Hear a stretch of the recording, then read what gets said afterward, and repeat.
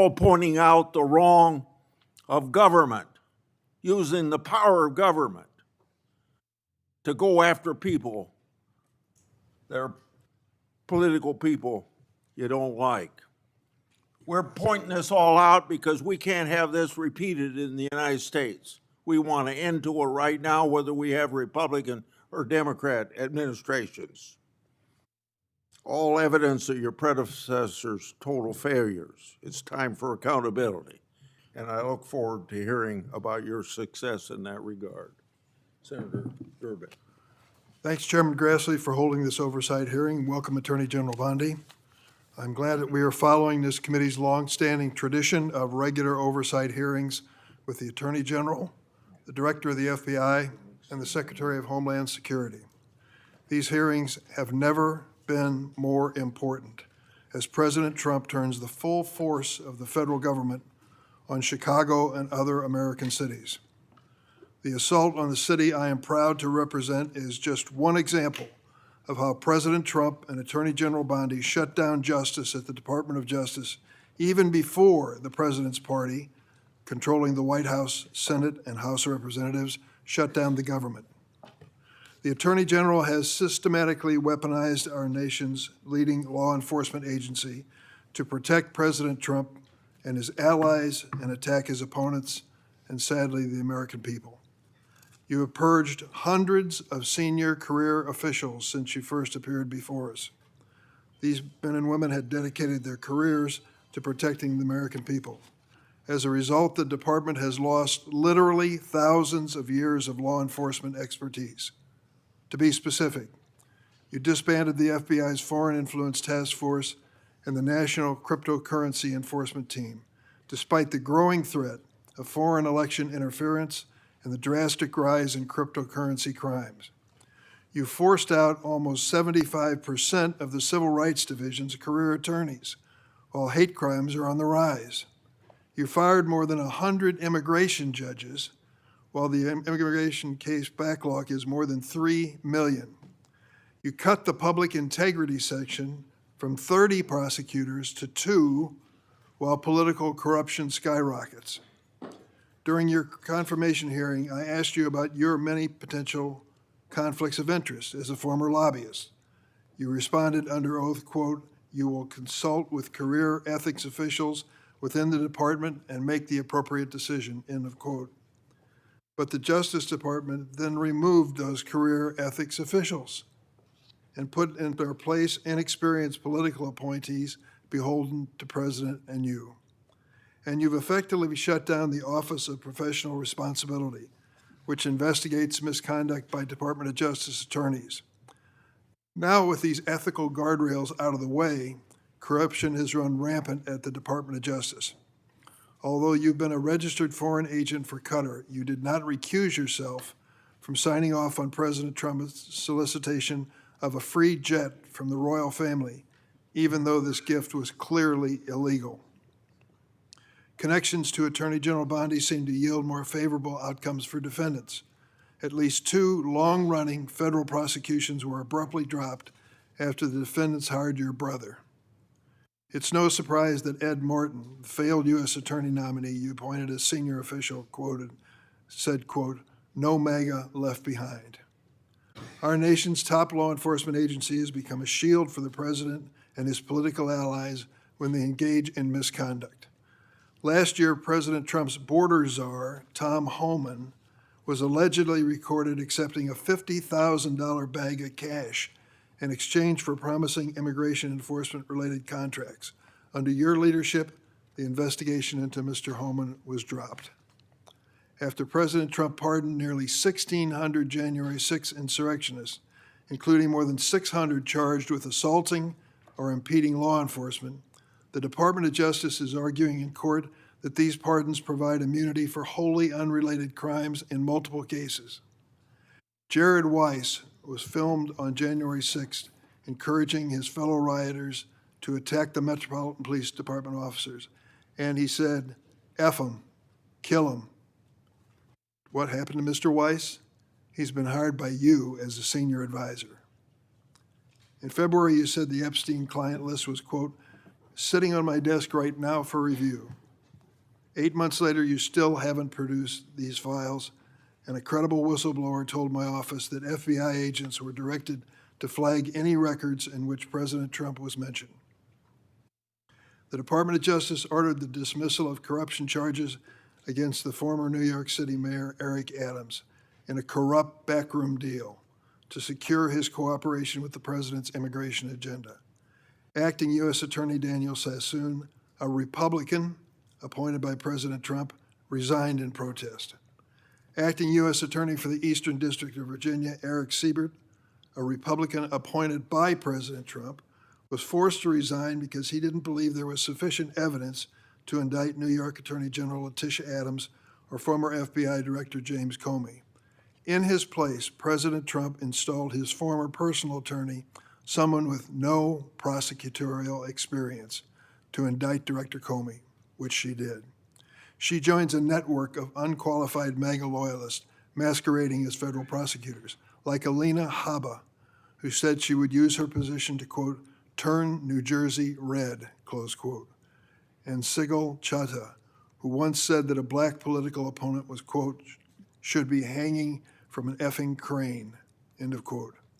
The President and Attorney General attempted to bypass the Senate to install these unqualified extremists. Where do you find these people? Courts have ruled that both Ms. Habba and Ms. Chattah are serving in their roles illegally, jeopardizing countless prosecutions by your office. Why? And that's just one example of how the Department of Justice is making America less safe. Attorney General Bondi shut down the Organized Crime and Drug Enforcement Task Force, OSADEF, which has dismantled thousands of criminal organizations.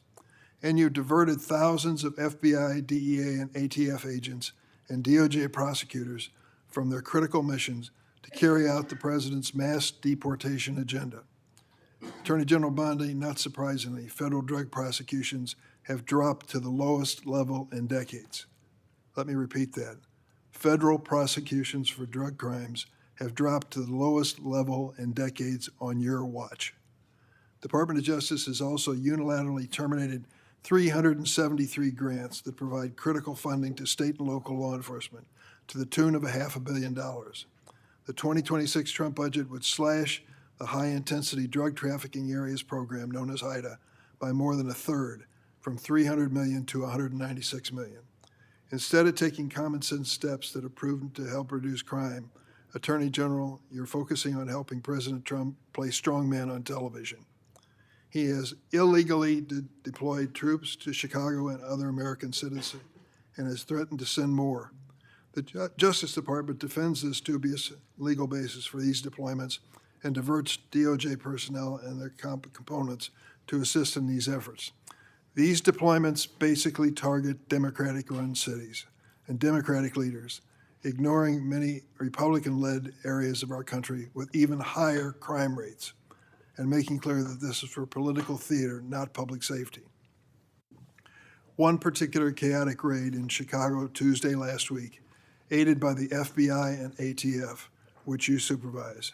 In the middle of the night, federal agents pulled women and children out of their beds, crashed down the doors to their homes, destroyed their apartments, zip-tied children and others, and detained immigrants and U.S. citizens alike for hours in vans.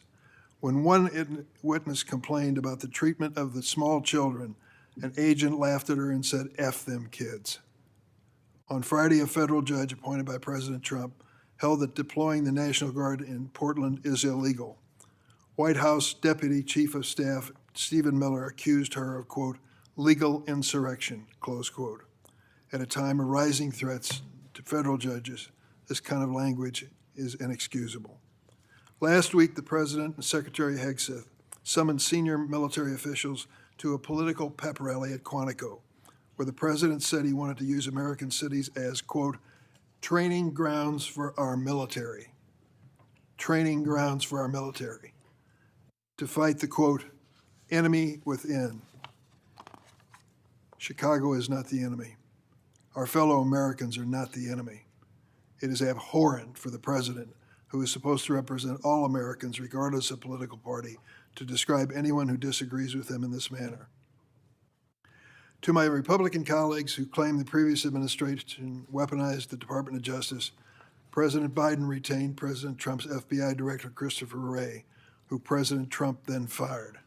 President Biden never directed the Attorney General to prosecute his political opponents. President Biden never fired his own political appointees for refusing to prosecute his targets. What has taken place since January 20th, 2025 would make even President Nixon recoil. This is your legacy, Attorney General Bondi. In 8 short months, you have fundamentally transformed the Justice Department and left an enormous stain in American history. It will take decades to recover. Thank you, Mr. Chairman. Thank you. Would you please rise so I can give you swear? Do you affirm the testimony you're about to give before this committee will be the truth, the whole truth, and nothing but the truth, so help you God? Please be seated and give us your opening statement.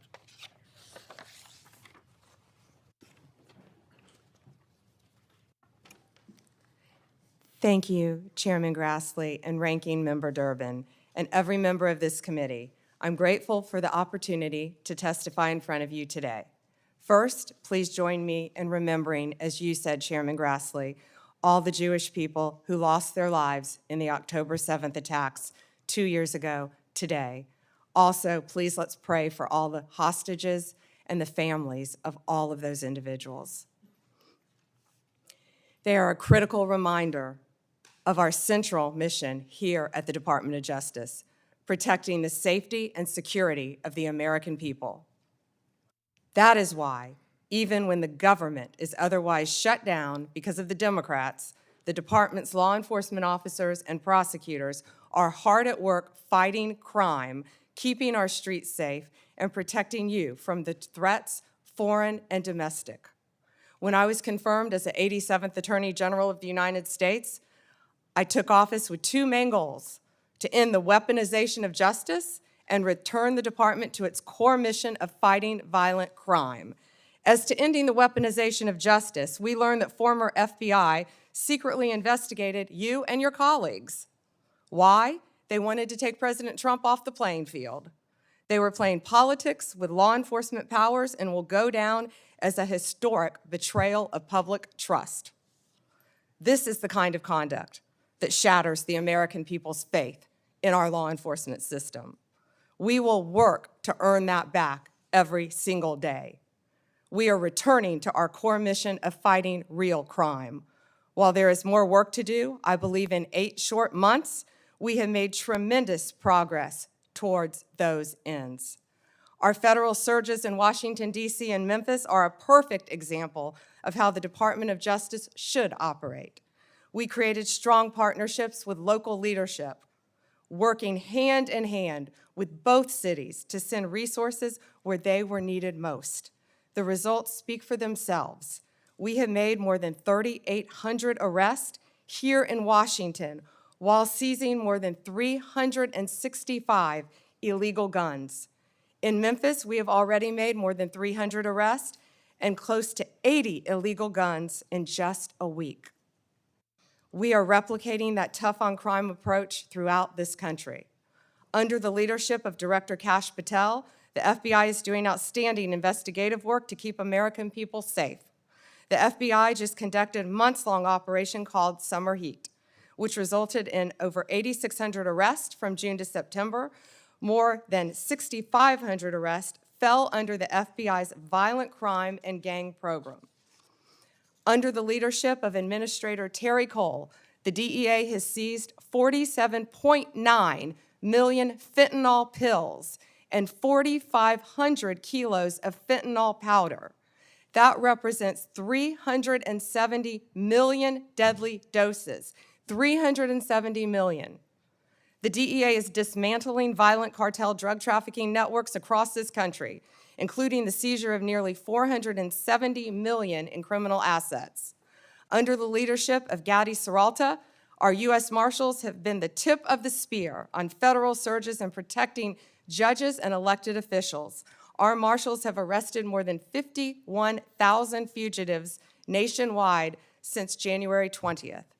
Under the leadership of Acting Director Dan Driscoll ATF has taken more than 23,000 illegal guns off our streets. 3,400 of those guns have been linked to trafficking between the U.S. and Mexico. My attorneys have done incredible work advancing President Trump's agenda and protecting the executive branch from judicial overreach. We've been sued more than 400 times since January 20th. Judges have issued more than 90 temporary restraining orders against us, more than the previous several administrations combined. Despite the unprecedented degree of activism we've seen from the lower courts, we have never ignored a court order. And why would we? We have secured a historic 22 victories at the Supreme Court alone, with more to come. Our civil rights attorneys are fighting discrimination and anti-Semitism. Our criminal attorneys are prosecuting violent criminals and foreign terrorists every single day. I look forward to continuing this work at the Department of Justice, and I look forward to testifying before you today. Thank you, Chairman.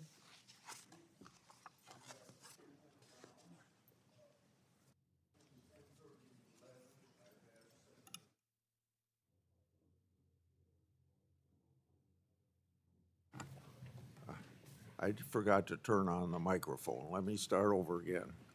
We have 10-minute rounds. I've asked Senator Blackburn to chair between 10:30 and 11. I hope that we can have good decorum during this hearing, treat each other with respect. General Bondi, just in case you get cut off with something that you don't get to answer your question when that senator's done, if you ask me for a little bit of time, not a lot of time, but a little bit of time to finish your answer, I'd be glad to give that to you. So starting myself, you inherited a bloated bureaucracy. It requires reorientation to better serve your mission of the department. That would include reassessing grants disguised to help Americans, but many were partisan pet projects.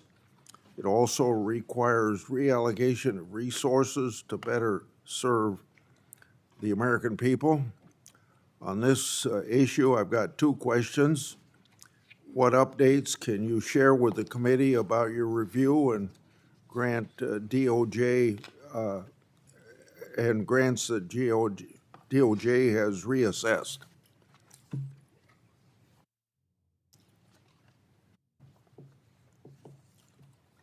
Just give us some examples, don't I know? Sure. Thank you, Chairman. During my appearance at the department's budget hearings, I acknowledged that some grants were mistakenly terminated, and we have made a process to correct that. All grant termination appeals will be individually considered for alignment with our current policies, which are strengthening law enforcement and protecting victims. Recipients are given the opportunity to appeal a grant termination consistent with the rules by writing to the Assistant Attorney General.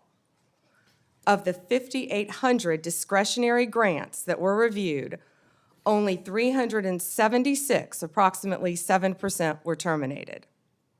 So far, OJP has turned back on 18 awards, 17 appeals have been denied, and the rest are actively being reviewed, with decisions expected soon. My colleagues on the other side claim that your department has reallocated resources to immigration enforcement, and it's had a negative impact on law enforcement. We know that drugs and crimes are very much a part of immigration enforcement, so these attacks are clearly off the mark. Explain your view of these misguided assertions. Chairman, every day our FBI, DEA, ATF, and now U.S. Marshals working on a task force with Homeland Security are out there keeping Americans safe and getting illegal aliens out of our country, many of whom have committed violent crimes in this country. Our agents will continue to fight violent crime in this country working hand in hand. One example is right here in Washington, D.C. We have the D.C. Task Force that has been incredibly successful. We are so proud of the work that that has done. We have been working hand in hand with the local officials here in D.C., and we are very proud of that work. And we're taking that to Tennessee and around this country to keep Americans safe. I won't repeat the things I've said about Arctic frost, but we had this recent revelation yesterday of my Republican senators being targeted by the government, underscoring the point about Arctic frost. When taken in context with widespread government weaponization against Trump and conservatives in the last decade, the conduct arguably is worse than Watergate. So I got two questions along this line. How many Department of Justice and FBI personnel have been held accountable for their partisan and constitutional questionable conduct, and what was their punishment? If you could give a few examples or follow up in writing, since there's so many people that fall into this category. Yes, Senator. Yes, Chairman, we will. So you want to answer that in writing? Yeah, okay. Yes, the exact number I can answer in writing. Yes. Okay. Was Attorney General, on the same subject, was Attorney General Garland, Director Wray, and/or President Biden's White House aware of the FBI targeting Republican senators? Did they approve it? Now, let's be clear, either they knew and allowed it to happen, or they didn't know, and if they didn't know, it points to a lack of oversight of Jack Smith's runaway case. Chairman Grassley, that's what we've been talking about when we refer to the weaponization of government. Operation Arctic Frost was an unconstitutional, undemocratic abuse of power. During Arctic Frost, the FBI also placed 92 linked Republican individuals and Republican groups, such as Charlie Kirk's Turning Point, on their list. This is the kind of conduct that shattered the American people's faith in our government, as I said in my opening statement. We are ending this weaponization. Our FBI is targeting violent criminals, child predators, and other lawbreakers, not sitting senators who happen to be from the wrong political party. Several of your colleagues sitting at this dais were targeted, and others. We will continue to stop that throughout the Justice Department. That is the ultimate weaponization of government. Have you sought grand jury secrecy waivers so that all of Arctic Frost documents can be produced to Congress? And if not, do you plan to do that? Chairman Grassley, I will be working directly with the Director Patel on this issue, and there's not much more we can say about the issue for obvious reasons at this time. Okay. Public Safety Officers Benefit Program, PSOB, provides benefits to law enforcement and first responders if they're disabled or killed in the line of duty. Affected family members may also benefit. My oversight and a government accountability office report shows that some claims have taken thousands of days to conclude. PSOB applicants have also informed my office that they've been left in tears with disrespectful ways they've been treated by the government. Question number 1 and 2 in this area, but I'll start just with 1. What actions have been taken to hold DOJ officials accountable for their failures to manage the program and treat applicants with respect? Chairman Grassley, as stated earlier, there have been many terminations from the Department of Justice, and we stand by all of those. Many of those are subject to active litigation. This Department of Justice will treat everyone with respect, and we will do everything in our power to help citizens of this country. Please reach out to us with any individual cases, and I will personally look at them for you, Chairman. Okay. So if you'll provide that information, that was my second question. So now, let's go on to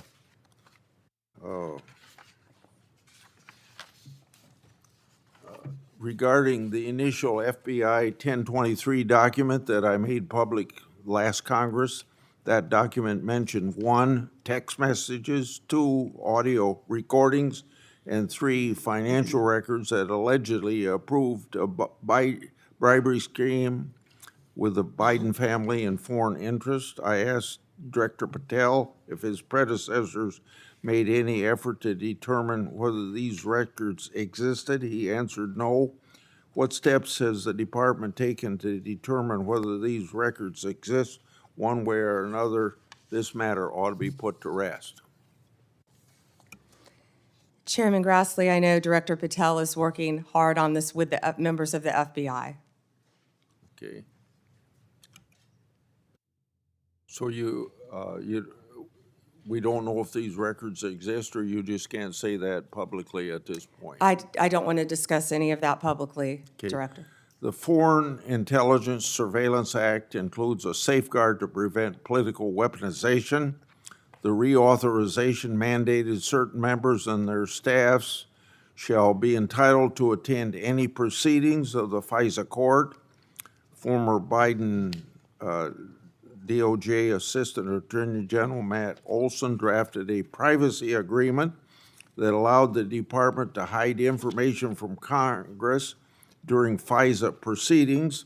Matt Olson made a career out of targeting President Trump and his allies, so it's not surprising that he would attempt to hinder congressional oversight or cover up for the Biden regime.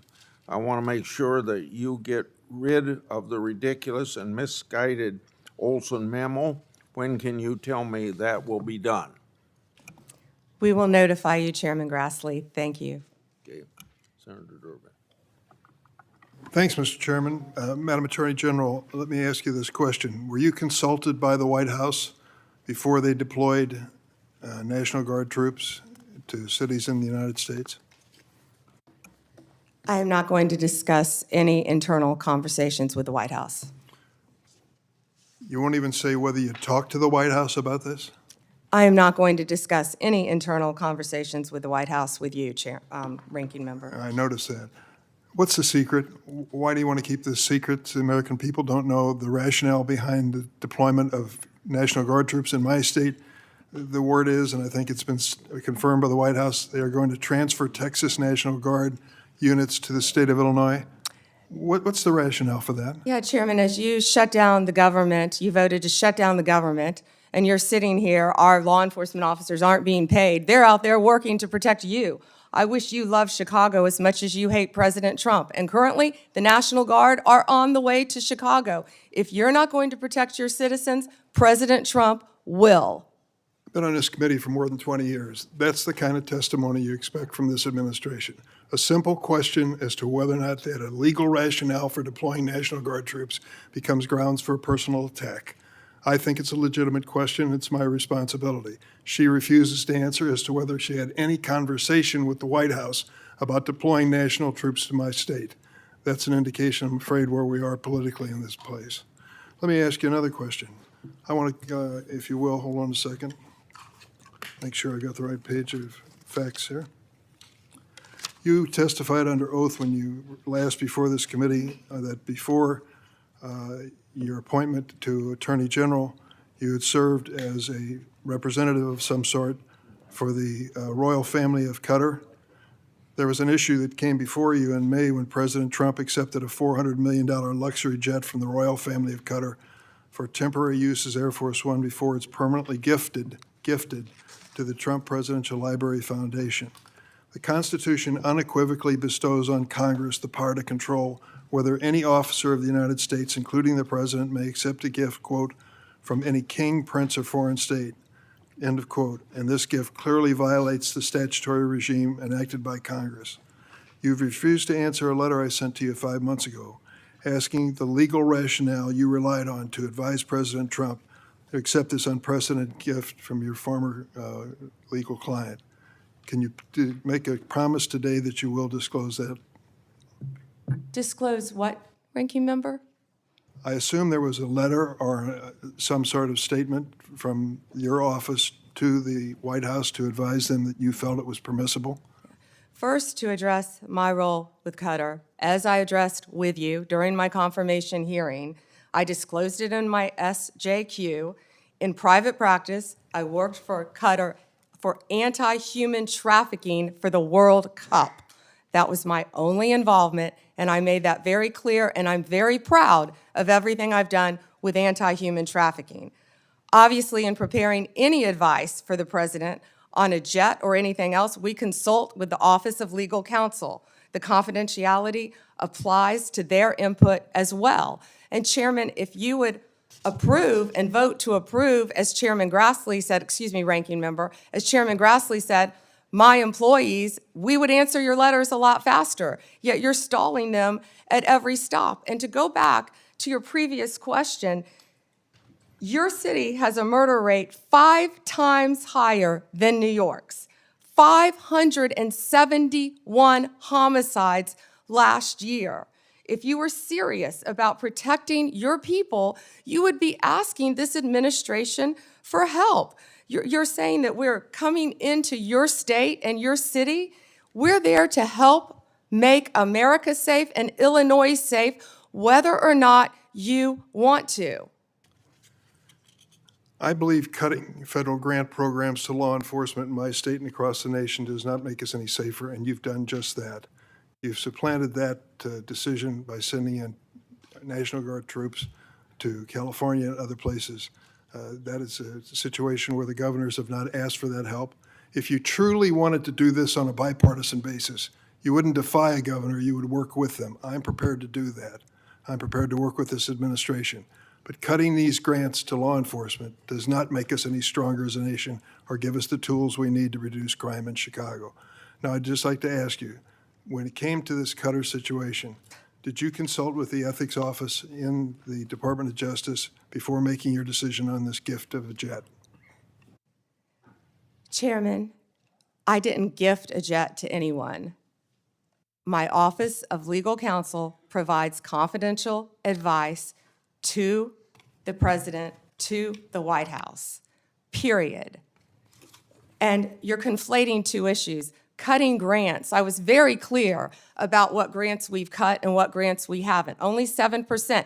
And if you have a grant in Illinois that you think that I've cut that is protecting law enforcement officers or your people, you personally call me and I will work with you to turn that grant back on. I think many of the Democrats here can tell you, I have worked with them to turn grants back on. There's an appeal process. Tell me a specific grant that I have turned off in Illinois that would help law enforcement, and I will work with you. But you have not done that. Did you and take again, a look? the National Guard is on the way right now as we speak. Oh, by the way, so is Director Patel and Deputy Attorney General Todd Blanche. You're sitting here grilling me, and they're on their way to Chicago to keep your state safe. Madam Attorney General, it's my job to grill you. Investigation of your agency is part of my responsibility and this committee.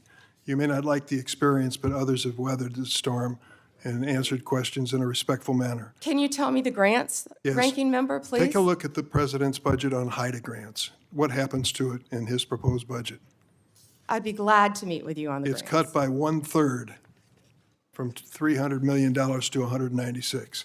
That's one example of a grant that works, and your administration has suggested cutting it in the budget lies ahead. I want to ask you about items in a letter I sent you in July that you have not answered. In February, you made a public claim that the Epstein client list was, quote, sitting on my desk right now for review, end of quote. You then produced already public information and no client list at a major media event hosted at the White House. Attorney General Bondi, why did you publicly claim to have the Epstein client list waiting for your review and then produce nothing relevant to that claim? Senator Durbin, if you listen to my entire clip on that, I said I had not reviewed it yet, that it was sitting on my desk along with the JFK files, the Martin Luther King files, and I said I had not yet reviewed it. And if you see our memo on Epstein, you will see, excuse me, our memo on Epstein clearly points out that there was no client list, our July 6th memo. You also didn't let me respond to the HIDA question. The budget transfers $196 million for high-intensity drug trafficking areas to the Office of Justice Programs, OJP. The Justice Department will continue to administer those grants under OJP in 2026. Going back to the Epstein files, according to another whistleblower who made a protected disclosure to my office, you pushed the FBI to review approximately 100,000 Epstein-related records on an arbitrarily short deadline in March, and the FBI was directed to flag any documents that mentioned President Trump. Nothing came of that review until July, when DOJ and FBI released an unsigned memo stating, quote, "there's no incriminating client list." Why was the July 7th memo unsigned? The July 7th memo came from the FBI and the Department of Justice. Director Patel answered those questions very clear. And, you know, Senator Durbin, I find it very interesting that you refused repeated Republican requests to release the Epstein flight logs in 2023 and 2024. You fought that. Did you take money from Reid Hoffman, campaign donations, Never who was a heard. huge Epstein friend? Why did you fight for years? Why did you fight to not disclose the flight logs, Senator Durbin? I can tell you I did not refuse. One of the senators here wished to produce those logs, and I asked her to put it in writing, and she never did. Yeah, I think Senator Blackburn would quarrel with you on that. But Well, that's I will up to the quarrel two with of you as to Reid, somebody that you mentioned I never heard of. Reid Hoffman. So who gave the order to flag records related to President Trump? To flag records for President Trump? To flag any records which included his name? I'm not going to discuss anything about that with you, Senator. Eventually, you're going to have to answer for your conduct in this. And you won't do it today, but eventually you will. I yield, Mr. Chairman. I got to Mr. interject Chairman? something here. Mr. before I Chairman. get to Pam. Mr. Chairman, since Senator Durbin referred to me, I would really appreciate the opportunity to correct the record. Proceed. Because Senator Durbin knows I repeatedly asked for those flight logs. I brought up the subpoena. You even shut down the committee because you didn't want that, and you know I submitted that in writing, and you continue to misrepresent that, and I am not going to let that record stand. Okay, Mr. Chairman, go ahead, Senator Durbin. I just want to make it clear that the reason the committee business ended was that your side invoked the 2-hour rule. Point number 2 is I asked you if you wanted any documents like flight logs to put it in writing. You never did. Yes, sir, I did, and your staff knows that I did. No, We'll submit, once again, Send me a copy of the that, information to you. We've done that several times, but we'll be happy to, once again, send it to you. I think your staff doesn't show that to you. Well, as I started to say about the emolument clause, and Democrats bringing that up in regard to Qatar, back in March of 2016, they didn't care anything about my bringing up the emolument clause in regard. I wrote to the Obama Justice Department. That letter was based on Secretary Clinton's 2009 to 2013 financial disclosures when she was Secretary of State. Those disclosures showed that her husband participated in at least 62 events with foreign states. Some of those were speaking events with connections to foreign governments, and some speaking events were financially supported by foreign governments. 2 examples, Bill Clinton received hundreds of thousands of dollars for appearances sponsored by Middle Eastern governments. Bill Clinton also received $200,000 for a speech connected to the Chinese government, and I don't recall getting any help from my Democrat colleagues on that investigation. Senator Graham. Good morning. Good morning. Thank you. So I want to make sure I got this clear. If a Democrat or a Republican senator has a problem with a grant that's been canceled or reduced, you would be glad to talk to them. Yes, Senator, and I have been doing that as well. There have been Democratic members who called you. They have spoken to my office, yes, Senator. And you've tried to respond. On either side of course, if it has anything to do with law So- enforcement or victims, And that includes Senator Durbin. If he's got a problem, he can call you and you'll try to respond. absolutely. Thank you. How many illegal immigrants are in Chicago? Ooh. Does anybody know? I do, countless. What we have seen since January 20th, Senator Graham, is a 1,000% increase in violent attacks against our ICE officers. Right. But I just want to know, is there like 10 or 100,000? Does anybody know? There have been multiple, and we have made multiple arrests, of course, involving violent gangs Yeah, in Chicago, throughout Illinois. Right. So the only reason I ask that is Chicago is sanctuary city. Do they help ICE deal with illegal immigration, or are they a sanctuary city? Do you know? They are not cooperating, and I would ask that, I wish Senator Durbin would condemn the governor for not cooperating with our law enforcement officers. The only reason I mention this, if you're a sanctuary city, any place in the country, you're making it difficult for the rest of us.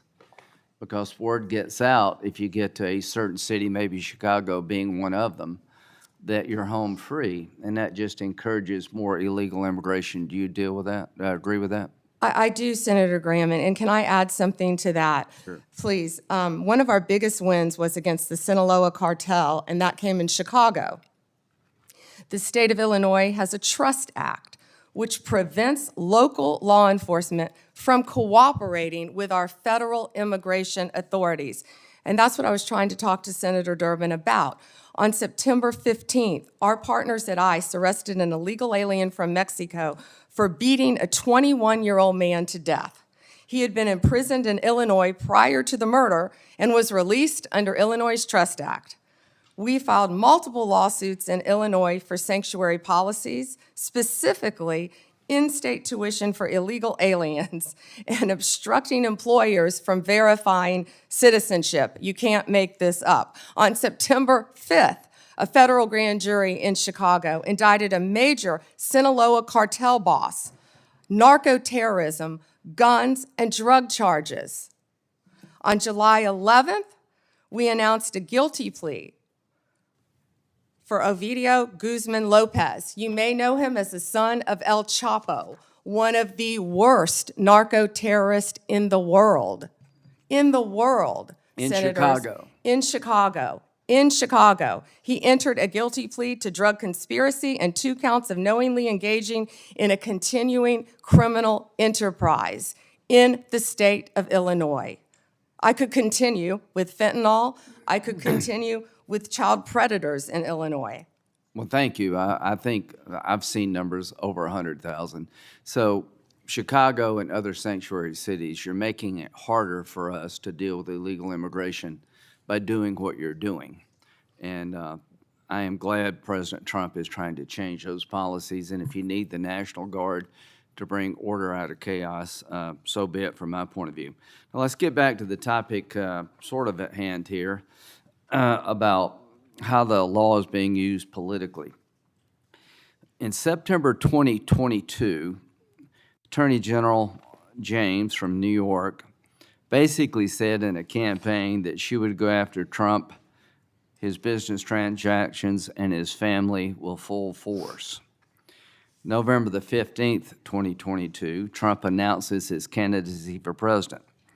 November 2022, 3 days after Trump announced his reelection campaign, Jack Smith was appointed by Garland to be special counsel to look at classified information, document mishandling, and trying to undermine the 2020 election. In March, President Trump was indicted in Manhattan of 2023, just after announcing 34 felony counts. And what they did is they took misdemeanors and turned them into felonies by using a legal theory that no one in the history of Manhattan had ever been charged with.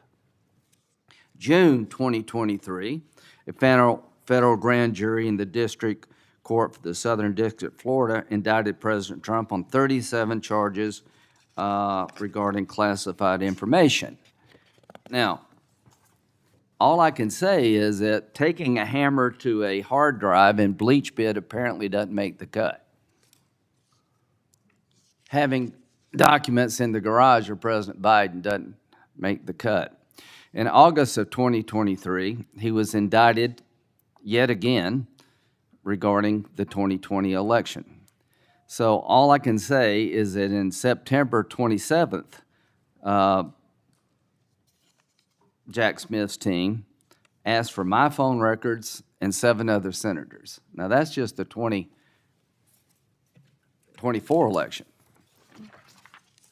Comey, are you aware of the fact that in August, Comey, then Director FBI, August of 2016, was in a meeting at the White House where it was discussed that by Brennan, then CIA director, that there was intelligence that maybe the Clinton campaign was trying to cook up a narrative that Trump was a Russian asset?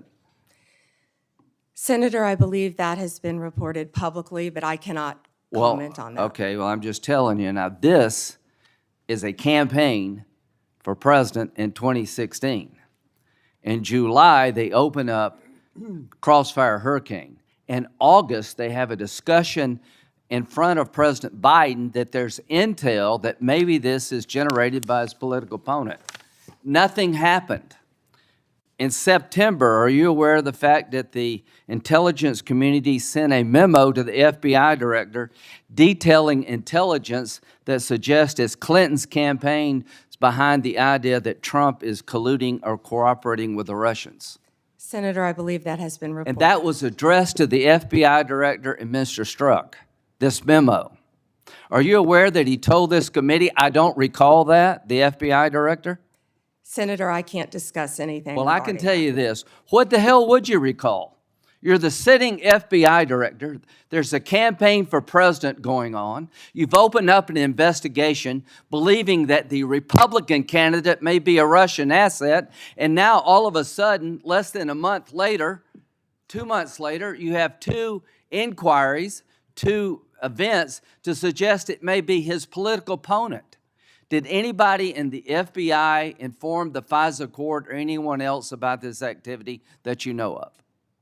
I can't discuss that matter, as you know, Senator Graham. Should they have? Is there a requirement by law enforcement to tell the court if their warrant is being sought or a defendant that there's exculpatory information out there about you? In general, of course, Senator. So, to the country, the FBI director gets a memo from the intel community. This may be all a political plot by his opponent. They didn't do a damn thing. Are you familiar with the Steele dossier? Yes, Senator. That was a dossier prepared and paid for by the Clinton campaign. Are you aware that it was that document was used to get a warrant on 5 different occasions against Carter Page, an American citizen? Yes, Senator, and that has been Are you reported. aware of the fact in February 2017, after Trump is president, the person who gave Christopher Steele the information, the Russian guy, told the FBI, the information I provided you was all bar talk, hearsay, and not reliable. Are you aware of that? Yes, Senator.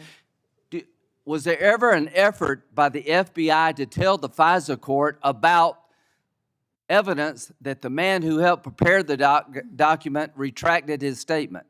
I can't discuss that, Senator. Should there have been? Can't discuss that. You wonder why we're looking at Comey? Give me a break. Why are we looking at Comey? Because he ran an FBI and personally knew about exculpatory information and let it slide. How in the hell can 2 FBI agents interview a man who says the document you're using against a sitting president to suggest he may be a Russian agent or Carter Page that is now no longer reliable? How does that not get to the court? Can you tell me how that doesn't get to the court? You can't, can you? I can't, Senator, and I Can can't you tell me discuss it. why my phone records, when I'm the chairman of the Judiciary Committee, were sought by the Jack Smith agents? Why did they ask to know who I called and what I was doing from January 4th to the 7th? Can you tell me that? No, Senator, and there were 8 senators in total. Do you think that was an abuse of power? Senator, I cannot discuss whether there is or is not an ongoing investigation. If I may add one thing, they also wasted $50 million on what you just described, trying to put President Trump in jail prior to the election. Before Senator Whitehouse, I want to introduce into the record what is called the Durham Annex. The annex is a declassified appendix to John Durham's report about Crossfire Hurricane. The Durham Annex contains information exposing a reported Clinton campaign plan to falsify and tie President Trump to Russia. For years, I've fought to assemble and publicize all the facts surrounding Durham investigation, Crossfire Hurricane, and related matters. The Durham Annex was declassified as a large part because of Attorney General Bondi. Mr. Chairman, Yeah, may I ask you a question?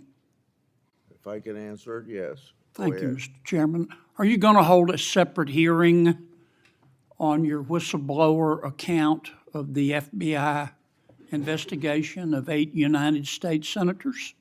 I think we need, my answer to your question is, I think we need to wait until we see what the FBI can report and whether it's necessary to have a hearing.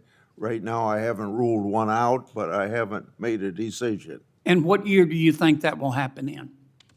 I want the FBI to be a thorough investigation of it and report to us what information they can give us, and I don't know how long that'll take them. With respect, are you giving them a certain period of time? I have not given them a certain period of time.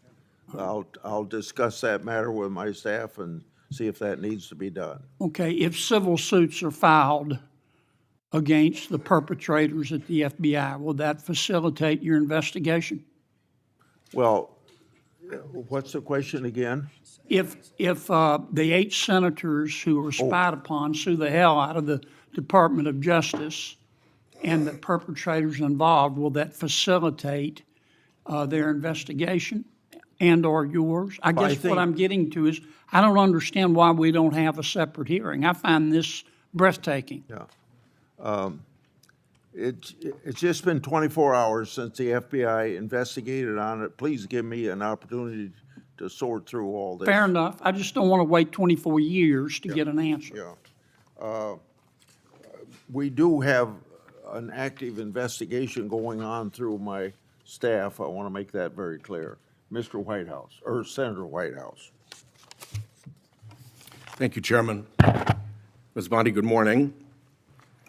Good morning. What became of the $50,000 in cash that the FBI paid to Mr. Homan in a paper bag, evidently?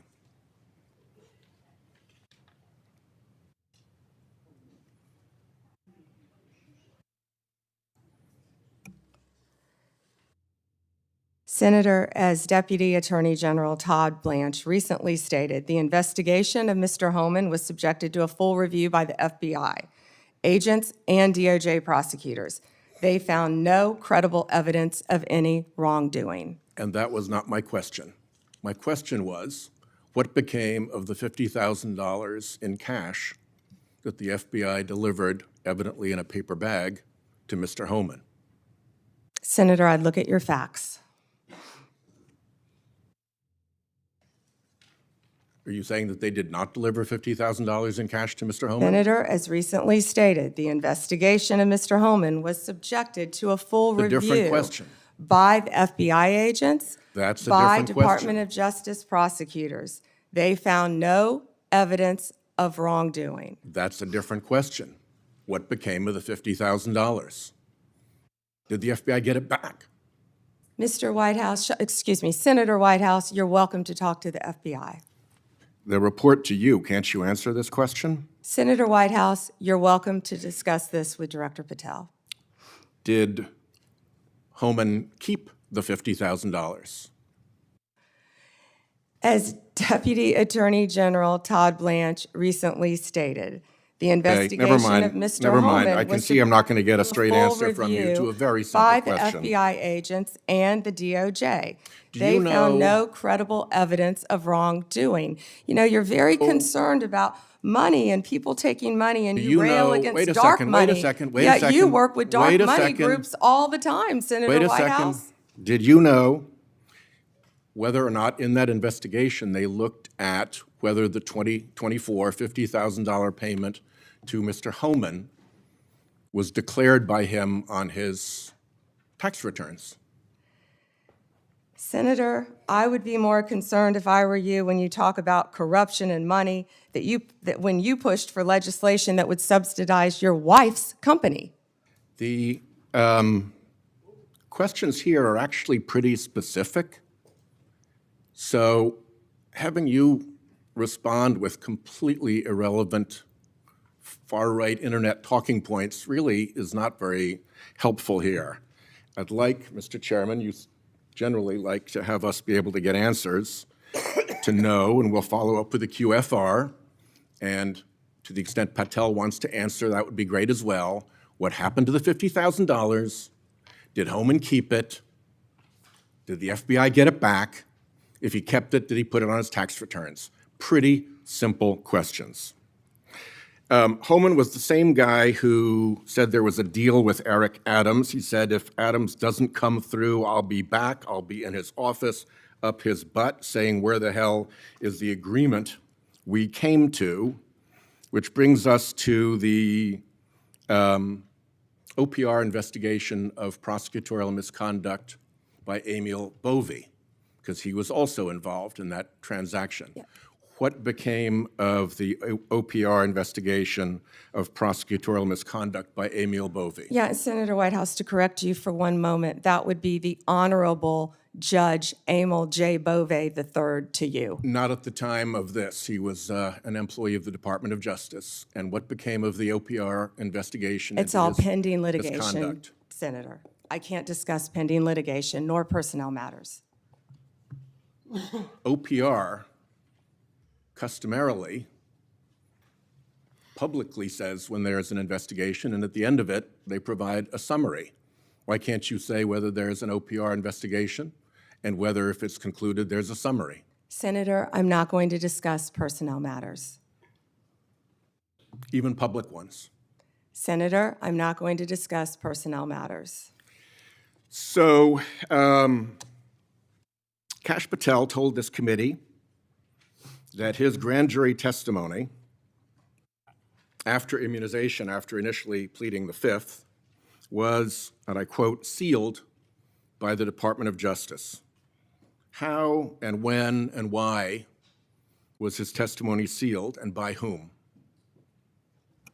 Senator, I'm not going to discuss any testimony, especially testimony that could be sealed with you. No, the question is, was it or was it not sealed? Senator, I'm not going to discuss that with you.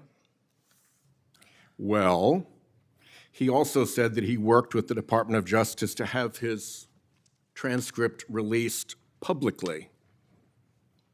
How and when was his transcript released?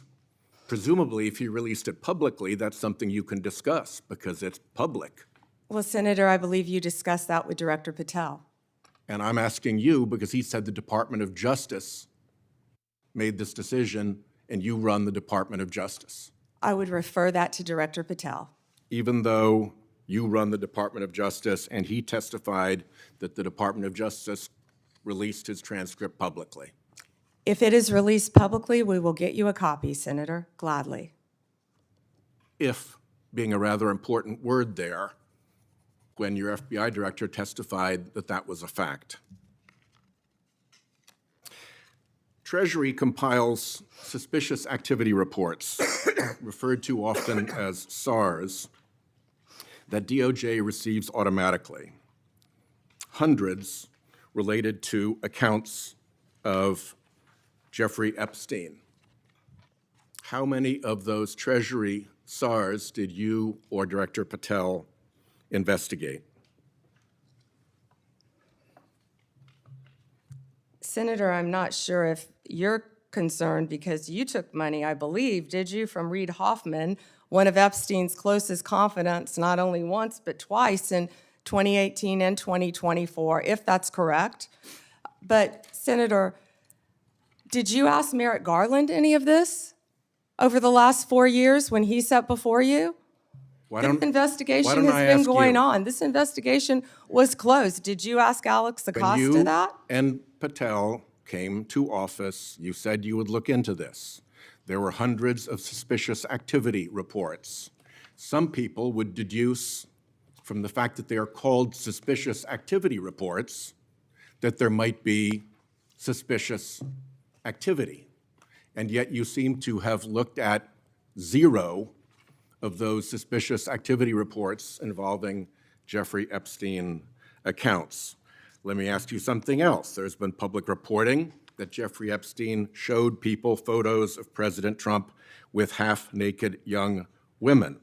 Do you know if the FBI found those photographs in their search of Jeffrey Epstein's safe or premises or otherwise? Have you seen any such thing? You know, Senator Whitehouse, you sit here and make salacious remarks, once again trying to slander President Trump left and right, when you're the one who was taking money from one of Epstein's closest confidants, I believe, I could be wrong, correct me, Reid Hoffman, who was with Jeffrey Epstein on multiple occasions. And the senator sitting right next to you tried to block the flight logs from being released. Yet you're grilling me on President Trump and some photograph with Epstein? Come on. The question is, did the FBI find those photographs that have been discussed publicly by a witness who claimed Jeffrey Epstein showed them to him? You don't know anything about that? Okay. Here's what well, no, we cut to something else. The Marshal Service is supposed to protect our federal judges. I have asked repeatedly for the Marshal Service to let me know if they are investigating or being inhibited from investigating whether or not there is orchestration of threats against federal judges, whether under either conspiracy laws or racketeering enterprise laws or aiding and abetting laws, whatever. But as you know, there's the person who says the threat, and then there may very well be somebody orchestrating the threat behind them. Is the Marshal Service allowed to investigate orchestration of threats, and do you know if they've taken one step to do so? May I answer the question, Chairman Grassley? The time has expired. I think it's the convention of the committee that if I've started my question in my time, you may answer the question. I was asking the chairman. Okay, before I go to Cornyn. She wants to answer the question, Chairman. Oh, please go ahead. I thought you said you didn't want to answer it. I'm Yes, sir. sorry. Thank you. Senator Whitehouse, I would be happy to sit down with you regarding any threat to any federal judge in this country. We take threats very seriously. I will set a meeting with you, with Director Serralta of the U.S. Marshals, and I will be there. And we will talk about any threats on federal judges. Including who orchestration. threatened them or who orchestrated them. Bingo, thank you. Okay, before Cornyn speaks, I get kind of amused about my Democratic colleagues bringing up Treasury suspicious activity reports regarding Epstein. When Senator Johnson and I issued our Biden family reports in 2020, we used information from these very same type of documents. And you know what? We were criticized by our Democratic colleagues for doing so, and for years they ignored the evidence of the Biden family criminality. I don't think my colleagues can have it both ways. Senator Cornyn. General Bondi, 6 out of 10 Americans say they live from paycheck to paycheck. And I'm sure that includes a lot of federal employees, Border Patrol, FBI agents, people who support them, frontline prosecutors. Do you find it somewhat inconsistent that our Democratic colleagues claim to support law enforcement and the rule of law, but yet they vote to deny those same individuals the pay which they've earned? Yes, Senators, our law enforcement agencies, DEA, ATF, FBI, U.S. Marshals, and all the other federal agencies, Homeland Security, Treasury, all the agencies, all of my federal prosecutors, all of our employees are working tirelessly, national security, around the clock to keep this country safe and to keep this world safe. Yet, the Democrats voted to shut the government down, and they are out there working without a paycheck, with families at home, risking their lives every single day. Thank you for pointing that out, and thank you for caring, Senator Cornyn. So let's get back to some basics. The Constitution of the United States is the supreme law of the land, is it not? Yes, sir. Applies to all Americans, the entire country. Federal law, likewise, applies to the entire nation, does it not? Yes, Senator. And so when federal law enforcement agents go to cities like Chicago to enforce federal law, they are acting within their authority, are they not? Yes, Senator Cornyn. So on what legal basis would a governor or a mayor say, we're going to deny or prevent a federal law enforcement agent from enforcing federal law? What would be the legal basis for them to do that? You know, Senator, there's not one. And as I stated, there were 571 homicides in Chicago last year. And that's why right now Director Patel and Deputy Attorney General Todd Blanche are on their way to Chicago. I've been to Memphis. They're in Chicago right now to protect the people of Illinois. And what Senator Graham, the point he was trying to make earlier, was that when you don't cooperate with law enforcement, if I was a TDA member, if I was a Sinaloa cartel narco-terrorist, you know where I'd go? Chicago, because they're not enforcing the law. And they're running their operations, as I stated earlier, two of the biggest terrorists, narco-terrorists, we arrested right in Chicago because it was a safe haven for them. And they're operating these networks around our entire country. So we are going to keep our entire country safe. We're going to protect all Americans. If these senators aren't going to vote to open our government, to let these people, our people, work with paychecks, they're going to do it anyway, whether or not the locals are cooperating with them. We're going to be there protecting all Americans in this country, Senator Cornyn. I find it, the comparison between the nation's, Washington, D.C., here in the nation's capital, where the mayor has welcomed the federal law enforcement agents, which as I travel around the city, are providing a level of deterrence against crime that I have not seen before. And Washington, D.C. happens to be one of the most dangerous metropolitan areas in the country. So seeing what the response has been by local officials here in Washington, D.C., seeing how the public here who visits here as tourists from Texas and elsewhere, how they're welcoming this federal law enforcement presence, it strikes me as a stark contrast between what we've seen in places like Chicago.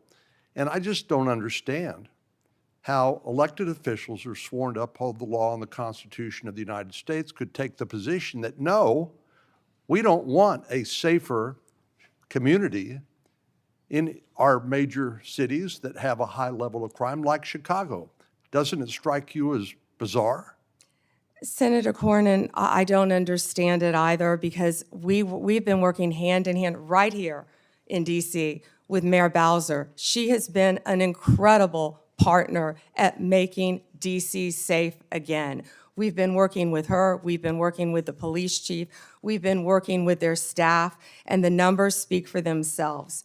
3,156 arrests, 294 illegal guns seized. I think the number's probably higher today. Carjackings down 87%, violent crime down 45%. Right here in the nation's capital. I've been out there countless times before they go out on the streets, and I'm watching the DC Metro Police. I'm watching them with the Transit Authority Police, who of course keep our metros safe. I'm watching them with our DEA, FBI, ATF, U.S. Marshals, Treasury agents, and HHS has even provided doctors out there to help the team. And what they are, they're a team, and they are working hand in hand. If you couldn't see their shirts on their insignia, you wouldn't know what agency they were with. I've truly never seen a partnership like that in my career, and it's working together, and that's what Illinois is refusing to do. And I wish these senators, I wish Senator Durbin would condemn the governor of Illinois and have him work with us like we're doing now in Memphis. We have the governor of Memphis. We have our two great U.S. senators in Memphis. We have the mayor of Memphis, the same, the chief, working hand in hand there. Last week, maybe the week before last, I lose track of the days, we had the head of the Metropolitan Police Union for the District of Columbia here, and I asked him about violent crime in our communities. And I asked him whether there was a straight line from the open border policies of the Biden administration, which helped facilitate the cartels from exporting their poison to the United States, only to then find it distributed by criminal gangs who then engage in violence in our communities, like Chicago, to protect their territory and the profits that go along with that illegal drug trafficking. But I want to ask you about another aspect of the open border policies, and that has to do with one of the least reported tragedies and scandals associated with the Biden open border policies, and that has to do with the 500,000 children, sometimes called unaccompanied children, UACs, 500,000 children that the Biden administration allowed to be placed with sponsors in this country that were largely unvetted and subjecting them to who knows what, and then abandoning them by taking the position that it's not the federal government's responsibility, it's local child protective agencies that have to follow up on these kids. So they couldn't tell you whether they were being trafficked, recruited into gangs, whether they were going to school, whether they were getting the health care that they need. They couldn't tell you because they didn't care. So I know that President Trump's administration, the Department of Justice in particular, has located 22,000 of these 500,000 children. Could you talk to us a little bit about your efforts to rescue these children that have been abandoned by the Biden administration? Yes, and Senator, thank you for asking that question. President Trump cares deeply about our children of this country and children from around the world. This is horrific what has been happening in our country. Law enforcement has arrested approximately 458 sponsors. Now, what these sponsors are, they lie to ORR, many of them, to have an unaccompanied alien child. Some of them later exploit and abuse these children. They're not parents, they're not guardians. They're coming into this country, they were coming into this country without any ramification across the Mexican border until Donald Trump became president again, and that's when it stopped. We are doing everything in our power to find and arrest these people who are exploiting these children and find these children throughout our country. One of those cases, we charged a Guatemalan national unlawfully residing in Cleveland with lying to government because he became the sponsor of a young girl, and of course we found he was later sexually abusing her. That's one of many cases, Senator Cornyn, that I can talk about. And Donald Trump will not rest until all of these sponsors are found and these children are found and protected. Thank you. Senator Klobuchar, you're recognized. Thank you. Attorney General Bondi, good morning. I'm going to start on a different subject. Good morning. On behalf of families in my state. And I wanted to thank the FBI and the local justice officials in Minnesota, the U.S. Attorney's Office, for the work that they did catching the murder, in the horrific murder of my friend, Speaker Melissa Hortman, and her husband, and the shooting of Senator John Hoffman. Just last month, my state was again shaken to its core when a mass shooter attacked Annunciation Catholic Church in Minnesota, shooting through the stained glass windows, injuring 21 people, including 18 kids, killing little Fletcher, little Harper, an 8, and a 10-year-old, murdering them when they're in mass praying, 12-year-olds protecting 8-year-olds. I know we've spoken about these tragedies, and we both agree that this kind of violence, whether in Minnesota or at a Mormon church in Michigan or the assassination of Charlie Kirk, has no place in our politics or in our democracy. In 2018, after the Parkland shooting, you were Attorney General, and there was a bill called the Marjorie Stoneman Douglas High School Public Safety Act. And the bill banned bump stocks, enacted red flag laws, and raised the minimum age to purchase a firearm in Florida from 18 to 21. And you actually defended the law in court from a challenge from the NRA. And we know that I'm in favor of an assault weapon ban, period. I look at these bills and I think, does this hurt my Uncle Dick in the deer stand? We have a proud tradition of hunting in Minnesota. I don't think they do. But as I talked to Director Patel, and he told me in the chair you are sitting in right now, that assault weapon ban could prevent future attacks. I talked to him about better background checks, about red flag laws, and then that perhaps we could find common ground on what actually happened in Florida, which would be to at least change the minimum age for purchasing assault weapon, because we've got 18 to 20-year-olds commit gun homicides at over triple the rate of adults 21 years and over, even though that wouldn't helped in Annunciation Church because he was a few years older.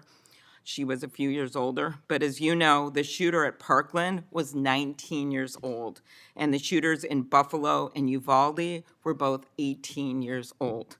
So given your efforts in Florida, do you agree that at least raising the age for purchasing assault weapons could reduce the number of these shootings?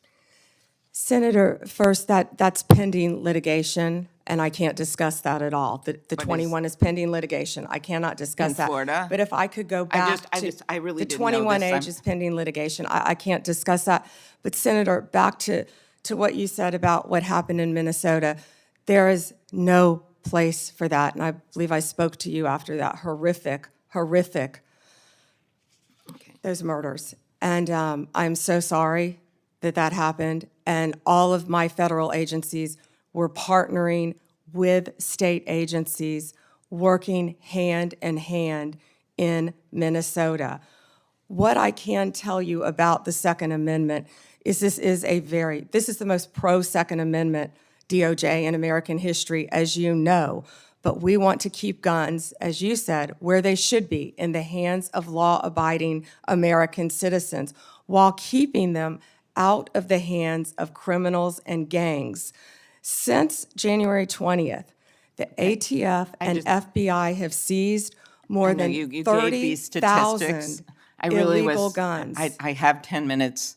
and 30,000, You have given Senator these Klobuchar. statistics, and I truly appreciate those statistics. But what I was just trying to get at was something where maybe we could find common ground on a bill that you actually defended in court in a state, which Director Patel seemed open to, and that was looking at could we at least raise the age to 21 of the purchase of an assault weapon federally while states look at banning these weapons overall, given these little babies that this gun is used to kill. So we can talk about it later, but that was my question, and you don't want to answer it. 'Cause No, of it's pending litigation, Okay, Senator. but your views on this is not pending litigation. So I want to get to the independence of the Justice Department.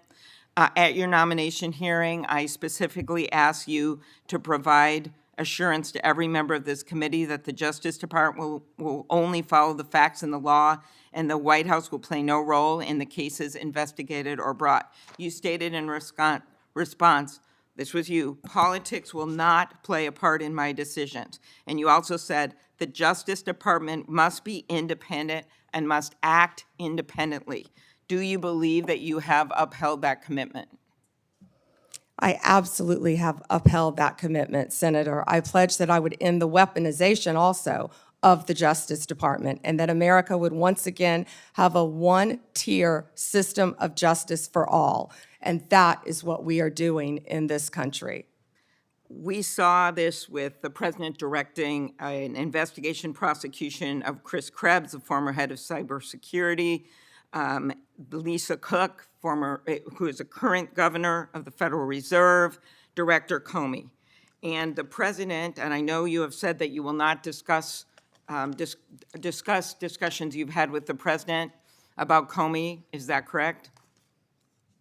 That you won't testify here about that? Because I was going to ask you if you received advice, instruction, or request from anyone at the White House to direct the department to engage in any investigations, prosecutorial actions, including decisions not to investigate or prosecute anyone. I'm not going to discuss any Okay. conversations. But then how about the Truth Social post on September 20th, 2025, in which the president said, we can't delay any longer, Pam, using your name, not bringing criminal charges, are killing our reputation, his words, and credibility. And then goes on to tell you to prosecute a member of this committee, to prosecute the Attorney General of New York, and to prosecute James Comey. Do you consider that a directive to the Justice Department? Senator Klobuchar, President Trump is the most transparent president in American history, and I don't think he said anything that he hasn't said for years. Okay, it has been reported that you initially pushed back against requests by senior Trump administration officials to push out or fire the acting U.S. Attorney in Virginia, Eric Siebert, who's a conservative Republican, who made the decision that that the evidence was not there to prosecute Comey. What made you change your opinion? I am not going to discuss personnel decisions. Okay. Is it true that the career prosecutors in the Eastern District of Virginia found that there was insufficient evidence to bring criminal charges against former Director Comey? I am not going to discuss pending cases because Comey was indicted in the Eastern District of Virginia by, I may point out, one of the most liberal grand juries in the country. Okay, let's go on to other firings or terminations. Last week, the Justice Department fired at least 2 senior attorneys in the Eastern District of Virginia, including the office's national security chief, Michael Benary. It is reported that his firing came following criticism from a right-wing social media commentator who wrote, "One can only assume he was part of the internal resistance in the Comey indictment." In fact, he did not work on the Comey case. Instead, he was working on pursuing justice for service members killed in Afghanistan. How does firing a 20-year national security prosecutor enhance public safety? Senator Klobuchar, I'm not going to discuss personnel decisions, but the personnel issue that I'm having right now is that all of my agents, all of my lawyers are working. My agents are on the street working without a paycheck because your party voted to shut down the federal government. Unfortunately, the House isn't even back here. They're 18 days off the job to even meet with us to come up with a resolution that we would like to discuss with them about saving people's health care. Let's move on to the Antitrust Division. Did you authorize your chief of staff to overrule top officials in the antitrust division to settle the challenge to the Hewlett-Packard Enterprises Juniper Networks merger? Senator Gail Slater runs my antitrust unit, and she is doing an excellent job on many, many cases. As you know, that is a pending case. Okay. In any merger, just to clarify, in any merger, Senator, there is a deal struck with our office and with the corporations involved, but then that also goes to a court to certify in any merger. In any merger, it's a multi-step process. Okay, I and will that ask some process is further still pending, questions Senator about Klobuchar. antitrust. I just had one other thing. DOJ can now take the extraordinary step of Time's subpoenaing expired. journalists. Has the Justice Department issued any subpoenas to journalists under the updated guidance? Time is expired. Okay, I'll ask those on the record. You may respond, Ms. Bondi. You can respond, she said. Oh.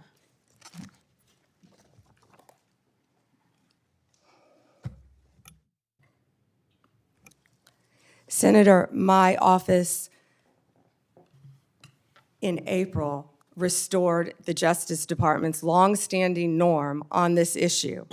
It was AG Garland who had deviated on the media investigations policy, allowing self-identified journalists using this self-serving status as a shield against being held accountable for endangering our nation's security. We have taken that policy back to the norm, and I can't comment on whether we have or have not, or do not have pending investigations. Time Senator is Klobuchar. expired. Senator Lee, you're recognized.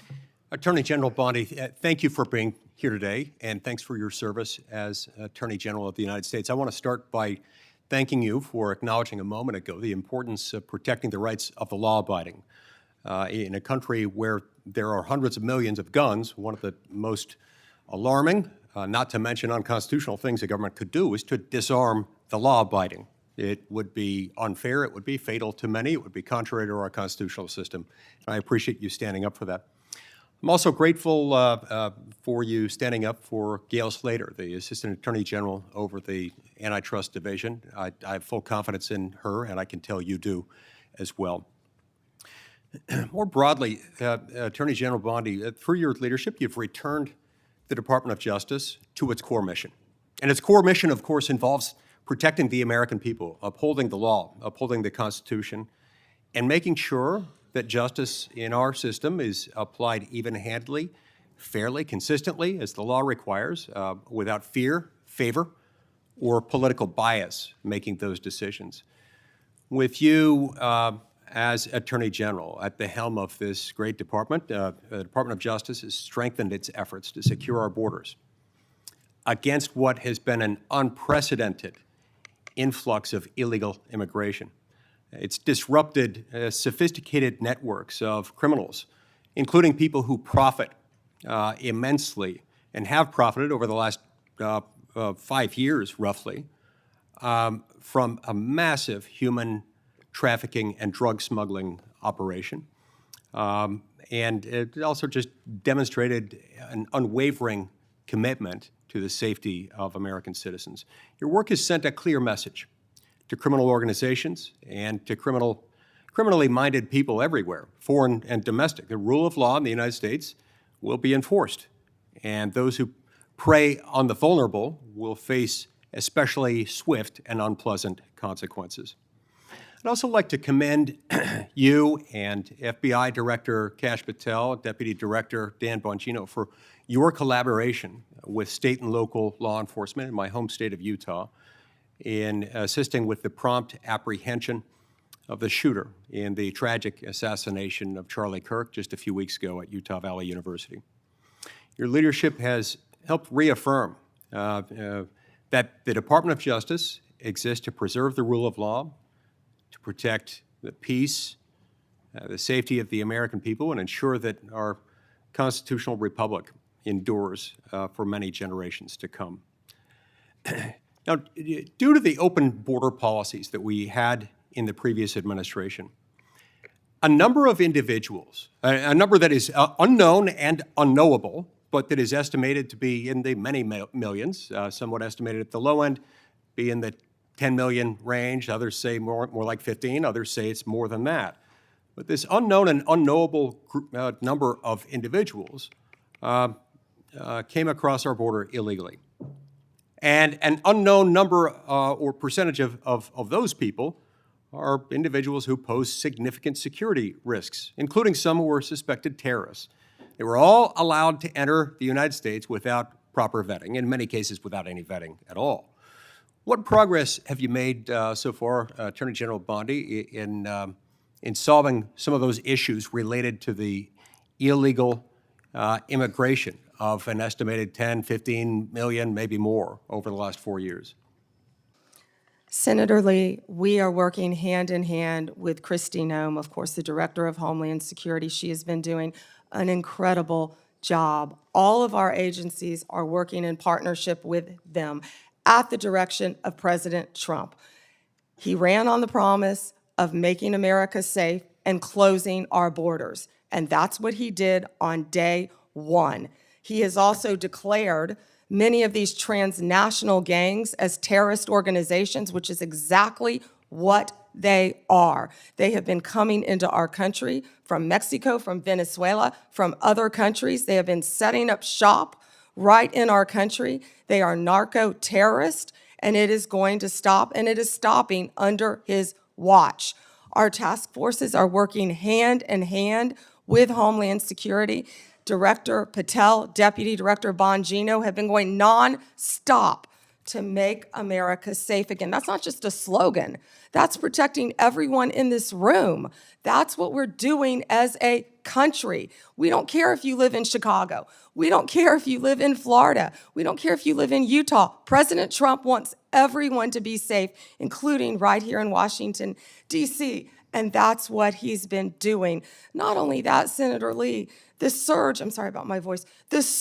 of drugs in this country has been horrific over the last 4 years.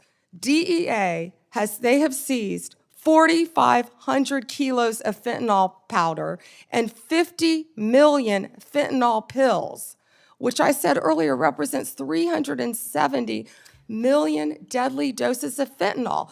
These transnational gangs, it's all about drugs and money, and they are destroying our country. They are destroying our children, and a lot of this fentanyl, as we know, is made, the precursors in China. They're coming in our country through Mexico and now other places, and under Donald Trump, it's going to stop because he has secured our borders, Senator Lee. And we're very grateful for that effort. It's interesting to note, moreover, that under the leadership of your predecessor, the Department of Justice, the FBI, and others who routinely appear before this committee, when asked about the human smuggling operation going on across our southern border, routinely denied that fentanyl was coming in significant quantities through the human trafficking operation.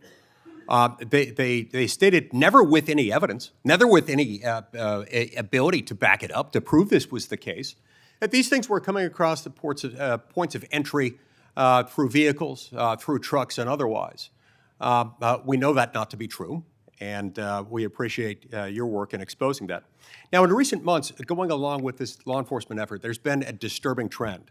It's a disturbing trend that seems to be on the increase in recent days and weeks.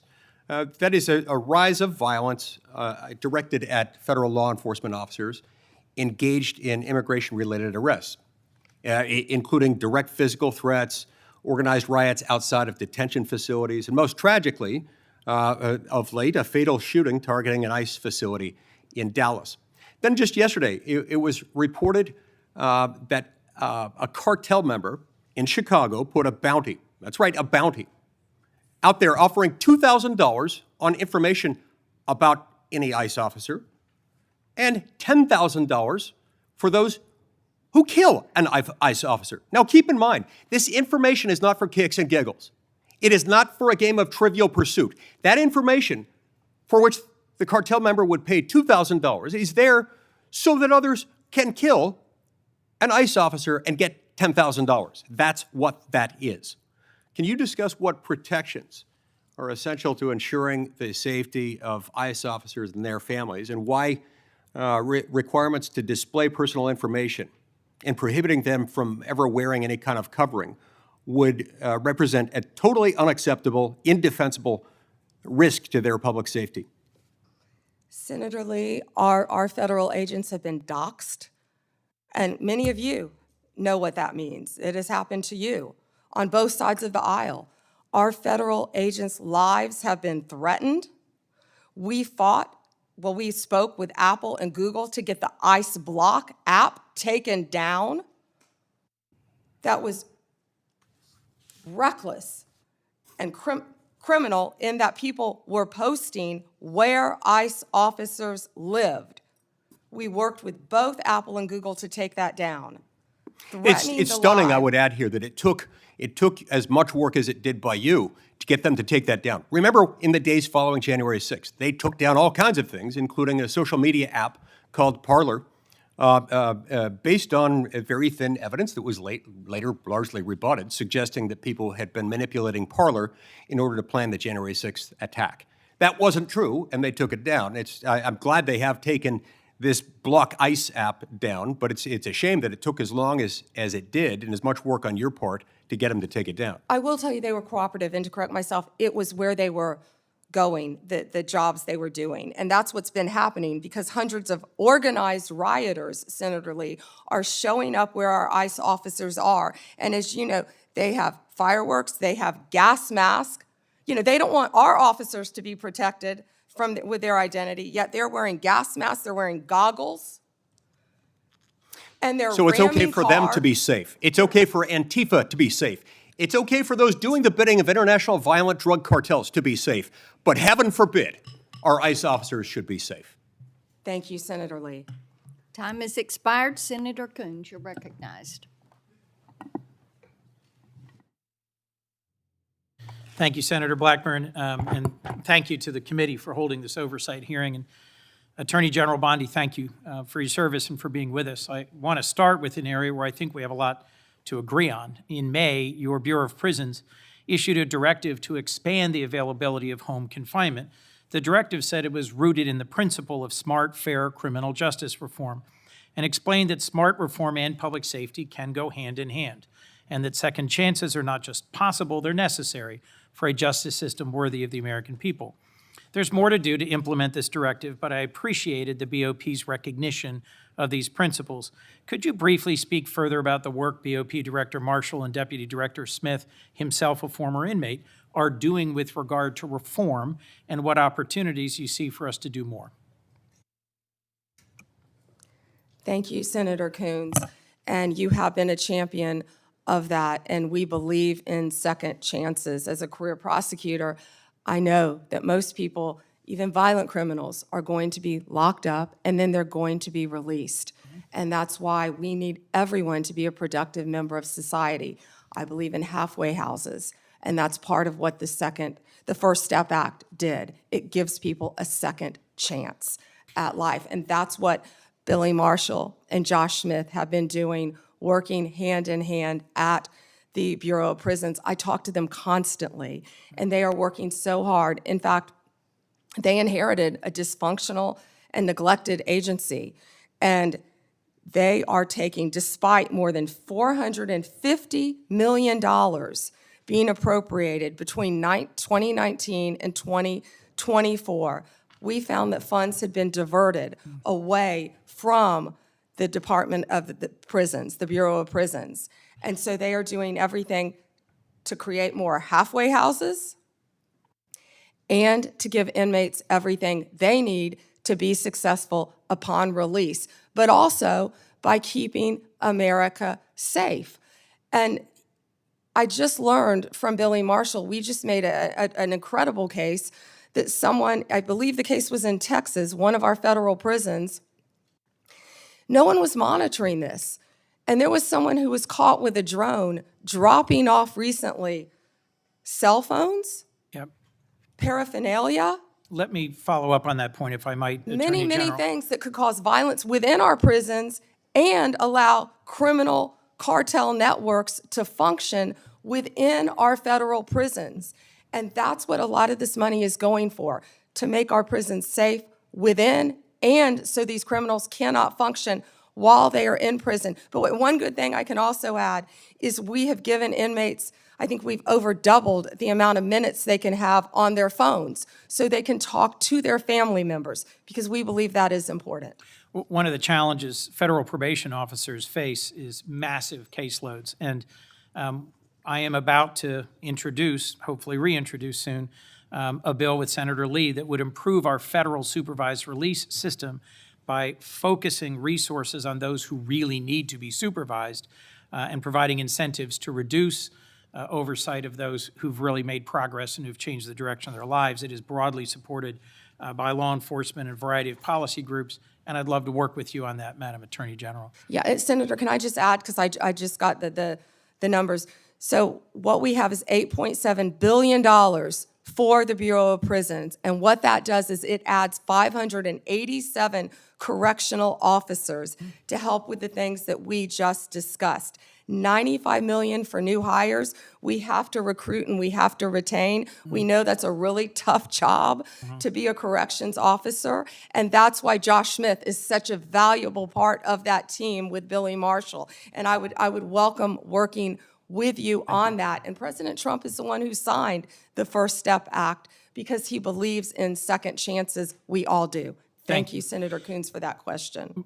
One of the things I have been concerned, even upset about, is how early in this administration, at the behest of DOJ, the department cut hundreds of grants totaling hundreds of millions of dollars, many of which serve critical public safety needs, supporting victims, assisting with reentry, violence prevention, including in my own home state.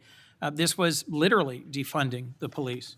And I have some concerns about how DOJ is putting at risk public safety by assigning thousands of agents and prosecutors away from drugs, firearms, corruption, violent crime to help ICE arrest people without criminal records. You've indicated a willingness to review any grant that a member of Congress has concerns about, and noted a number of them have been restored on appeal. And I appreciate that willingness to admit some misjudgments or mistakes in some of the many grants that were canceled. But can you assure us this process is going to be fixed going forward so better decisions are made at the start and not just after appeals? And can you assure us that we are not leaving doors wide open for crime and criminality in our communities and over-focusing on arrest and deportation of those without criminal records?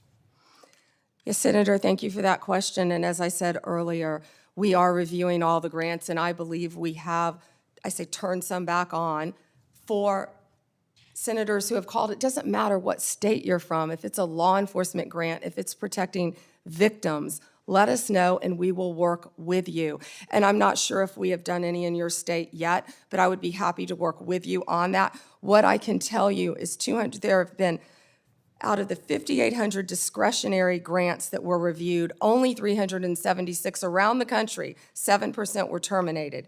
225 of the grant recipients have appealed that termination.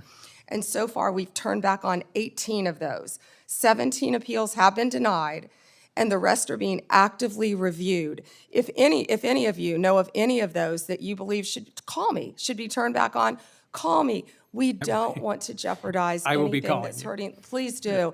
And Senator, to go to what you said about the FBI and my federal agencies and being pulled to work on immigration cases, they're working hand in hand because we believe that, we have ICE officers out there, as we just discussed. I don't want to repeat that, who are being harmed. We're going to work with them, and I've directed all of my law enforcement agencies to work with ICE to make sure they're safe in Chicago, to make sure they're safe in Memphis, to make sure they're safe right here in Washington, D.C., but also at President Trump's direction. We are not stopping the core function of what we're doing, and that is fighting violent crime. And I think Director Patel made that very clear with all of the arrests that our FBI have been making on violent criminals. And there's so much that we can't talk about here, but if any of you are on the Intel Committee, we are fighting terrorists around this country every single day. Our lawyers are shut down right now. They're not getting paid, but crime is not stopping. They are working around the clock to not only keep our country safe, Senator, but to keep our world safe. And they will Madam Attorney continue General, to I do think, that. I think all of us hate that there's a shutdown and its impact on the federal workforce, and are working to find a way out of this shutdown, but one that will also restore cuts to health care. We could spend a lot of time on that, but let's focus on, if I could, two more questions related to your service as the Attorney General. The government's asserting the authority to summarily kill people. It says our cartel members through military strikes against boats on the open ocean in the Caribbean. Congress has never authorized such a use of military force, and it's unclear to me how the administration has concluded that these strikes are legal. I'm concerned with what the limiting principle is, whether the government could summarily kill people. It just declares our cartel members as well as unlawful combatants inside the United States, or if they were American citizens. This isn't about defending cartels, and these aren't hypothetical questions. President Trump assembled military leaders and said they would be needed to fight the enemy from within and to train in cities in the United States that he describes as chaotic and violent. Due process is the cornerstone of our Constitution. I'm deeply concerned about the authority our president seems to be asserting to summarily kill people suspected of criminal activity outside the law. As the chief lawyer for our federal government, you have a unique responsibility to ensure maintenance of our constitutional standards. How did you conclude that these strikes on ships or boats in the open ocean are legal? Senator Coons, I'm not going to discuss any legal advice that my department may or may not have given or issued at the direction of the president on this matter. Regarding Venezuela, what I can tell you is Maduro is a narco-terrorist, and I announced $50 million reward for his capture to bring him to this country to face charges. He is currently under indictment in our country. Drugs coming from Venezuela are killing our children at record levels. And They have members been of this flowing committee are into as this passionate country. as you at protecting our families and our communities from fentanyl, but we also need to protect our sailors on the high seas who are conducting freedom of navigation operations in the South China Sea from just an abject violation of international norms and standards about how we interdict ships on the high seas. We can push back on fentanyl and drug trafficking. Many of my colleagues have done so as former U.S. attorneys or prosecutors or attorneys general, but we have to do it in a way that is in keeping with the core values of our Constitution. My colleagues have pressed you on a number of recent actions, particularly in the Eastern District of Virginia. My colleague, Senator Klobuchar, did. And I just wanted to add my voice to those who have expressed real alarm at how in your confirmation hearing, you said you would be leading a department that would look forward, yet public statements by President Trump urging you to go after and to indict and to prosecute specific named people seem to have led to dramatic and sudden action by the department. I am gravely concerned about what is no longer a hypothetical question, which you refused to answer in your confirmation hearing, but is a real question about when or if the president demands you prosecute individuals because he views them as opponents or enemies, what you will do and what your limiting standard is, because the recent episode around the indictment of James Comey left me very concerned about the direction of the department. We're a minute and a half over, Senator Chairman. May I answer? Yes. Senator Coons, as you have stated in the past, no one is above the law. And James Comey is a pending case right now. It's a pending indictment. He was indicted by one of the most liberal grand juries in the country, by our U.S. Attorney Lindsay Halligan, right here in Virginia. And it's a pending case, so I'm not going to discuss the facts of a pending case. But you can understand the alarm about the circumstances of the indictment immediately following President Trump demanding that you take action to indict and prosecute that specific individual. Thank you, Mr. Chairman. Before Hawley, I'd, without objection, introduce two documents into the record. First one is the expanded scope of Arctic frost. The second document is a list of Republican groups and people that Arctic frost targeted, including Charlie Kirk's group, Turning Point USA. These documents show the political weaponization of the Biden administration against Republicans. Senator Hawley. Thank you very much, Mr. Chairman. Attorney General Bondi, good to see you. Welcome. I've been listening closely in this hearing, and I've heard over and over from my Democrat colleagues concerns about targeting political enemies, and they've accused you of all manner of things and the current president. I've also heard them said, and I just wrote it down because I wanted to be sure I heard it correctly. I've heard them say that Joe Biden never targeted his political enemies. Joe Biden never directed his attorney general to target his political opponents. That's interesting, because I could have sworn that yesterday we learned that the FBI tapped my phone. Let's look at it. We've got a list. Tapped my phone, tapped Lindsey Graham's phone, tapped Marsha Blackburn's phone, tapped 5 other phones of United States senators. Gee, it sure looks like targeting political opponents to me, and yet I haven't heard a word from that side of the dais about any concern whatsoever. We've got nothing but concerns today, but no concern at all for a Justice Department that is tapping the phones of sitting United States senators because who knows why. They don't like them. They're members of the opposition party. They're Republicans. They're conservatives. You've seen this document, Attorney General Bondi. What was going on here? Who ordered this? Who ordered the tapping of the phones of United States senators? Senator Hawley, I cannot discuss the details of that right now for very good reason. You're going to do a thorough investigation into this, I trust. Is that correct? We will be looking at all aspects of this, and I have talked to Director Patel at length about And this. you're going to figure out who was involved in this, who signed off on it, who knew about it. You're going to get to the bottom of all of it. Is it correct? Yes, and I've spoken to Director Patel about it, and he is committed to doing this. Well, I can tell you, we already know many of the details. We already know that this was ordered by the special prosecutor, Jack Smith, who reported directly to the Attorney General of the United States, Merrick Garland. And we know that Jack Smith was on his witch hunt because he was directed to do so by the President of the United States, Joe Biden. Let's just remember. Let's take a walk down memory lane. April 2nd, 2022, the New York Times. Garland faces growing pressure. The Times says as recently as late last year, that would have been 2021, Mr. Biden confided to his inner circle he believed former President Trump was a threat to democracy and should be prosecuted. It goes on to say that Biden was frustrated with Garland and wanted him to take decisive action against Trump. Here's what we're talking about. Trump, of course, was a private citizen at the time. So he appoints his own hitman, Jack Smith, who goes after the president, former president, who goes after members of this body. You know, the thing about it, though, that really strikes me is that it didn't stop with members of the United States Senate.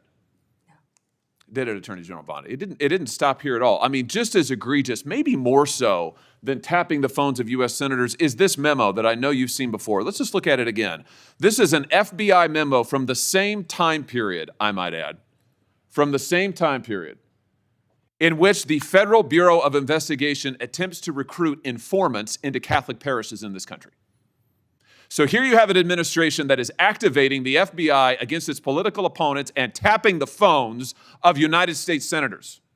Can I just say that again for my colleagues, for the benefit of my colleagues on the other side of the dais? Tapping the phones of United States senators. This isn't hypothetical. This isn't maybe what will you do in the future. This isn't, oh, gee, can you imagine a situation? This happened. This happened. And this happened, the targeting of Catholics in this country because Joe Biden and his FBI didn't like Catholics who went to a certain kind of mass. I mean, good God in heaven, what is happening to this country? What happened under Joe Biden? Or then how about this, the infamous school board memo, where Merrick Garland, at the direction of the White House, issued a memo activating the FBI's counterterrorism division against parents who attended school board meetings and had the temerity to ask what their kids were being taught. And some of those parents were treated like this. Let's just remember. Let's remember how parents were treated. Treated like this man. That's right. A parent at a school board meeting, I think in Virginia, who was drug out of the school board meeting. He's bloodied there, you can see it. And what was the response of Joe Biden's DOJ and FBI? It was to issue a memorandum saying that people like this ought to be investigated by the counterterrorism unit. And unbelievably, They were. They were. Or how about this? Let's remember Mark Houck and the pro-lifers who were prosecuted for what? For going to a clinic, an abortion clinic, and praying on a sidewalk outside an abortion clinic. This is Mark Houck and his beautiful family at Mass. This man, at the direction of Joe Biden's FBI, this man had an FBI SWAT team come to his door in the early morning hours with his beautiful children there, terrorizing them with weapons drawn. He was then arrested and prosecuted. Unfortunately, a jury acquitted him. This is what was happening under Joe Biden. United States senators spied upon. Former presidents, the political opponents of the president at the time, targeted, prosecuted. Pro-lifers, targeted, prosecuted. Catholics, targeted, prosecuted. 92 conservative organizations put under surveillance, targeted for potential prosecution. Gee, I don't know. Would you call that an example of weaponization, Attorney General Bondi? Do you think that's a fair characterization? Senator Hawley, that is the ultimate weaponization, and weaponization under Donald Trump has ended. It has ended. Harmeet Dillon is running our civil rights unit, and she is doing an incredible job. No longer will parents be targeted. No longer will parents who care about whether their elementary school children have to read a transgender book be targeted and told they cannot have any say in their child's education. That has ended under this administration. People can worship freely, whether they're Catholics at synagogues or Muslims. Everyone can worship freely. That was the ultimate weaponization. They were targeting Catholics. No longer. They have been targeting so many American citizens throughout this country. And Senator Hawley, you have been a champion of this, and thank you for being a champion of that. But under Donald Trump's watch, it has ended. You know, I think about some of the abuses of power in this country's history, and there's been, sadly, a lot of them by members of the executive branch over the years, whether it's Watergate, whether it's what J. Edgar Hoover did in his time at the FBI, spying on many public figures, RFK, MLK, JFK, you name it. And I just have to say, what we now know happened in the last 4 years under this administration surpasses all of that. It surpasses all of it. Not just for the interference in the legislative branch, not just for the blatant disregard for the separation of powers, not just for the blatant disregard for the First Amendment, but for the targeting of ordinary American citizens who can't afford lawyers, who can't afford to mount a defense, who when the FBI knocks at their door or comes with the SWAT team, they don't know what to do. It is absolutely a disgrace. It is a stain on the history of this country and on the conscience of this country, what this administration did in the last 4 years. So here's what I think needs to happen. Madam Attorney General, I think we need a special prosecutor to be appointed whose sole responsibility will be to get to the bottom of what has happened in every instance that I have just named. I think we need to know exactly who approved the wiretaps on United States senators, who knew about it, what agents were involved at DOJ or the FBI. I think we need to know exactly who signed off on the Catholic memo, the spying memo, who was involved with it, how far did it go. I think we need to know exactly who authorized the prosecution of Mark Houck, who terrorized pro-lifers and tried to intimidate them. I think we need to know. And Mr. Chairman, this committee needs to do oversight hearings. We need to have thorough hearings into what has happened these last 4 years and this abuse that has now just been uncovered, because we have to ensure that it stops. As you just said, Attorney General Bondi, we have to ensure that it stops. This chapter in American history needs to come to a close, never to be opened again. The use of the most powerful law enforcement bodies in the world against ordinary citizens and political opponents must end once and for all. And we have a chance to do it, and it needs to be done with a thorough investigation, full transparency, and those who violated laws need to be prosecuted. I thank you for what you're doing, Attorney General Bondi. I hope that you will launch a thorough investigation. I hope you'll appoint a special prosecutor. Mr. Chairman, I hope we'll hold hearings. And with that, I yield. Yeah. Before I call on Blumenthal, I want to, without objection, introduce into the record a document that General Bondi helped to declassify. The document is array FBI analysis of Nellie Orr's false statements to Congress. or never suffered consequences for advancing this phony Trump Russian narrative and attempting to cover up her involvement in the hoax with false statements. Yet time and again, the American justice system has been weaponized against President Trump and his associates, and I've already talked about Peter Navarro in regard to that. The DOJ's inaction on Nellie Orr's criminal referral, despite the obvious incriminating evidence provided in the FBI's own analysis, undermines public trust of the rule of law thanks to Director Wray's utter failure. Senator Blumenthal. Thanks, Mr. Chairman. Just so the American people understand, this issue of weaponization of justice goes to the core of the integrity of our criminal justice system. And I think we can all agree that no individual, no group should be targeted simply because they are a political opponent or because the President of the United States has some personal animosity toward them. You've just said that President Trump is the most transparent president in history, tragically and chillingly. You may be right when it comes to criminal justice, because far from ending weaponization of justice, I would submit, Madam Attorney General, that President Trump has embodied it. And we have a record. It is a public record of his express instructions that certain individuals be investigated. The Attorney General of New York, Tish James, my colleague Adam Schiff, the former CISA director, Chris Krebs, the DHS former Chief of Staff, Miles Taylor. There's a list. And he has been transparent. In fact, 5 days before the indictment of James Comey, he put this post up as instructions to you. He didn't mince words. He was very open and public that you should indict James Comey and others because they are guilty as hell. No more delay now. 5 days before you indicted, or grand jury at your instructions indicted James Comey. I'd like to know from you what conversations you've had with President Trump about the indictment of James Comey.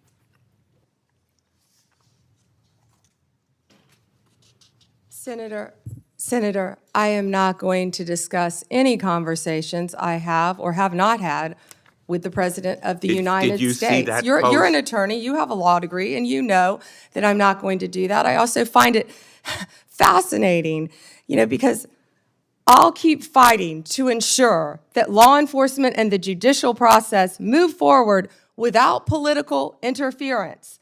No one is above the law, not even the President. That's a quote from you, Senator Blumenthal, in 2017. Well, let me ask you then, when you saw that No post, one is above the law. That was your quote. When you saw that post, did you talk to anybody in the White House? I am not going to discuss any conversations I have, nor any investigations, So nor you were unwilling any to tell pending this committee cases. about conversations with the White House And if I regarding may James continue, Comey's indictment. and if I may Let me show continue, you a picture. James Comey was indicted by one of the most liberal grand juries in the United States. The night before James Comey's indictment, you had dinner with the President of the United States. Pretty intimate group. Was Actually, there James were a lot of Comey people there that discussed- night. That's a great Was James picture. Comey discussed at that dinner?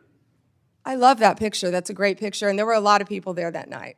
I think the Well- entire cabinet was there.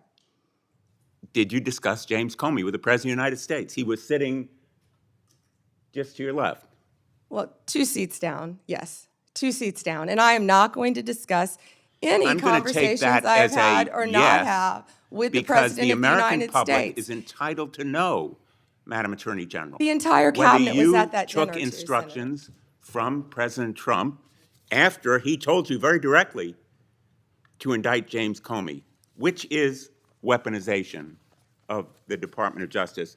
Oh, You wait, know, wait, wait. I want to agree with my colleague, Senator Hawley, that weaponization of our justice system must end. That's the reason that I propose legislation, and I challenge him and my colleagues on the other side of the aisle to join me in legislation that would create a statutory right of action for people who are selectively or maliciously prosecuted for political reasons.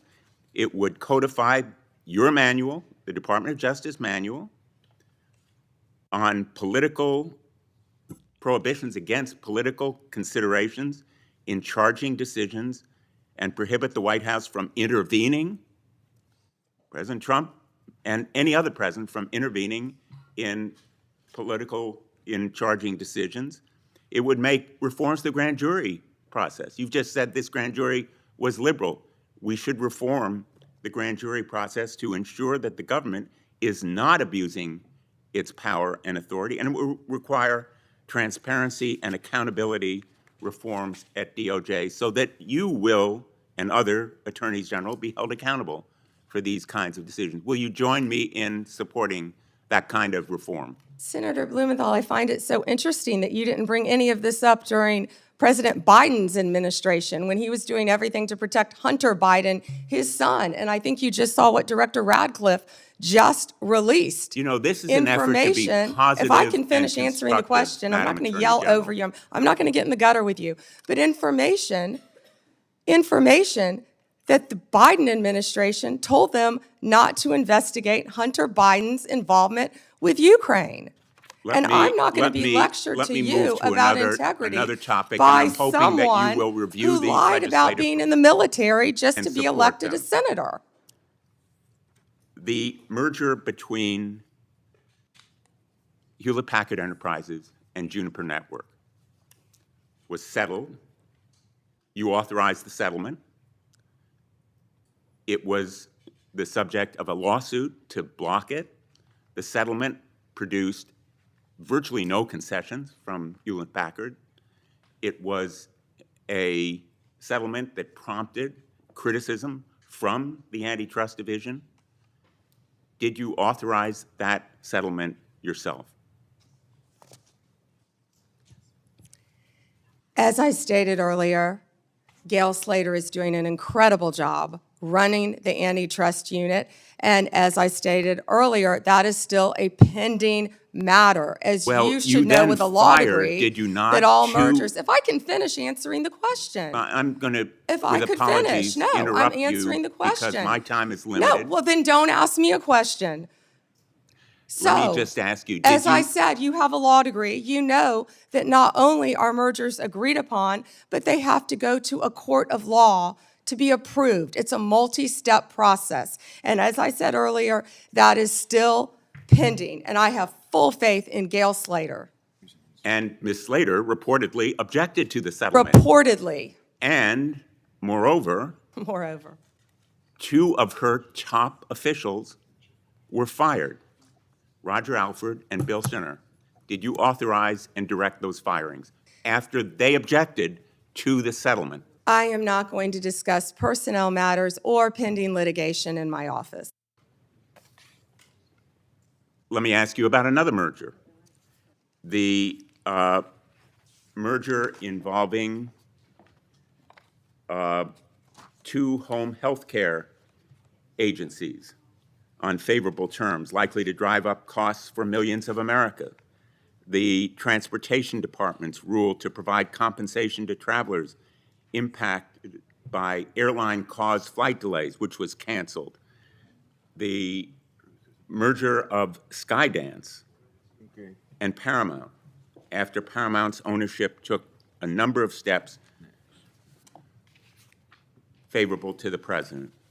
These kinds of mergers belie the claims that President Trump himself has made, that this administration will stop big corporate mergers that ultimately benefit the owners of those corporations rather than consumers or ordinary, everyday Americans. Senator, And let me ask you Well, wait, about you just listed, particularly. you just gave a Well, list let me just finish. of many Oh, mergers. I have a Can question you for talk you. to me about the issue with these mergers?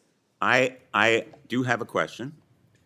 In the merger that took place.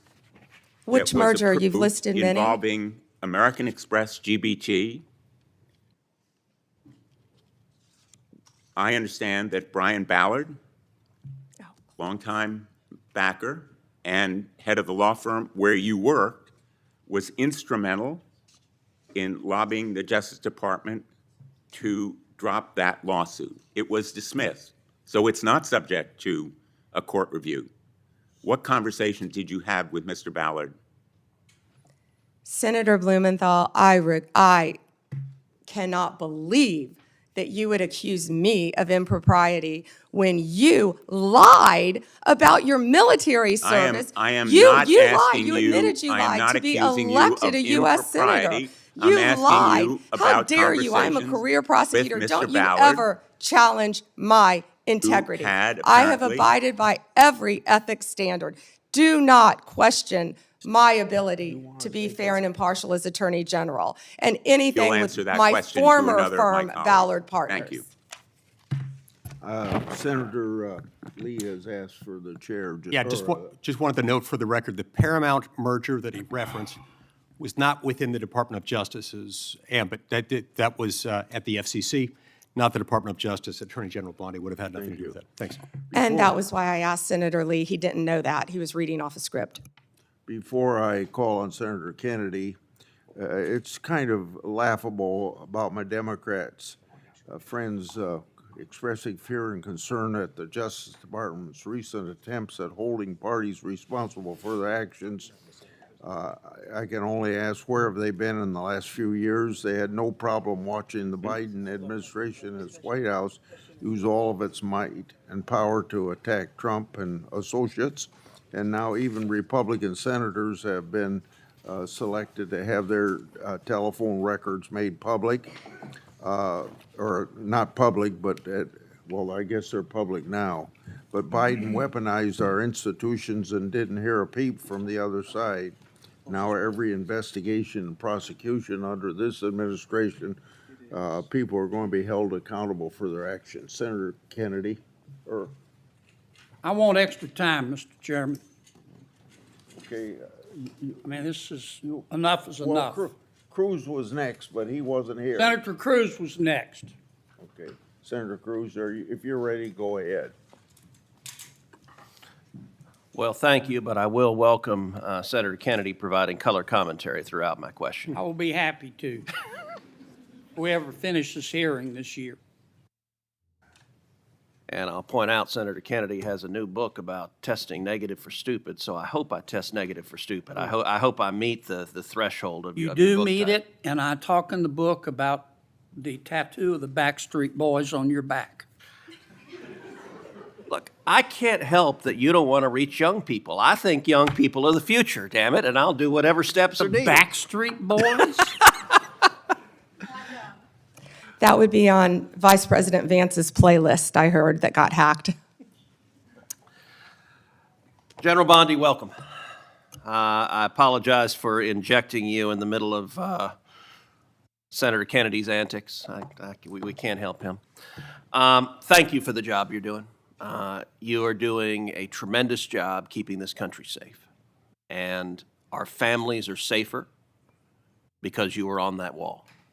Our families are safer because you are returning the Department of Justice to its core function, which is enforcing the law and locking up bad guys.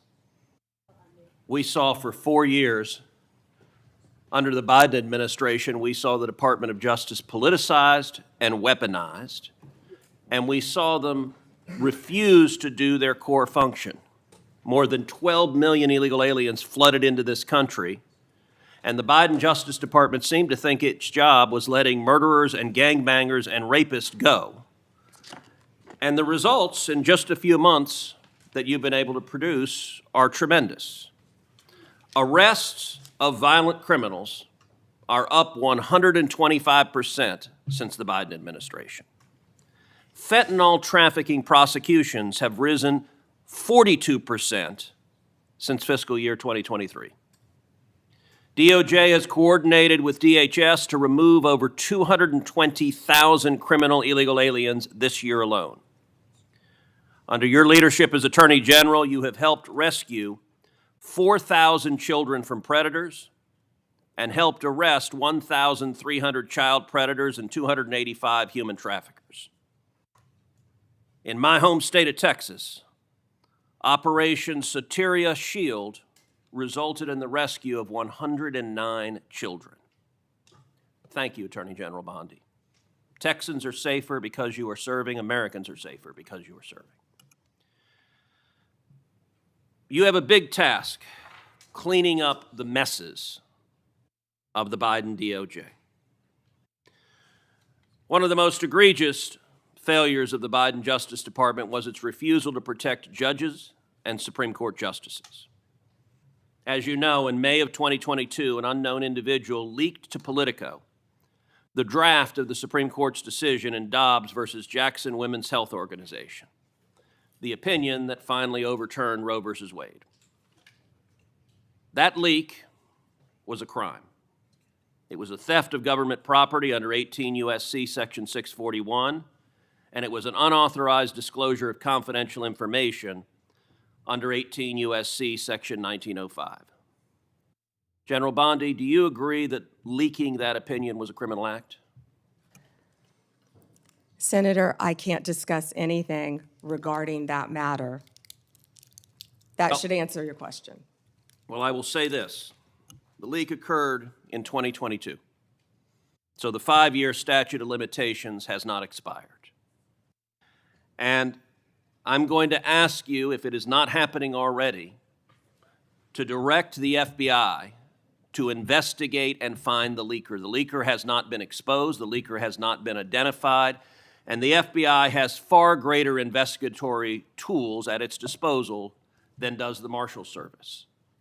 And when it comes to defending the rule of law, when it comes to the integrity of our court system, having partisan law clerks, and I believe in all likelihood it is a law clerk who leaked it, leaking opinions designed to try to pressure the court politically is a gross subversion of the integrity of the court. And so I would ask you as Attorney General to direct the FBI to use every resource possible to investigate, to find the leaker, and when you identify the leaker, to prosecute the leaker for that criminal conduct. Thank you, Senator Cruz. All right, I want to turn, secondly, after that decision was leaked. I believe the leak was part of a broader effort to intimidate and to threaten and harass justices into trying to get them to change their decision. And we saw mobs assemble outside the homes of multiple justices.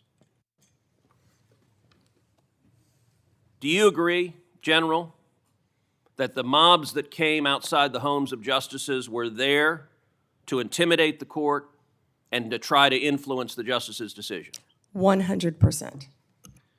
Well, as you know, federal law, in particular 18 U.S.C. Section 1507, makes it a crime to picket or parade outside a judge's home, quote, with the intent of influencing that judge's decision. That statute is crystal clear. And I will point out, these protests happened in 2022. So just like the leak, the 5-year statute of limitations has not expired on these protests.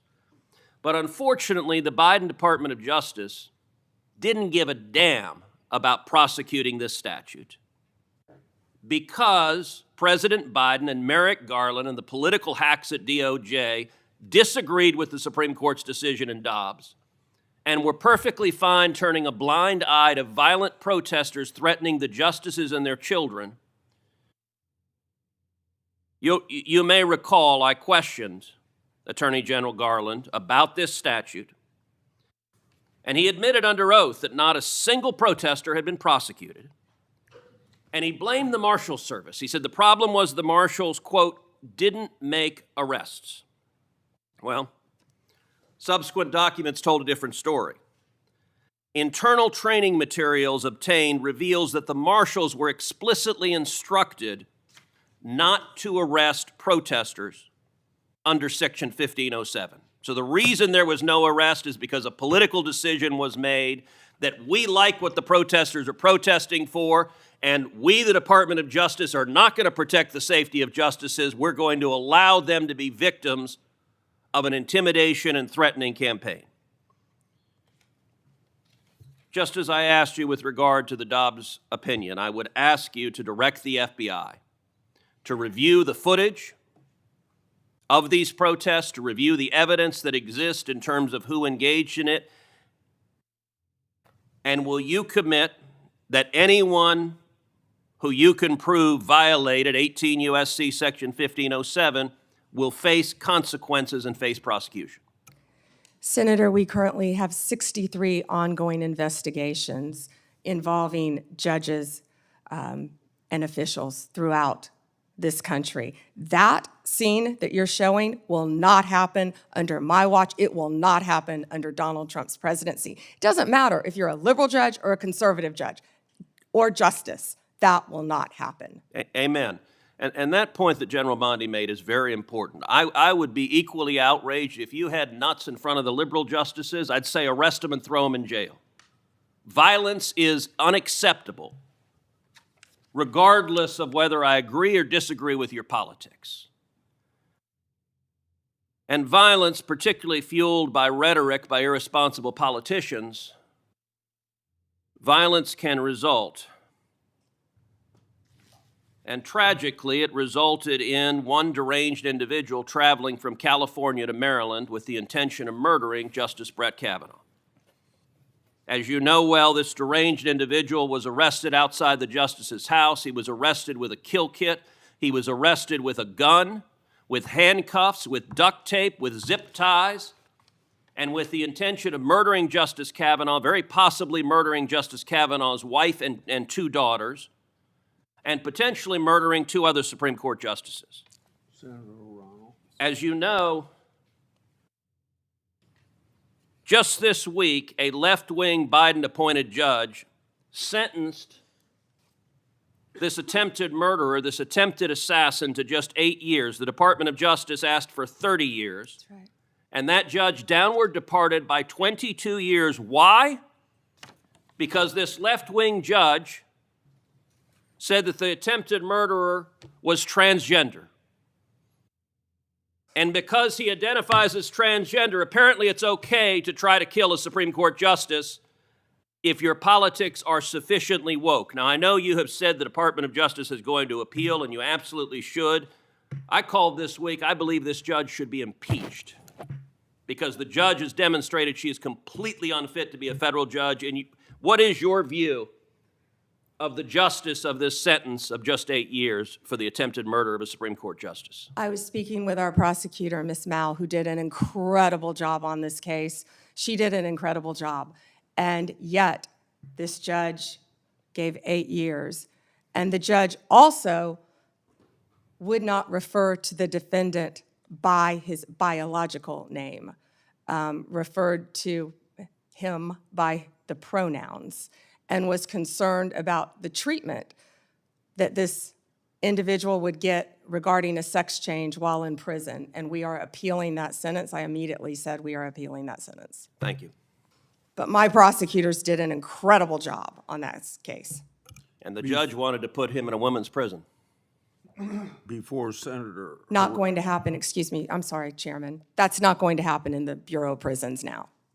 Before Senator Hirono, without objection, I'd like to introduce 3 FBI 1023 forms into the record.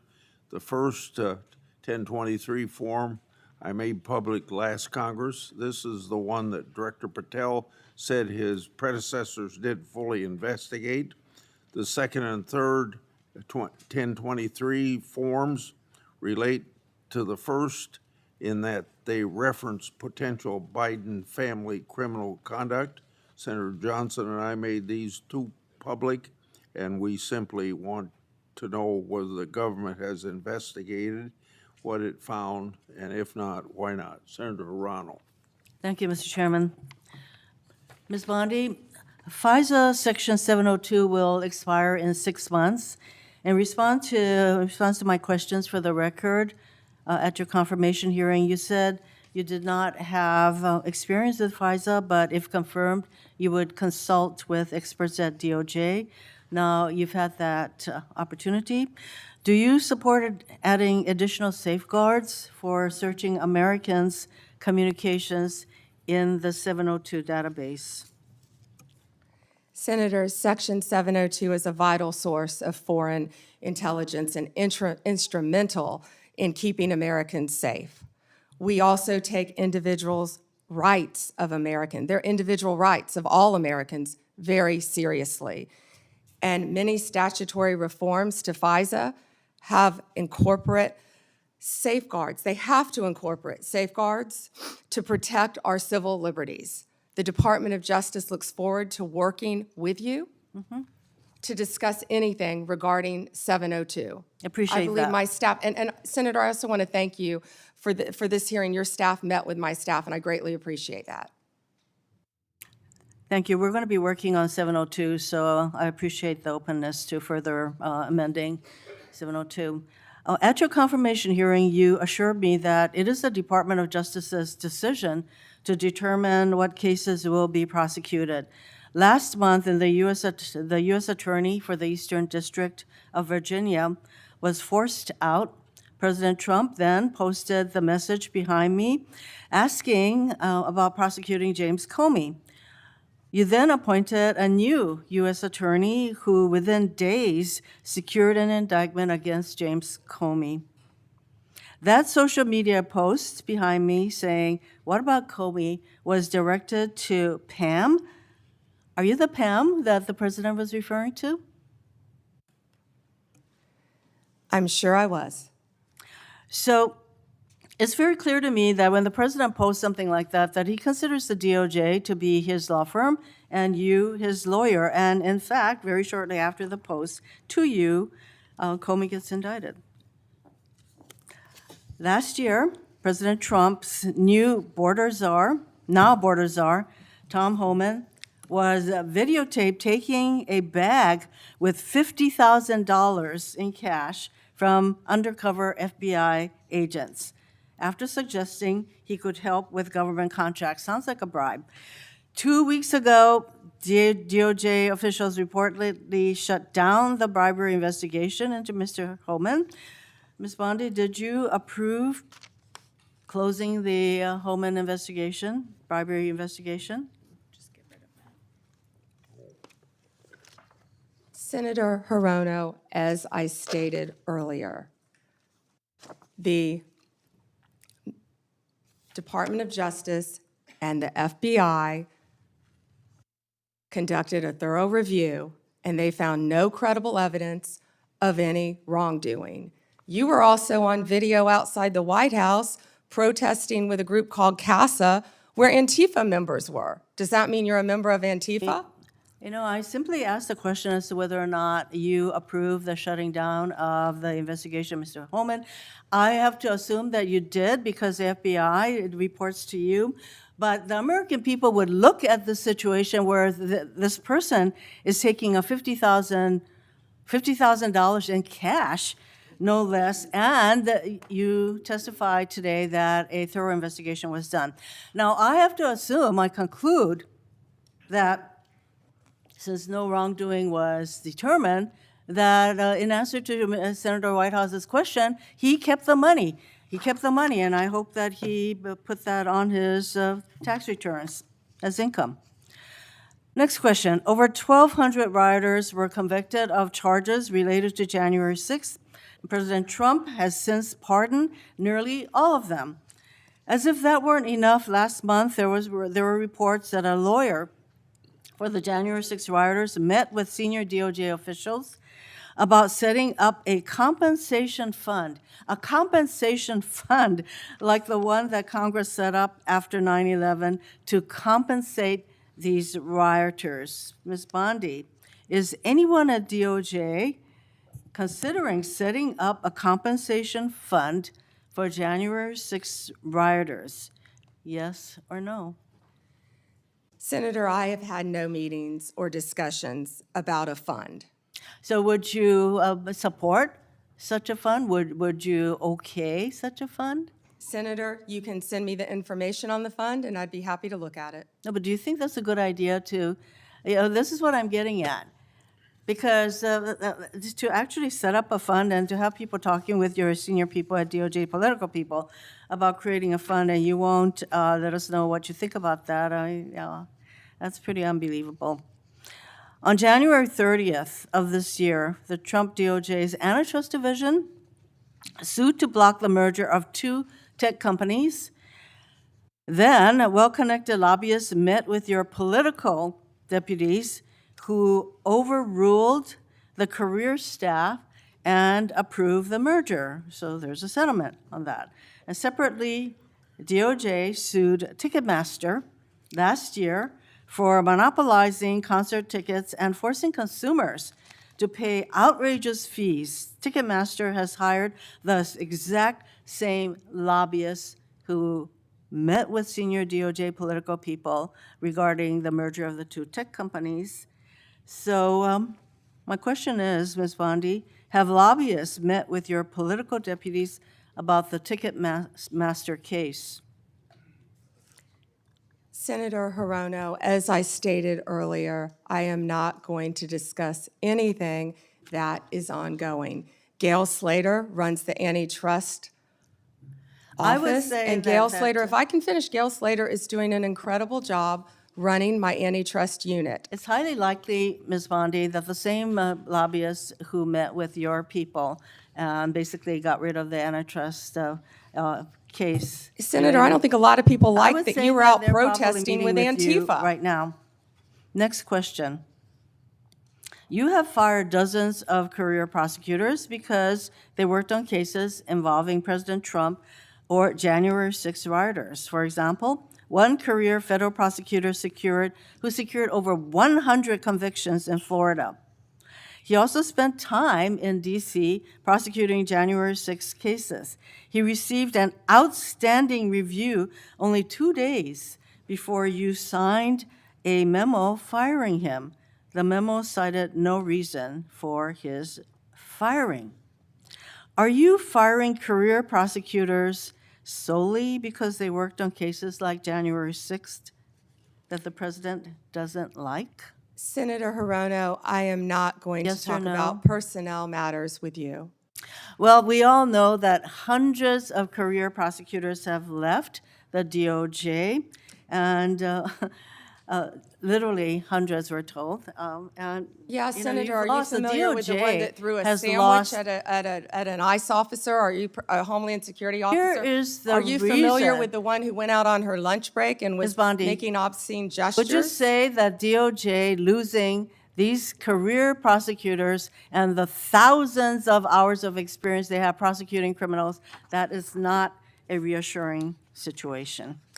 Senator, many employees took the fork in the road and resigned. DOJ is hiring committed prosecutors who will actually come into the office and work and not work remotely and think we all prosecute know violent that- criminals around the country and terrorists. And When I you- am very proud you of the fire- work all of our prosecutors I'm running are out of doing. time, so I think you should stop with your continuous interruptions, in my opinion.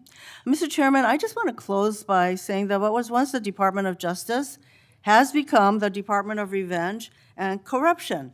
Rather than pursuing cases without fear or favor, this DOJ seeks to favor the president's friends and instill fear in his alleged enemies. If you're a friend of the president, this corrupt DOJ will bend over backwards to help you, just like it dropped the bribery investigation of Tom Homan, like it's considering paying money to January 6 rioters, and like it has put antitrust enforcement decisions in the hands of well-connected lobbyists. But if you're on the wrong side of this president, you will face the wrath of DOJ, no matter what the facts, law, or justice support. James Comey is indicted days after the president's social media directive. Experienced career prosecutors are fired just because they were assigned to work on January 6 cases. Blue states are sued to get highly sensitive private voter data, whereas red states are left alone. The double standard is clear, and the American people are waking up to the corruption and favoritism and the lawlessness at the DOJ. Thank you, Mr. Chairman. May I respond, Chairman? Yes. May I respond? Yes, you may respond. Then Senator Kennedy. Thank you. The double standard is crystal clear, Senator Hirono, crystal clear, because you didn't complain for 4 years when President Trump was being targeted by Jack Smith, by the last Justice Department. But the American people spoke loud and clear when they overwhelmingly elected him. The two-tier system of justice is over. Senator Kennedy. Me? Yes. General, welcome. Let's suppose that I'm appointed special counsel at the Department of Justice, and I go to the telecommunication companies, the phone companies. Let's single out AT&T, and I say, look, I know you're busy, but I want to see a copy of the phone records of a sitting United States senator. They're not going to just give them to me, are they? No, Senator, of course not. In fact, they're probably going to ask me what planet I just parachuted in from, aren't they? Yes, Senator. They're going to tell me to come back with a subpoena, aren't they? Yes, Senator. Okay. What do I have to show in that subpoena to get those phone records of a sitting? Did I mention it was a sitting United States senator? I can't remember. What do I have to show to get the phone records of a sitting United States senator? Yes, Senator, there were actually 8 sitting United States Yeah, I senator, heard that. and you would I have heard to that. have cause. I'm sorry, what do I have to show? You would have to have cause to get the Good subpoena. cause or probable cause? Probable cause. Okay. Probable cause, or if it's a subpoena duces tecum, good cause, to show what? You would need good cause for a subpoena duces tecum, and what you would have to show is that you believed a crime had been committed, or there was a possibility of a crime, or that could lead to other crimes. We By the frequently, in criminal enterprises, subpoena cell By phones. the sitting United States senator? Senator, they would have to have believed you were part of a criminal conspiracy, is my understanding. Would a judge have to sign off on it? On the subpoena? Yes, Senator. Well, for a subpoena duces tecum, Jack Smith probably took it straight to the judge. Now, the phone companies, particularly their general counsel, if they're worried about civil liability, even with a subpoena to get the phone records of a sitting United States senator. Did I mention it was a sitting United States senator? Yes, Senator. The general counsel for that phone company, let's say AT&T, they have the right to seek to quash that subpoena, don't they? Phone companies frequently do that. Yeah. And a smart general counsel for that phone company is going to call the sitting United States senator and say, would you like to weigh in on this? Would you like me to quash the subpoena? We're talking about invading someone's privacy here by a sitting United States senator. Could the general counsel for the phone company do that? Well, Senator, if they believe that a crime could have been committed, they could not tip off the person who committed the crime. Again, I can't comment on details of this particular case. I'm just asking you theoretically. I've never seen you commit a crime, Senator Kennedy. But let's suppose, okay, they didn't want to tip off the sitting United States senator. But the phone company and the general counsel for the phone company, or companies, if there were more than one involved, could say, This is serious as an aneurysm. This is serious as 4 heart attacks and a stroke. This is a sitting United States senator. So general counsel would likely advise the CEO, well, you need to file a motion to quash. The telephone companies could have contested those subpoenas, could they not? Hypothetically, yes, I can't talk about the facts of this Understand? particular We're case. talking hypothetical. Senator, subpoenas are issued all the time through phone companies working with the general counsel. But they can for file a motion to cause. quash. They could, yes, Yeah. in any case. And if they should have filed a motion to quash, and a reasonable person would have filed a motion to quash, because this is a sitting United States senator, and they didn't file a motion to quash,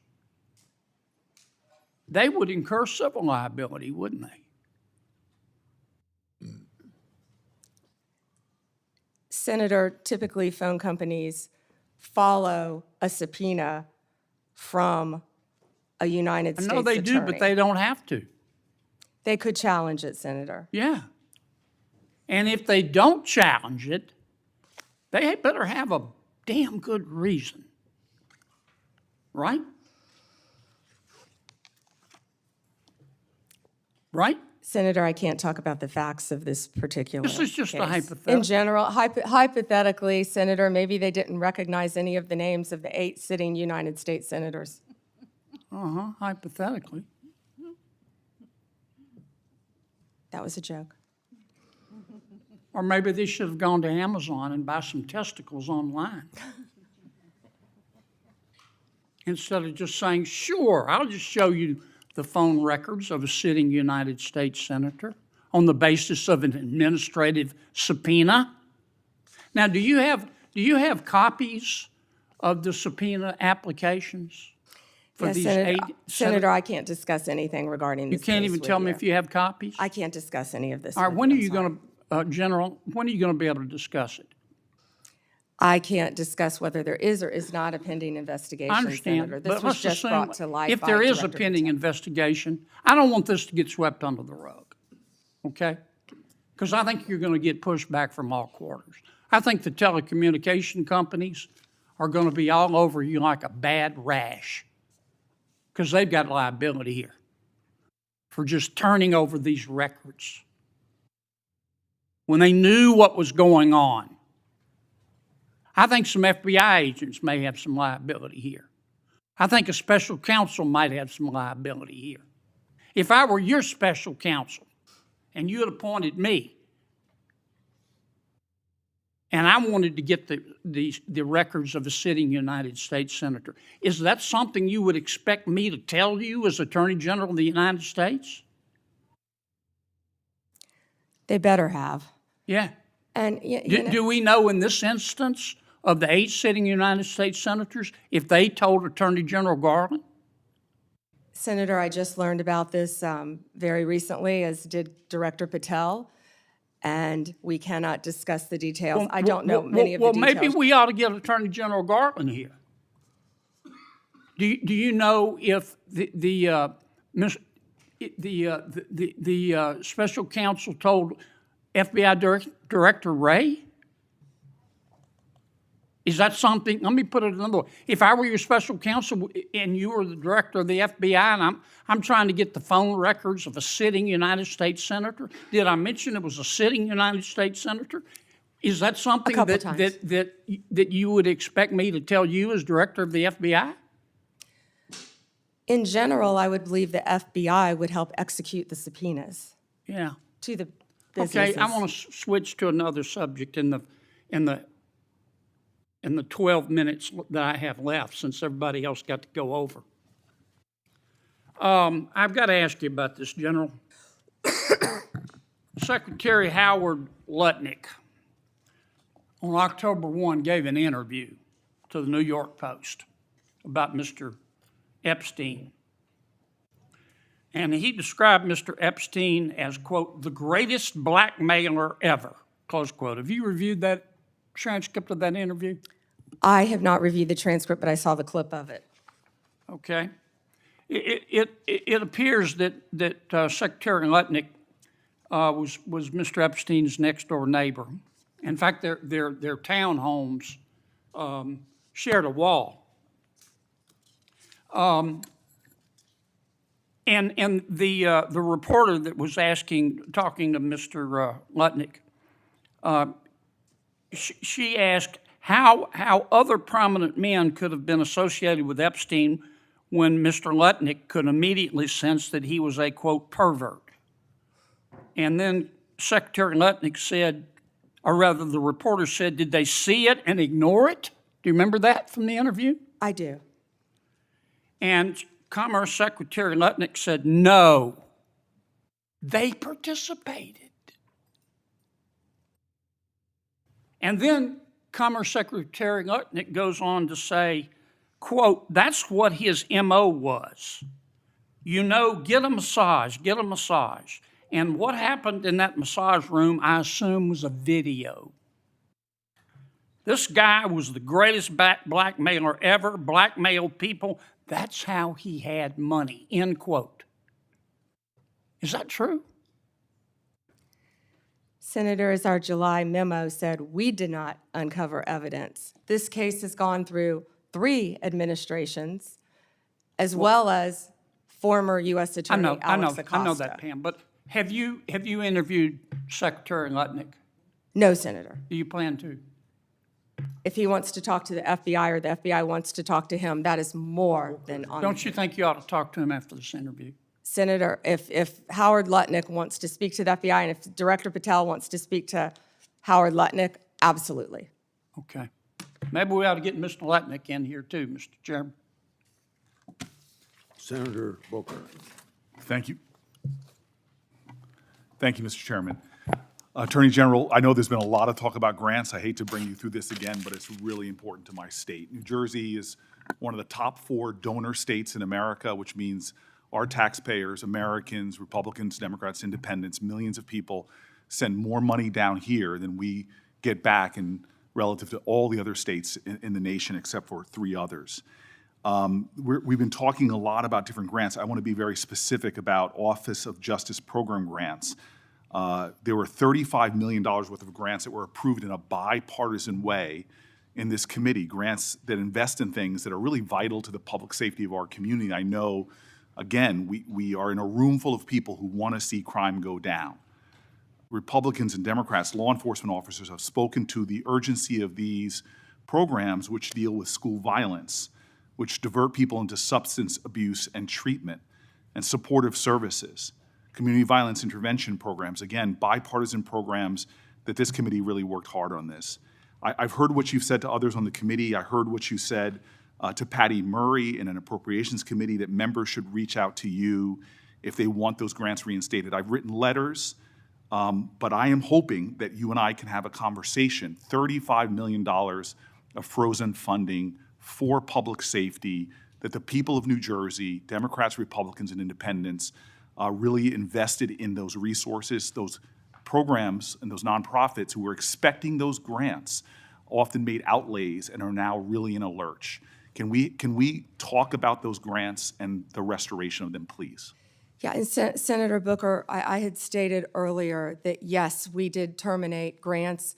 We have an appeal process. We have turned some back on. We are appealing. We are looking at some. Some we have denied. Some are still pending. I believe we have multiple appeals pending with New Jersey, and I would be happy to sit down with you and look at those appeals. I believe one is with the city of New Jersey. I know there are multiple ones pending, but of course, I would be happy to sit down with you or any senator or any House member and look at grants that have been terminated. I've been doing that, and I would welcome that. But I will be the first one you sit down with, correct? Absolutely. I'd love to sit down with you on that. I'll look at those tomorrow, Senator Booker. Thank you very much. I want to move on. But we have been restoring some grants. I understand, some have been but denied, some have not. New Jersey, none have, and I really want to get to the bottom of that, and I'm hoping that we can reinstate some of those grants. The second thing I want to move on to is that earlier this year, the Department of Justice charged Newark Mayor Ras Baraka after he sought access to Delaney Hall Detention Center to conduct oversight.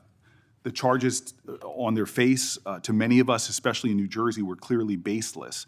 Many people say they're politically motivated. And then the judge, the federal judge, admonished the prosecutors for even bringing the case. This is the quote from the federal judge. Federal prosecutors serve a single paramount client, justice itself. Your role is not to secure convictions at all costs, nor to satisfy public clamor, nor to advance political agendas. The federal judge went on to call the charges embarrassing and a worrisome misstep. Mayor Baraka was arrested that day on the scene, and I know you understand this, to arrest a mayor of a major city on charges that were called by a federal judge embarrassing and a worrisome misstep is very concerning to me, and I think should be to the whole committee. A recently released video shows a federal agent telling fellow officers that the decision to arrest Baraka was, quote, per the Deputy Attorney General of the United States. And I'm assuming that person is Todd Blanche. This is evidence to me that this decision wasn't made by people on the ground in the field, but by Maine Justice, that they were directing an arrest from D.C. on the scene. And it leads to the conclusion that this was a political decision, that the decision to arrest was not made by the people who were there on the spot. And I can assume that you can see how that's problematic to me. So I have questions not about the case, but really about how the decisions to arrest and charge Baraka and now MacIver, Congresswoman MacIver, were really made. Before this committee, I am saying that I'm going to submit these questions for the record, and I'm really hoping that we can understand how those decisions, as our oversight, how we're making decisions, especially for high-level officials in my state, the mayor of our largest city, the congressperson of that city, and I'm hoping that you could respond to those letters on the record. Yeah, and Senator, that matter is ongoing, and so I can't discuss it. As an attorney, you realize I can't discuss an ongoing matter. And I respect that. I guess I just want to know, and we'll leave this for the questions for the record about the decisions on how they're being made, not the case in itself. I want to move on. And again, I've heard your testimony so far. I know that there is data about violent crime in this city, but I'm really concerned about the application of Justice Department resources towards the challenges we have. You and I both know that about 11,000 Americans have been killed by a firearm just this year. The Department of Justice, according to the White House's own documents, as well as that of the conservative think tank Cato, have shown that there has been a significant movement of law enforcement resources away from many other issues and into immigration enforcement. And we are seeing that in that immigration report, a lot of the people are not the violent criminals that we are really needing to rid our streets of. In total, according to the Cato Institute, you've reassigned 7,460 law enforcement away from their primary duties, investigating drug traffickers, prosecuting child pornography, targeting high-value white-collar criminals, and again, forcing them, this is according to the Cato Institute, into low-level immigration enforcement. This includes, in terms of gun violence, 1,778 agents from the ATF to this kind of immigration enforcement. The White House itself has said that they diverted 45% of all of agents in 25 FBI field offices to work on immigration full-time. As a person who worked very closely in my time as mayor with the New Jersey field office, that's really concerning given the other threats. But it doesn't end there. The DOJ has eliminated the Organized Crime Drug Enforcement Task Force, the independent component of the DOJ whose job it was to combat transnational organized crime, dissolved the Community Relations Service, which in New Jersey has been invaluable over 60 years, responding to communities experiencing conflict or violence, and something that people on both sides of the aisle of this committee have really invested in. You all have rescinded VOCA and VAWA grants to support survivors of sexual assault and human trafficking.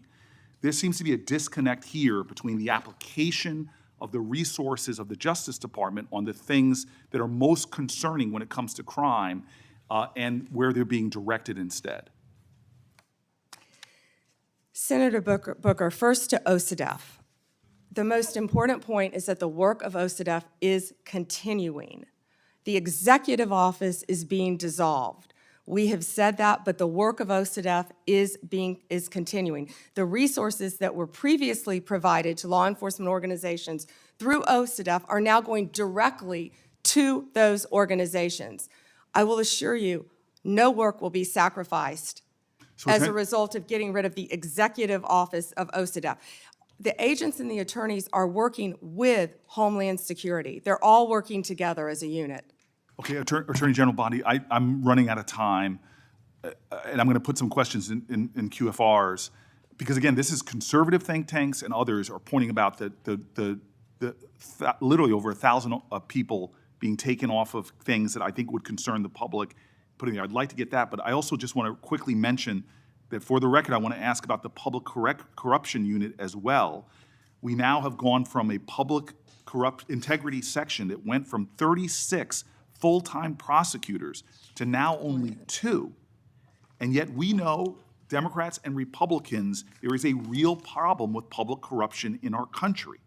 And we know that the DOJ has stopped enforcing the Foreign Corrupt Practices Act, disbanded the Foreign Influence Task Force, dismissed the indictment against Trump donor Andrew Weidenhorn, cut back on white-collar investigations.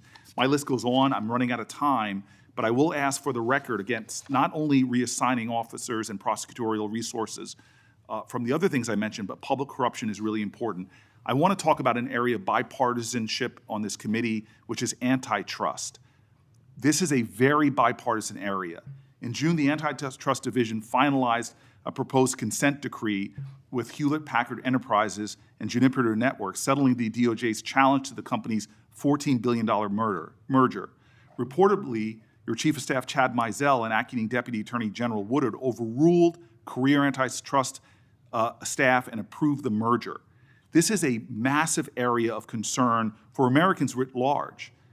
This is an area where corporate power is growing, corporate concentration in our country is happening at great degree. I'm grateful that the ranking member with Mike Lee on a committee that is really trying to get into this disturbing trend. And the issues right now in the Justice Department, the resources being put on it, and the appearance of improprieties that we're seeing are troubling. All I want to ask as my final question is, would you commit, just to talk about antitrust, to coming before the Antitrust Subcommittee, led by Senator Lee, to discuss antitrust enforcement in our country? We're over time. May I answer, Chairman? Yes. Senator Booker, I work hand in hand with Gail Slater. She is doing an incredible job. I said that earlier. I will let Gail Slater handle all matters with antitrust.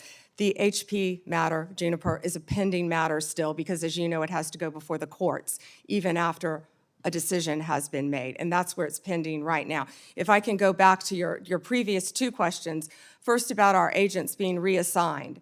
Our agents are working tirelessly on their day jobs and with Homeland Security. And right now, they're not getting paid. And they're on the streets during a government shutdown working to keep every city in this country safe, in New Jersey and in every state. They're working together with DHS on task forces, but they're also doing their core mission, and they're getting child predators off the street.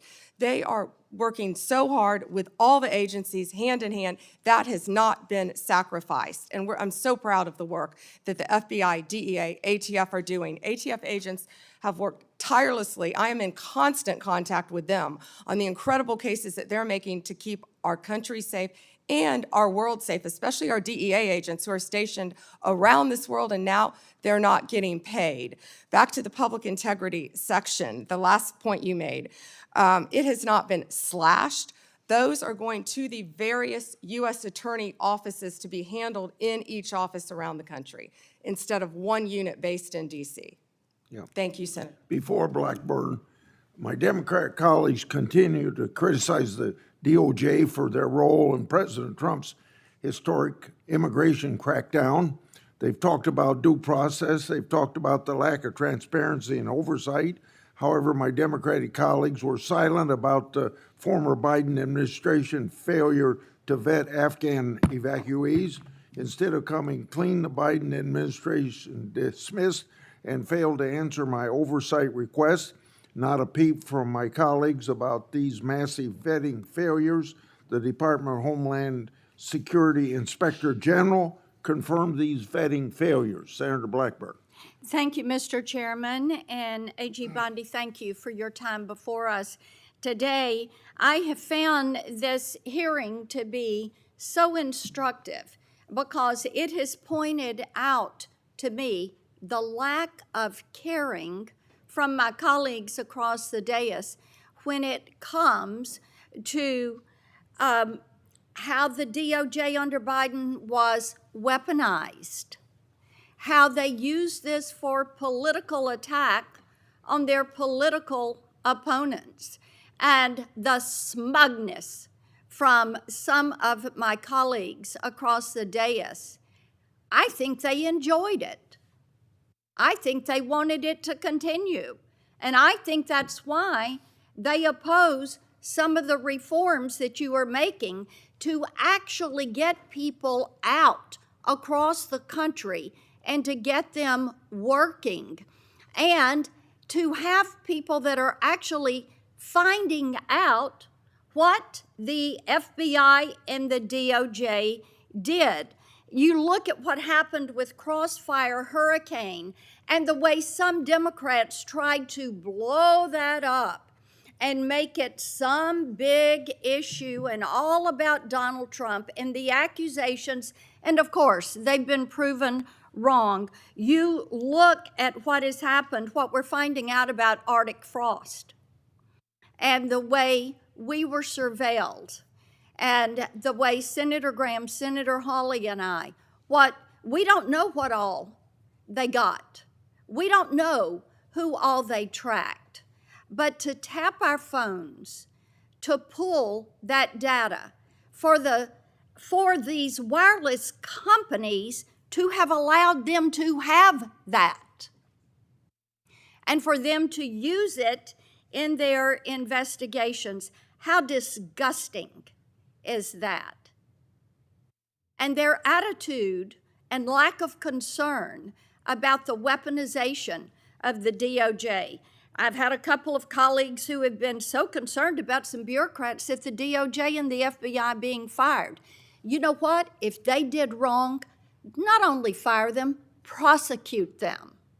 And my hope is that as we look at what happened with Arctic frost, that there will be a special counsel, that we will do our due diligence, and that those who did this wrong, this illegal activity, absolutely, they need to be prosecuted and they need to face the full extent of accountability within the law. I made a note of how resistant they are to reform. And in my opinion, what this shows is that they don't want one tier of justice. What they want is two tiers of justice. It was their play box.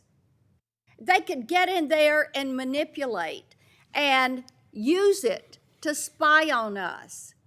So they saw this as something that furthered their political goal. So I am pleased that you are cleaning house. And those who have not served the American people well, fire them. They need to be gone. They need to be gone. Talk for a moment, just a moment, about what you're doing to end the weaponization.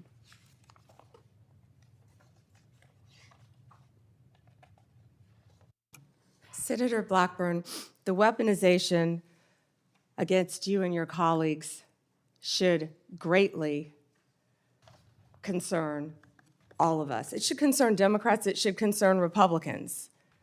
Yet, we don't see that. There was a two-tier system of justice under the Biden administration.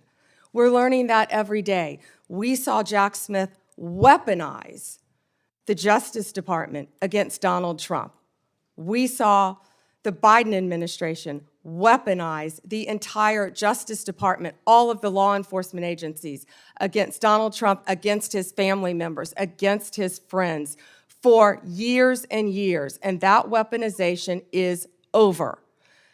No one is above the law, And there is a one-tier system of justice in this Justice Department. And we that's what we appreciate will that. continue to do. We appreciate that. And, you know, having vice chaired the president's transition in 2016, as you remember, there was surveillance that took place on the transition and on the transition team. So this is not the first time, it's the second time. And shame be to those that have furthered those lies and what James Comey did to this country, what Christopher Wray allowed to happen to this country. I want to talk to you about Memphis, the Memphis Safe Task Force. And you, President Trump, Director Patel, the work you're doing there is really quite amazing. I had pulled those latest stats, and we had 503 arrests with the FBI task force in July and August. We've added, with your Memphis Safe Task Force, just last week, 321 arrests, 83 firearms that were seized, 7 missing children that were recovered, 28 known gang members have been arrested, and the list continues to grow. We've also gotten over 120 federal indictments. But this is really quite a success story, and I think that cities like Portland and Chicago are missing out by not having this coordinated, focused effort. And the fact that there are 13 federal and state agencies working together to make Memphis safe again. And we are very grateful about that. One of the things that we are working on is to end a cashless bail. We have a very liberal DA in Memphis that has campaigned on avoiding cash bail. And we had a good hearing on this last week. And we have legislation, Representative Stefanik and I have legislation that would end cash bail, end cashless bail in DC, and then also would remove funds from jurisdictions that practice cashless bail.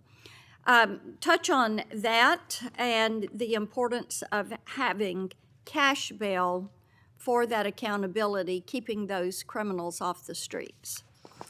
Yeah, Senator Blackburn, first to Memphis. I was in Memphis, as you know, a few days ago with Secretary Hegseth, and we had about 1,100 officers from at least 13 agencies working hand in hand. Your Memphis police officers care. They want to be out there doing their jobs. And what we said is we have federal law enforcement officers now who have their backs. They were thrilled to have us there. The mayor, Paul Young, is working well with us. Of course, Governor Lee was there. You have been a champion of this. Senator Haggerty has been a champion of this. You both, before I was sworn in as Attorney General, you both brought this problem to my attention. You talked to Director Patel, and Director Patel was on the ground right away in Memphis attempting to make Memphis safe. But we knew we needed so much more than that. He put a huge dent in the problem. But Memphis's crime is through the roof, the highest violent crime rate in the entire country. And that's why we went to Memphis. And Memphis has welcomed us. It's an iconic city. And we want to continue to work with Memphis. And we're going to do that just like we did here in DC. The citizens have been great working with us. Violent crime shouldn't be occurring in any of these cities. And as you said, I don't understand why Chicago, why Portland, why these sanctuary jurisdictions don't want to work with the federal government. No. Gangs are rampant. Transnational gangs are rampant in these cities because they're harboring them, no longer under Donald Trump. Whether they want to or not, we are going to come in and make it safe for their citizens, whether these liberal lawmakers want to or not. And you know what I said regarding the DA in Memphis? I said, we're going to protect the Memphis police officers. We're going to take every single case federally that we can. Yeah, Because the and- DA has cashless bail, it's a revolving door, and no one is being held accountable. Police officers are seeing someone arrested, and they're back out on the streets the next night committing crimes. And Janine Yes. Pirro is working on that here in D.C. to change that as well. So thank you for your Well, and we legislation. appreciate that, and the Memphis mayor is doing great. We had a Shelby County official who was trying to dox some of these officers, and she's since taken this tweet down, but she's an elected official.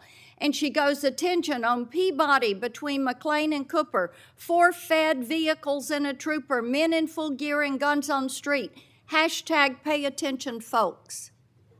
This is the kind of action that is not called for. I mean, the fact that an elected official would do this is why we have legislation that would make it a crime to dox any federal law enforcement official when they are doing their job. And these apps, and Apple and Google say that they've removed these apps, but I tell you what, these law enforcement officers need to be protected. We appreciate that you are doing that. Thank you for being here. Thank you, Senator.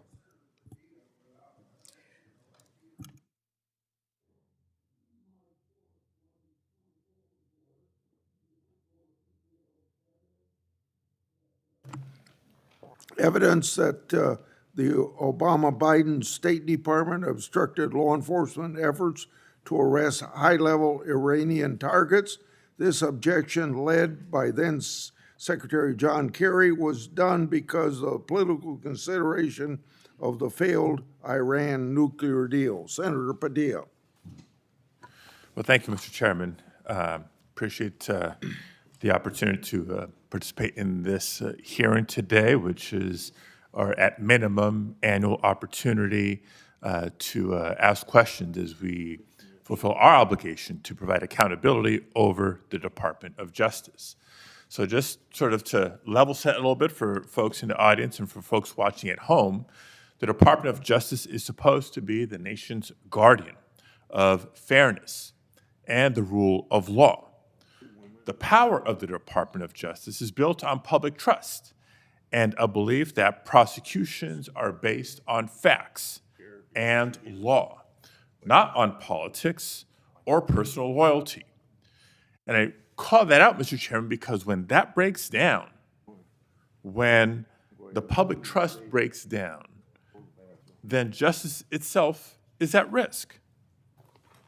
But under this Trump administration and the leadership of Attorney General Bondi, I believe the independence of the Department of Justice has come under attack.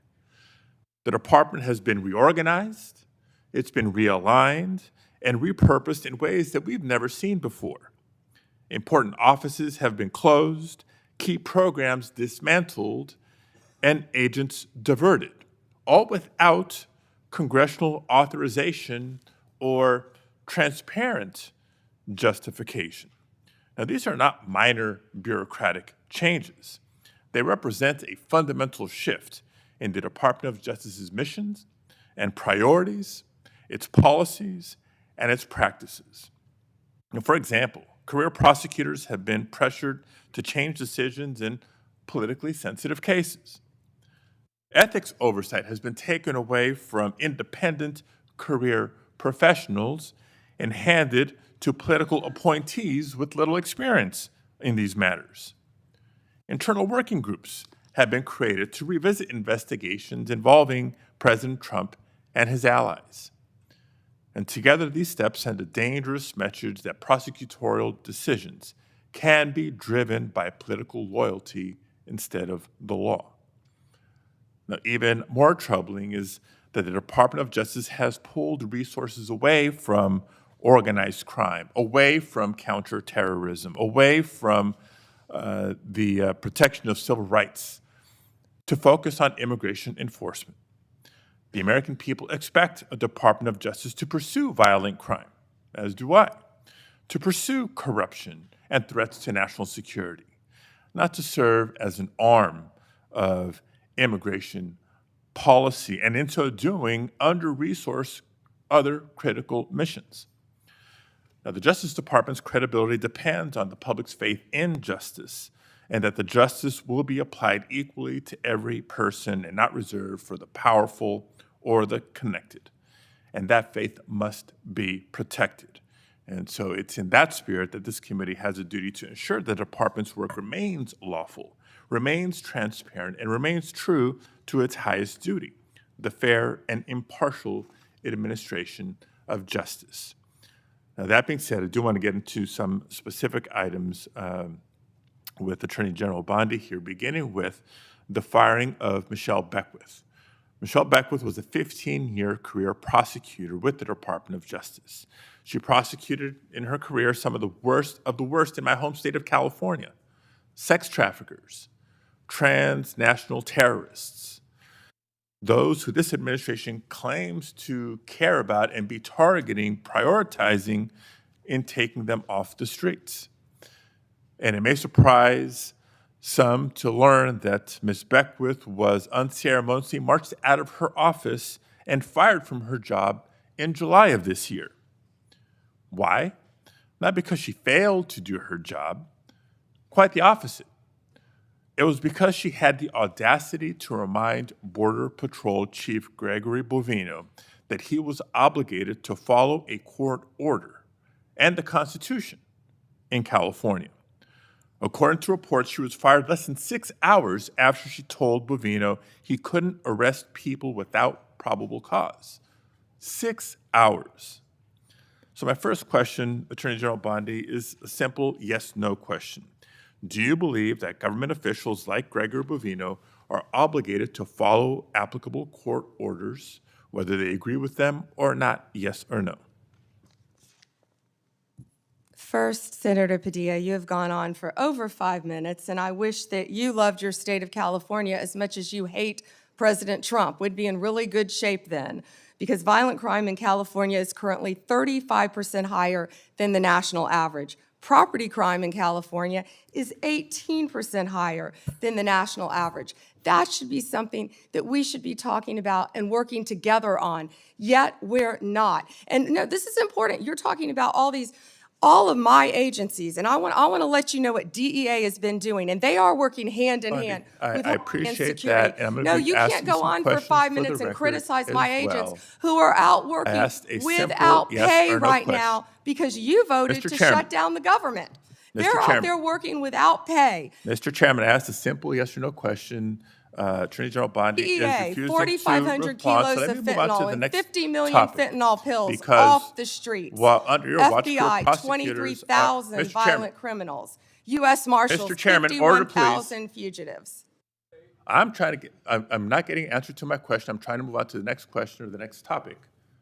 Mr. Chairman, order, please. Thank you. Because under Attorney General Bondi's watch, career prosecutors are being fired for telling agencies to follow the law and uphold the Constitution. Meanwhile, there are instances of allies of the president who seem to be getting let off the hook. I won't reiterate what some of my colleagues have already brought up in terms of the dismissal of the investigation into Tom Homan and his alleged acceptance of $50,000 as payment by undercover FBI agents posing as business executives looking to secure contracts with a future Trump administration. Because if the reports are true, it's not just the underlying conduct of Mr. Homan, which would be absolutely unacceptable, but the dismissal of the investigation charges raises concerns about the influence of the White House on the Department of Justice. Again, a simple question, and I'd appreciate a simple and brief answer. Whose decision was it to end this investigation? I have answered that question multiple times, yet you didn't have the courtesy to be sitting in here for the hearing. I'm not going to answer it again. And I find it interesting that you want order in this proceeding now. Excuse me, Senator. Then you I will want ask a order in this follow-up question. proceeding Mr. now. Chairman, order, you sure please. didn't I have will ask a order when follow-up you question. stormed Secretary Noem Mr. Chairman, at a press Mr. conference Chairman, in order, California, please. did you? I will ask a follow-up question. Would you commit to either releasing the tape or at least making it available for members of this committee to review, yes or no? Senator, You have not been sitting in here this entire hearing. I've answered the question, and I also want to tell you that our ATF agents had seized 25,000 illegal firearms. So we will try again and move on to a different In your topic. home state, we are prosecuting Chairman, illegal order, aliens please. who have Mr. raped and Chairman, murdered young order, please. girls. Thank you. So when I haven't been in this hearing, I've been watching from my office, monitoring the entire hearing, just so everybody is aware. But since I'm not getting answers to my questions, I'll try to ask one last subject area. No, again, there's been increasing concerns about the politicized decision-making and the erosion of internal safeguards that protect prosecutorial independence. Before we even get into the integrity and independence of prosecutions, we get into, you have to ask the question about the independence and integrity of investigations themselves. The director of the FBI, Director Patel, was here before us just a few weeks ago. Attorney General Bondi, you are the Attorney General of the United States. Director Patel reports to you. Do you believe he's doing a good job, yes or no?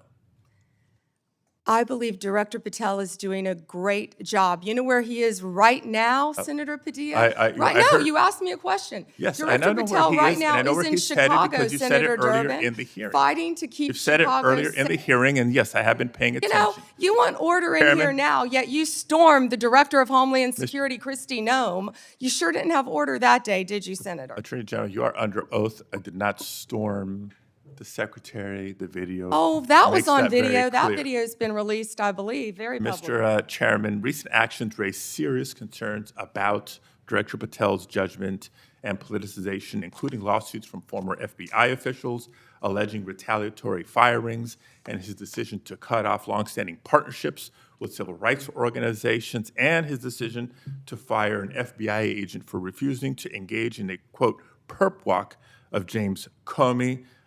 And on top of all that, his prematurely claiming that subjects were in custody after the shooting of Charlie Kirk. I take Attorney General Bondi's endorsement today of his work as her support for those actions. Thank you, Mr. Chair. May I respond, Senator Chairman? Yes. Under Director Patel, 23,000 violent criminals have been arrested, a 91% increase over last year. More than 1,500 child predators have been arrested. We are making cases in your jurisdiction constantly in California, and I wish you would care about those cases. We have disrupted 1,600 gangs and criminal enterprises, 1,600 gangs within this country, thanks to Director Patel and the great men and women of the FBI. Senator Schmidt. Thank you, Mr. Chairman. How are you today, Attorney General? It's good to see you. Have a rough voice. But thanks. I have to say, I am struck by the degree of the cognitive dissonance that I hear on the other side. It really is. I mean, I'm used to sort of the political debates and arguing in court and all those sorts of things. But to hear the other side of the dais talk about weaponization is truly shocking, given what we know now. And I thought what I might do is just tell a story, and these are 100% facts. Hillary Clinton, concerned about her email scandal, works with a Soros organization to cook up this Russiagate nonsense. They feed it to the intelligence agencies, and they spy, under Barack Obama's presidency, they spy on the political opponent, the Republican, running against Hillary Clinton. He gets elected. They continue the operation, and they launder this intelligence into stuff that was meant to, by the FBI and the CIA, to sideline a presidency of a duly elected president of the United States of America, to sideline him. And that continued. You heard even some people on this committee further that nonsense for 4 years. And then the FBI is involved with pre-bunking the Hunter Biden laptop story because they didn't want him to get elected again. So they pre-bunked the Hunter Biden laptop story. The American people should have been allowed to make their own judgments from that. They weren't, because the FBI called it a Russian hack and leak operation. They were meeting with social media companies every month and every week, telling them that the laptop that they knew, that they had verified in November of 2019, they knew was real and knew was his, said it was Russian disinformation. We've heard that before. And then, after Joe Biden comes in, 3 days in, they start a censorship campaign against the country, anybody who's a conservative. And now we also know that the FBI was weaponized in this Arctic frost investigation that tapped the phones of sitting U.S. senators. And also, the Republican Attorneys General Association, so let's pull in 2 more U.S. senators, Ashley Moody and myself, who were on the executive committee at that time. Charlie Kirk, political organizations they didn't agree with. This is not in the Soviet Union in the 1980s. This is in the United States of America in the last few years. And then, when they thought President Trump was on the run and there's no way people would elect him, and then he announces he's running for president, 3 days later, Jack Smith's appointed to get Trump. Fani Willis brings charges against President Trump, and the assistant prosecutor meets with the White House counsel's office. Why would that happen? Then you have Alvin Bragg bring his charges. The number 3 person at DOJ goes to work for him to get Trump. All in the United States of America. This continued. And Senator Hawley asked the question, wrote it down, what is happening in this country? And I hope that MSNBC is still broadcasting this, because I'm sure their viewership hasn't heard this story that's gone on for 10 years. The truth is, they never forgave President Trump for coming down the escalator at all. They didn't like him. They didn't like the disruption. And they've spent the better part of a decade not just going after him, but demonizing half the country as fascists and Nazis and threats to democracy. And they have fueled this division in their inability to accept the fact that half of the country isn't deplorables, as Hillary Clinton called her, bitter clingers, as Barack Obama called them, or trash, as Joe Biden called them.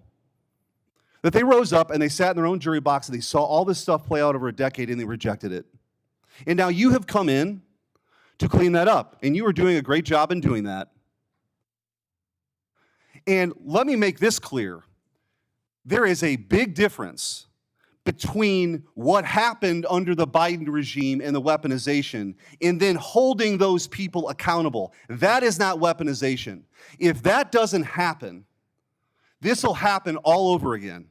So your job, as you talked about in your confirmation hearing, is so important that this never happens again. And holding people accountable who are part of this conspiracy is absolutely your job. And I'm also taking, you don't have to comment on this, your unwillingness to answer questions that have come up.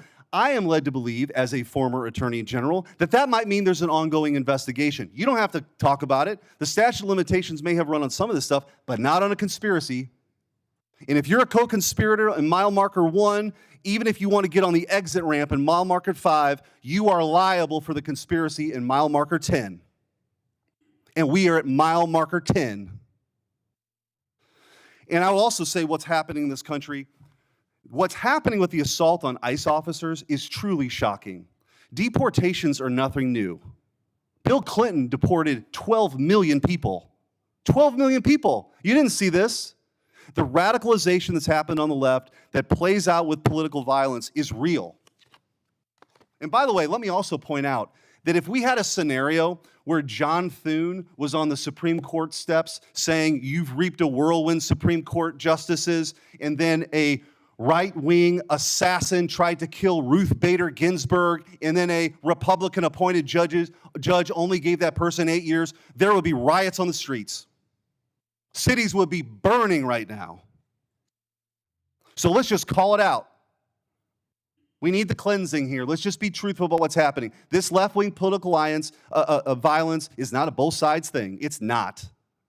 And so, Attorney General, I do want to ask you a couple questions about that, because I feel like we have got to get a handle on this. Despite the overwhelming evidence that the political violence threat right now comes primarily from the left, the media just won't do it. They won't go along with it. They cite a few ridiculous studies to say that right-wing political violence is the main problem.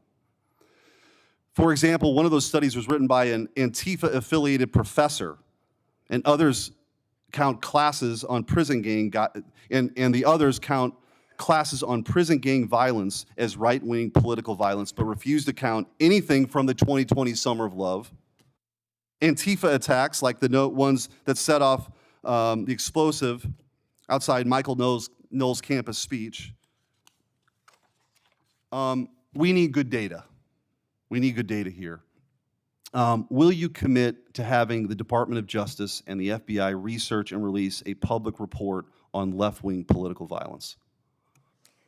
Yes, Senator Schmidt. Thank you. I also want to, after Antifa has laid siege on federal buildings and officers in Portland during the 2020 riots, your predecessor, Merrick Garland, dropped virtually all the cases against these defendants. You recently issued a new charging memo instructing federal prosecutors to aggressively pursue Antifa and other radical leftists wreaking havoc on our cities. What can you do to ensure that the various U.S. attorneys' offices follow through on your instructions? Hopefully, we will have our U.S. attorneys confirmed soon. They've been held up. Now our government is in a shutdown, yet our prosecutors are still working. Getting all of our U.S. attorneys confirmed would be a huge step forward, Senator Schmidt. But yes, our attorneys throughout this country will be focusing on that. And I want to thank you, too. So I talked to you during your confirmation hearing and also with Kash Patel of sort of, you've talked about your two pillars, which is to end the weaponization and to get back to actually crime fighting. God bless. Like, that is something that the American people support, despite what you hear from the other side of the dais today. And in those conversations, we talked about you and Kash Patel getting field agents out in the field and doing the work of law enforcement. I said, I've got just the place for you, St. Louis. And St. Louis has now received the largest per capita infusion of permanent FBI agents anywhere in the country, and they're working hand in hand with local law enforcement. That's what happens when you have state leaders work with federal partners to crack down on something I hope we could all agree is a scourge for our communities, which is violent crime. But that is not, J.B. Pritzker, I guess he wants his moment. These Portland people want their moment of defying Trump. It's crazy to me. We should all be unified in this effort of making sure our laws are enforced and taking on violent crime. But I will say, in closing with this, because you referenced the shutdown, it's the same motivation. The same thing that motivates J.B. Pritzker to stand in front of the podium and defy Trump is the same motivation I hear from my Democrat colleagues now in this shutdown. It's not about anything other than the fact, and this is a clean CR. This is what they have lectured us on making sure we do 13 times in the last 4 years. This is about appeasing an increasingly radical base to prove that they're willing to stand up to President Trump. And I don't know how we get through all this unless there's a real reckoning on the other side about that reality. But in the meantime, I'm glad you're doing what your job is, which is to be the chief law enforcement officer of this country, focusing on violent crime and keeping our communities safe. Thank you. Thank you, Senator Schmidt. And despite what they're saying on the other side of the aisle, our agents are out there working tirelessly every day to make America safe. And that was Donald Trump's directive, and we will make it happen. Thank you, Senator Schmidt. Senator Welch. Thank you. Thank you, Attorney General Bondi. I have noticed that at various times when one of my colleagues is pressing you, you come up with something in their background. So I'll be waiting for my turn, but you don't have to do it right now. So let me get to my questions. One of the things that you mentioned, and I agree with this, that it's really tough on the various federal workforce, including our law enforcement folks, who are not getting paid because of the shutdown. Mm-hmm. I agree with that. But I also think that wasn't the whole story. There is an issue here that's going to affect Americans, whether they voted for President Trump or voted for Vice President Harris, and that is the loss of health care, where on November 1st, everyone who is getting Affordable Care Act help to buy insurance is going to get the notice of premium increases. And I got a letter just today from a Vermont family, nuclear family of 5. husband and wife, 54 and 55, with 3 kids, one of whom has acute myeloid leukemia. And the apprehension that they have is that if we don't solve this problem, and November 1 is a urgent date, then their family premiums will triple. It'll be beyond their ability to pay. So I'm assuming that with respect to the threat to health care for families in your state of Florida, in my state of Vermont, you would share that concern and hope that we would resolve that. Senator Welch, I would be happy to speak with that family too, because there are many nonprofits that help with children with terminal illnesses, and I'm involved in some in Florida. So we would be happy to talk to you about that. As to health care, the government is shut down. It's my understanding, maybe you're not one of them, but because many Democrats want health care for illegal aliens, and that's what shut down the government. Let me That's be one of clear. the sticking points, and I don't know if you voted All right, well, for that or not. this actually is important to all of us. And the lament I have is that if this health care goes away, this premium support, it is really going to hurt families in red states and blue states. And in Vermont, I mean, we voted Democratic, but we have a lot of good folks who voted for President Trump, and their health care is jeopardized. And there's a November 1 deadline that is coming up. And the reason I'm saying this is that I think it's important for us to try to work out together a resolution that's going to be beneficial to people you care about in Florida and voted for President Trump, and keep people I care about in Vermont who voted in some cases for Vice President Harris and some for President Trump. So it's not just Democrats not wanting to negotiate. And in fact, we do want to negotiate, and that's why I'd encourage the president to encourage my colleagues on the Republican side to sit down with us and try to see if we can make some progress. Another topic, with the respect to voting rights in the letter that your voting rights chief sent out, we got one in Vermont, and it's a demand to get all the information on the voting file. And in that letter, or in the announcement of that letter, the chief indicated an apprehension about the voting process being taken over by, quote, the left. Now, do you have any information with respect to Vermont about a takeover of the voting process by, quote, the left? Senator, I'm not familiar with what you're referring to. We are currently involved in voter roll lawsuits in 6 states. Is that what you're referring to? No, there's a letter that went out demanding that states, including Vermont, provide all the voting file information, Right. includes personal information. But when that letter was sent out, That's perfectly legal. but there was an assertion by the chief in this division that this was to deal with the fact that the voting process has been taken over by the left. So we got one of those letters in Vermont. And my question to you is, what do you mean by the left? And do you have any evidence that the so-called system has been overtaken by the left? We must have fair and free elections. No, I know that. But I'm asking for the specific basis. And we will have fair and free elections in this country. Okay, let me- Senator, I'd be happy to talk to my chief. Who was it who said that? It was your chief, which I assume you would know who that is. Here's the question here, okay? There is a point of view that is in dispute here about the fairness of elections.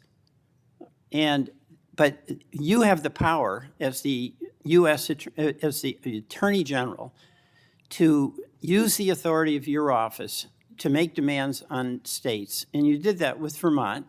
That's within your right to do it. I'm not disputing your legal authority to do it. Is Vermont disputing turning over the information to our office? Vermont is, the Secretary of State is. And you can resolve that with her. But And we have every right to have that information, yeah, here's where Senator. I'm going. Why wouldn't they want to turn it over? You're a prosecutor with the awesome authority to make the decision that you're going to start an investigation against the state or against an individual. And I know from your experience as a county prosecutor and as the Attorney General in Florida, you took seriously that obligation to have a factual basis before you'd proceed, right?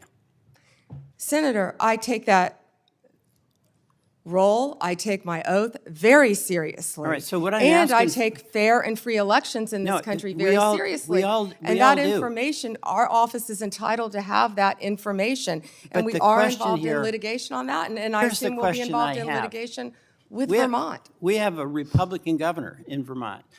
We had, our former Republican governor was secretary, was the treasurer for many years, and also the secretary of state with election responsibility. What I'm asking is, do you or does your head of this voting section have any factual basis that you can point to that justifies your demand that Vermont turn over all this confidential voting rights information? Well, it would remain confidential with my office, and you just said that you have a Republican governor, so it doesn't make sense what you just said. We've asked that of every state, Senator. Right, and I'm asking about Vermont and what the factual basis is, but we can move on. You've mentioned that you can't discuss pending litigation, and I think the committee by and large accepted that answer. But I did notice that you spoke at great length about pending litigation, specifically with respect to the questions Senator Cruz asked you about the sentencing of the Kavanaugh defendant. That's pending, right? He was sentenced to 8 years. I understand that, but that's on appeal, right? We will be appealing. Right, so that makes it pending litigation. So you made an exception with respect to No. the Cruz questions. Hold on. No, But you those didn't were- answer those were any of the things- questions that you said were pending at litigation from any of my colleagues. Those were facts that came out at the sentencing hearing. You're welcome to see the transcript of the sentencing No, I hearing with all understand the that. gruesome details of what they threatened to do to Justice Kavanaugh and other I justices. condemn what that person did. That was the sentencing. But the point here is that that's pending litigation. You indicated you're going to be appealing. It's your right to do that. And you would not, you use that justification to not answer many other questions. Justification, you're an attorney, Senator. Okay. You realize that. I do want to go back to Homan. There's a tape, right, with Mr. Homan? I mean, first of all, is there a tape that has audio and video of the transfer of the $50,000? You would have to talk to Director Patel about that. No, I'm talking to you. I don't know the answer, Yeah, Senator. you do know the answer to that. Don't call me a liar. I didn't call you a liar. You just said I know the answer. I said I don't know the answer. Well, You have to talk to okay, let Director me- Patel. let- What I said is that Let me put it investigation was another way. closed. If you don't know, why don't you know whether there was a tape and video?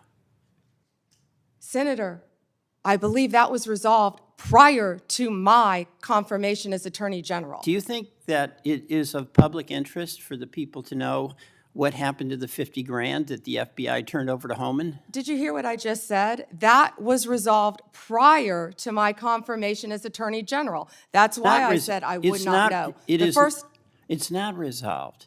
There's $50,000. Homan has it, or somebody has it. Do you have no interest in knowing where it is? You're not going to sit here and slander Tom Homan. The FBI and Deputy Director Blanche said there was nothing. I'm not slamming Tom Homan. He got the 50 Tom grand. Homan is doing, how do you know that? Tom Homan is doing a great job, as our borders are, keeping your border state safe. You're a border state. Thank you, Senator Welch. We're going to Madam President, could I have not right 1 now. minute? Not right now. At the end, on a if you wait, we'll point of talk about personal it. privilege? Not right now. There, The Senator witness Tillis and many others have been waiting their turn. I know, So but you this is can 1 hold minute, until and the it end. relates to testimony that she gave No. about me. Senator Tillis, go ahead. Thank you, Madam Chair. General Bondi, thank you for being here. I'm going to get parochial for a bit of time. Maybe I have some time for some of the other questions, but the eastern band of the Cherokee is this island that's at the very end of western North Carolina. You got convergence of Tennessee and Georgia, South Carolina nearby. But they're an island and they sell pot, and I got no problem with that. What I have a problem with is some of their actions or activities that are, I think, concerning me that actually speak to the broader issue here about marijuana and what we ultimately do with it, with nearly 36 states having it either medical, recreational, or hybrid. But this kind of feels like, to me, the way the tobacco industry got attacked for advertising to young people. We already know, incidentally, that we got a vape problem around here, particularly among young people. And Madam Chair, if I may, I'd like to seek unanimous consent for letters from the Sheriff's Association and the Federal Law Enforcement Officers Association Foundation citing the serious problem we have here with illegal vapes in this country. Without objection. Thank you. But, you know, this worries me because it's a money-making enterprise. It kind of seems like it's preying on younger people. But then I want to talk about this handy app you can get now. Now, it's illegal in North Carolina and Tennessee and Georgia and South Carolina to buy pot, but apparently you can go order it on an app and ride over there to the boundary and get it, I assume. I assume that they're not delivering it outside of the boundary because I think that would be illegal. Would that be illegal? Senator, thank you for pointing that out. I was not familiar with that app, but we will certainly look at that. Yeah. Do you, if I get, let's say I get an illegal, let's get a vape from China. A lot of them are manufactured in China. Not The subject majority. to anywhere near the sort of scrutiny that we have here in the United States. If that illegal vape let's say it's, I don't know what it's loaded with, but it gets if it's illegal in the state of North Carolina, and let's say it comes in, I'm using a hypothetical example, into the port of Wilmington, and then finds its way to New York or some other state that has legalized marijuana, is that an illegal transportation of a controlled substance? In other words, unless it teleports into a legal jurisdiction, wouldn't it have been illegally transported at some point? Based on federal law, Senator. Based on yes. federal law, okay. Now, do you, are you familiar with the science of teleportation? No, Senator. I don't think it's been perfected yet. And so it requires a physical movement from one place to the other. I've asked a number of people when they've come before this committee, and hopefully I can get your attention on this too, General Bondi. There's a growing operation in western North Carolina that is a part of the tribal lands. The problem is I can't find any legal way to get this pot that is grown here to the dispensary that's in another non-contiguous area of the boundary. So you see what I mean? I'm just trying to figure out how the eastern band of the Cherokee are legally transporting what they're growing at scale here to what they're advertising in Charlotte on the billboards as one of the country's largest dispensaries, and apparently also offering to let you buy it online. So can I get your commitment within the DOJ, not you personally, but that can I just get a definitive answer that there's no there, that they are legally transporting it, or that we do have something here that doesn't seem to comport with federal law? Yeah, Senator, I will absolutely have my team look at that issue, and I'm not familiar with that establishment. Yeah, well, it's, like I said, it's an island. I really think the federal government needs to step up. We need to get rid of this neither fish nor fowl sort of status that marijuana has in this country now. I think the people have spoken. Many red states, even your home state, my home state, has, I think, probably many states, I should say, not just the state of Florida, are trending towards legalizing it. We've got to get it solved at the federal level. We've got to capture revenue. That revenue needs to go back to federal law enforcement, and we need to have a lot more focus on what I think are unsafe and inconsistent practices across the state. So if I could get that, I would appreciate it. General Bondi, I'm kind of a boring management consultant, nerd that believes in best practices as a way to to kind of move forward and create consistent outcomes. I'm having a real struggle right now with the National Guard being deployed and masking the abject failure of leaders at the state and local level. So give me some sense of if the deployment of the National Guard to Chicago or Portland is necessary to kind of create a shock to the system, do you believe that that's a best practice or just a necessary evil until we regen the extraordinary work I've seen on joint task forces every day in North Carolina with absolute cooperation between state, federal, and local officials? Is that the best practice that we should get to, or is this deployment of the National Guard a part of an emerging best practice that I just don't get yet? Senator Tillis, seeing what's happening in Chicago, they need the National Guard. Our ICE members need the National Guard to protect the national buildings. Oh, 100%. I'm talking about when it wades they're into being local law deployed. enforcement. See, Well, I felt like deployment in D.C. made sense because of the hybrid nature of D.C.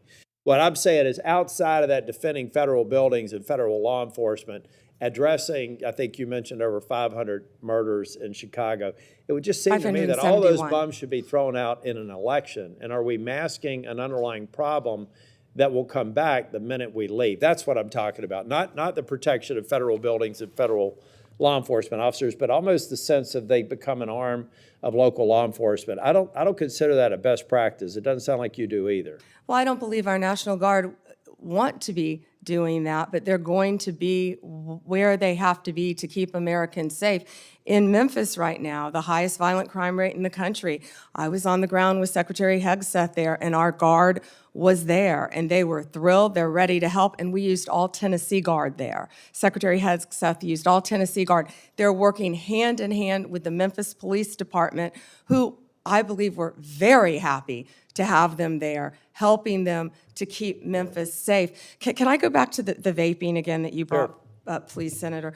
So I went to Chicago, actually, with Secretary Kennedy, and it was just outside of Chicago in a suburb, and we were there talking about the illegal vapes and what parents need to know. This is a bipartisan issue. What people need to know, these illegal vapes, they're all over this country. You can buy them in convenience stores. You can buy them in grocery stores. One vape is the equivalent of, I believe, 20 cigarettes.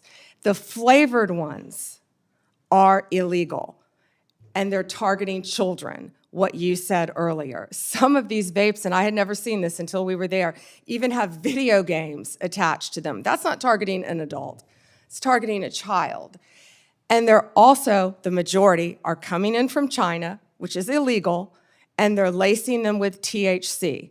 Now, right now, I can't say that I've seen deaths with fentanyl laced, but we want to get on the front end of this because that's what's next. We have to. If we don't control this in every single one of our states, that's what's next. And for the first time, we're getting on the front end of a very serious problem around our country. And Senator Moody, you fought this as well. So thank you for letting me address that, Senator Tillis. And parents need to know that. We do. We need to focus on it. And all I'm saying from a political standpoint is that if we're only, President Trump is termed out. He'll only be able to serve out his second term. And I believe the president is absolutely focused on making these dangerous cities safer. I reject any notion that Charlotte's on that list, by the way. So whether you're a Democrat or Republican, bring it on. But I see 3.5 years from now, if we don't address the systemic problems, that what we've basically done is given a governor and mayor and city councilman a pass on failing to protect their people. I was formerly Speaker of the House in North Carolina. If I thought I had to have the president deploy troops to keep North Carolina safe, I would have considered myself a failure as a state leader. And so I just hope we strike the balance so that we're not fixing a problem temporarily, only to come back maybe even worse than the problem we're fixing the moment this president who's committed to local safety leaves. And that's something that we have to talk about. So we're leaving something behind. And I'm going to yield back. Thank you. Thank you, Senator Tillis. Senator Schiff. Thank you, Madam Chair. Attorney General Bondi, at your confirmation hearing in January, made a clear commitment you would not politicize your position. We are here today at your first oversight hearing 9 months into your tenure, at a time when hundreds of career prosecutors have quit because they were required to take unethical actions at odds with that promise, or feared that they would have to take such actions if they remained on the job. When over 1,000 former federal prosecutors have sounded the alarm about the unprecedented degree to which the powers of DOJ are being abused to go after the president's enemies. I approach this hearing with a heavy heart. As a former federal prosecutor myself, I served in a department that, whether it was under a Democratic or Republican president, would never use the office to go after the president's enemies or to hide the corruption of his friends. But today, the Justice Department has been used to cover up the possible corruption of the mayor of New York, or of a high-level administration official taking $50,000 reportedly in cash in a bag, or a child sex predator who befriended the president and some of his cabinet members. And instead of preventing partisan weaponization, your department has engaged in a brazenly political prosecution at the president's explicit direction. The department has become President Trump's personal sword and shield to go after his ever-growing list of political enemies and to protect himself, his allies, and associates. My questions therefore focus on these two themes: hiding the corrupt acts of his friends and prioritizing the political prosecution of his enemies. So let me start with the shocking allegations of bribery and pay to play. 2 weeks ago, 4 major media outlets reported that Tom Homan, the president's top deportation official working in the White House, took $50,000 in cash in a bag from undercover FBI agents in September 2024, just over a year ago. According to these reports, Homan indicated he would facilitate securing contracts in exchange for money once he was in office in a future Trump administration. Reportedly, this exchange was caught on tape. Rather than pursue this investigation without fear or favor, the department and the FBI under your leadership or that of your predecessor before you confirmed, quietly shut it down. Once news broke, your deputy and FBI director issued a joint public statement confirming that the Trump administration closed the investigation. White House Press Secretary Caroline Leavitt denied Homan took the $50,000, telling a reporter, quote, "Mr. Homan never took the $50,000 that you're referring to, so you should get your facts straight." So today, I hope you can help us get our facts straight. Was that true, what the White House press secretary said when she denied Homan took the money? Did he take the money? Senator Schiff, as I stated earlier, I was not in office. I was not confirmed when that was handled. So does that mean... Deputy Attorney General Blanche and Director Patel said that there was no evidence that Tom Homan committed a crime. Yet now you're putting his picture up to slander him. No, I'm putting his picture up showing an interview he gave with, I think, Fox, in which he was asked explicitly about these allegations that he took a $50,000 bribe, and he refused to answer. He said he didn't answer the question whether he took the money, so I'm asking you the question. Did he take the money? Senator Schiff, I answered that question multiple times. And frankly, Well, I don't think, with respect, I don't think you did.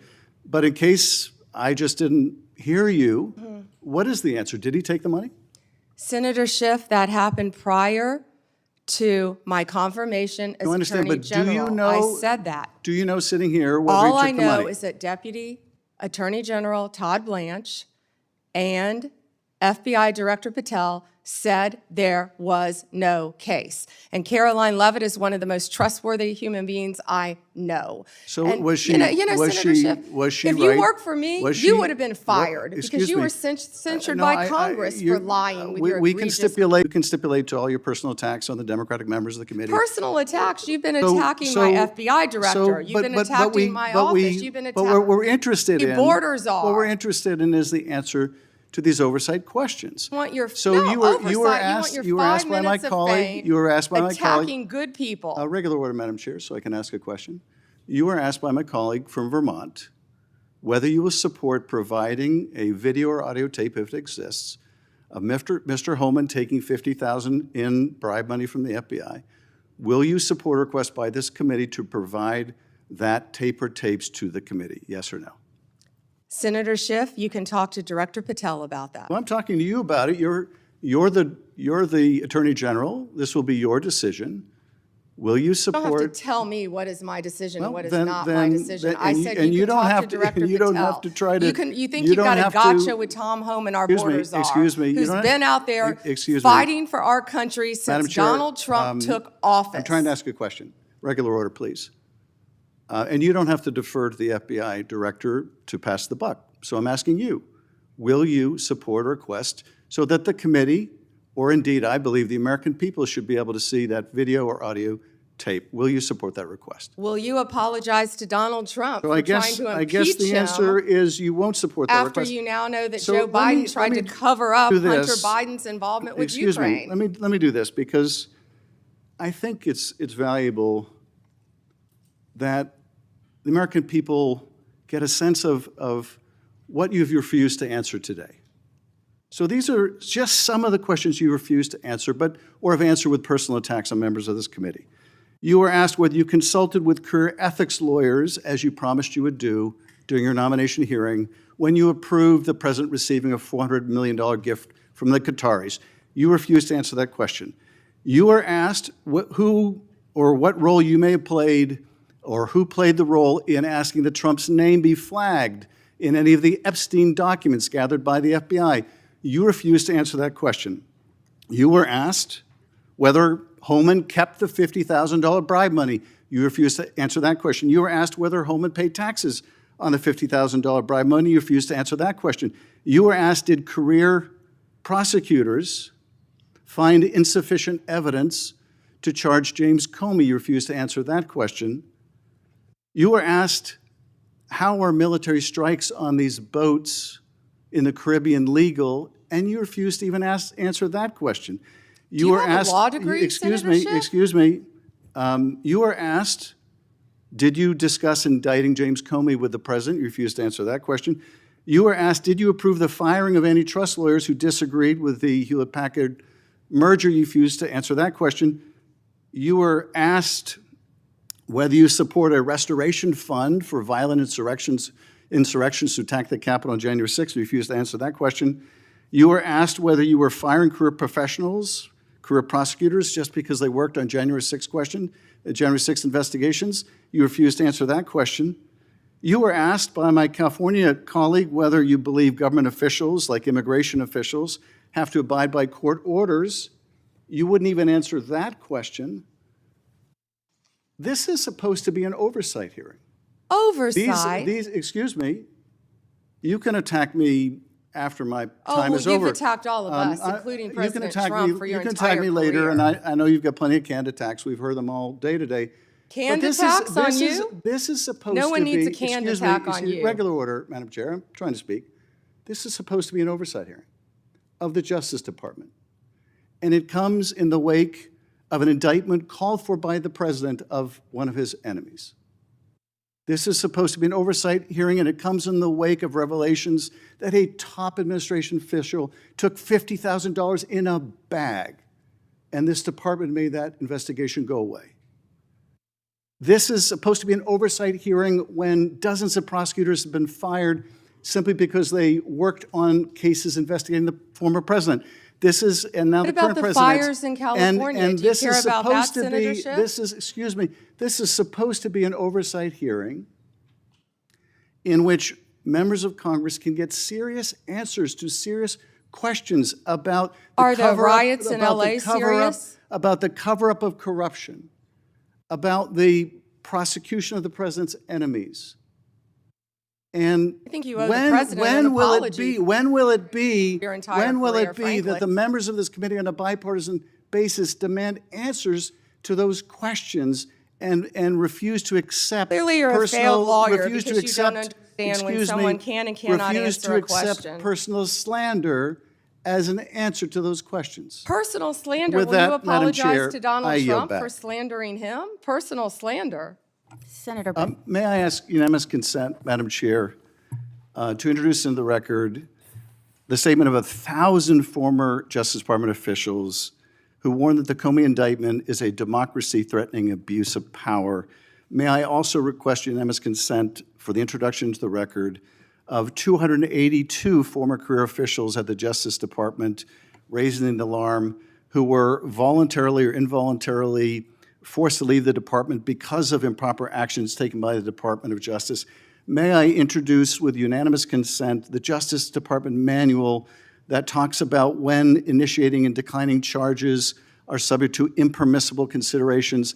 And finally, Madam Chair, may I introduce the letter from Michael Ben-Ari, a career counterterrorism prosecutor, DOJ, a letter he nailed to his door, which concludes by urging officials to do the right thing for the right reasons, to follow the facts and the law, and raises the alarm that the decision to remove experienced career officials from U.S. attorneys' offices, the FBI, and critical parts of DOJ undermines our country's abilities to counter terrorist organizations, malign nation-state actors, and countless others that seek to harm our nation and its citizens. And he believes that the priority is prosecuting the still president's arguing, enemies or are you admitting rather Bondi, than protecting Ms. the Bondi, country. one moment. May I have unanimous Are you- consent are to you enter entering these that into the record? Without objection. Thank you. I yield back. Senator Britt. Senator Moody, may I clarify one thing he entered in the record? I just want to say that I believe he entered a letter by 200 and something former employees. Well, I believe the spokesperson for that letter was also the spokesperson for Jack Smith. Senator Britt. Thank you, Madam Chair. General Bondi, I want to talk to you about the next generation. I want to talk to you about our kids, people who don't have a seat at the table but need us to fight for them tirelessly. When you look at this, I see a couple of different buckets of ways that bad actors are taking advantage of our children, and in some of the most extreme situations, we lose that child, whether to death or to self-harm, and I think we owe it to them to do something about it. So first is social media. Tell me, what are you doing? I have sat across from a number of parents who have talked to me about their child either falling victim to sextortion, different schemes that are online. We also know that there is an element of human trafficking that comes here. Let's start with social media. What are you doing to hold bad actors accountable, to track them down, and to keep our kids safe? Senator, first, thank you for bringing that up. This, I believe, is what an oversight hearing should be about. Thank you. Not yell, oh, he's gone already. He comes in and leaves. This is what an oversight hearing should be about, trying to help parents and children online. Yes, Director Patel has been doing a great job. The FBI, we have an entire unit. Not only that, our National Security Division is working internationally. Well, and I want to talk about that too, because I think a lot of this comes from overseas. Yes. And so whether it's these schemes, the sextortion schemes, et Yes. cetera, it's happening off our shores. How are you connecting the dots there? And then additionally, let's look at human trafficking. And you find a number of times people are lured into this from posts on social media. I believe that is a global trafficking ring. I would like to speak to what are you doing to make sure you're holding those people accountable and getting to the bottom of it, finding bad actors and making sure that we're keeping these children safe. Senator Britt, we have made countless cases around this country, and many of them have involved global, international defendants. In fact, we've been extraditing some of them back. As many as we can get, we're bringing them back to this country. That's how we're holding them accountable and locking them up for as long as we humanly can lock them up. And Director Patel, our National Security Division, have been working tirelessly on that. We have entire units working on that. I think the most You feel important- like you've made better strides than we saw over the last 4 years? We have made incredible strides. I'm sorry, I don't have the statistics in front of me, but yes, we have made, I'll I would love provide to those get to you. those from you. I want to make sure that we are doing that. I also obviously have worked diligently alongside Senator Blackburn and so many others to put the proper guardrails in place when it comes to social media to prevent these things from happening to our children, allowing them to still thrive online, but knowing the threats that are out there. It is incumbent upon us to actually do something about it. So I hope that those different pieces of legislation that would help keep kids safe, help give you additional tools, I hope that this body and ultimately Congress will take those up. Can I add something to Yeah, that? sure. That parents also, I always say your child has no right to privacy on the internet. And parents need to monitor what their kids are doing. Now, we all know that even elementary kids, school kids, so many of them have cell phones because they're at school, they're latchkey kids, they're riding the bus home. So many children have cell phones, but parents, you have to monitor. There are safeguards you can put on the phone, but you have to monitor I also what your think kids that- are doing on the internet I as do well. think that there is some accountability that needs to be held even with social media providers. Absolutely. Because I know that, for instance, we had a Judiciary Subcommittee hearing where we heard from parent after parent whose child had, bought something online that they thought to be maybe a different type of drug. It was laced with fentanyl and they died. If that was happening on a storefront and a small business in America, we would shut that storefront down.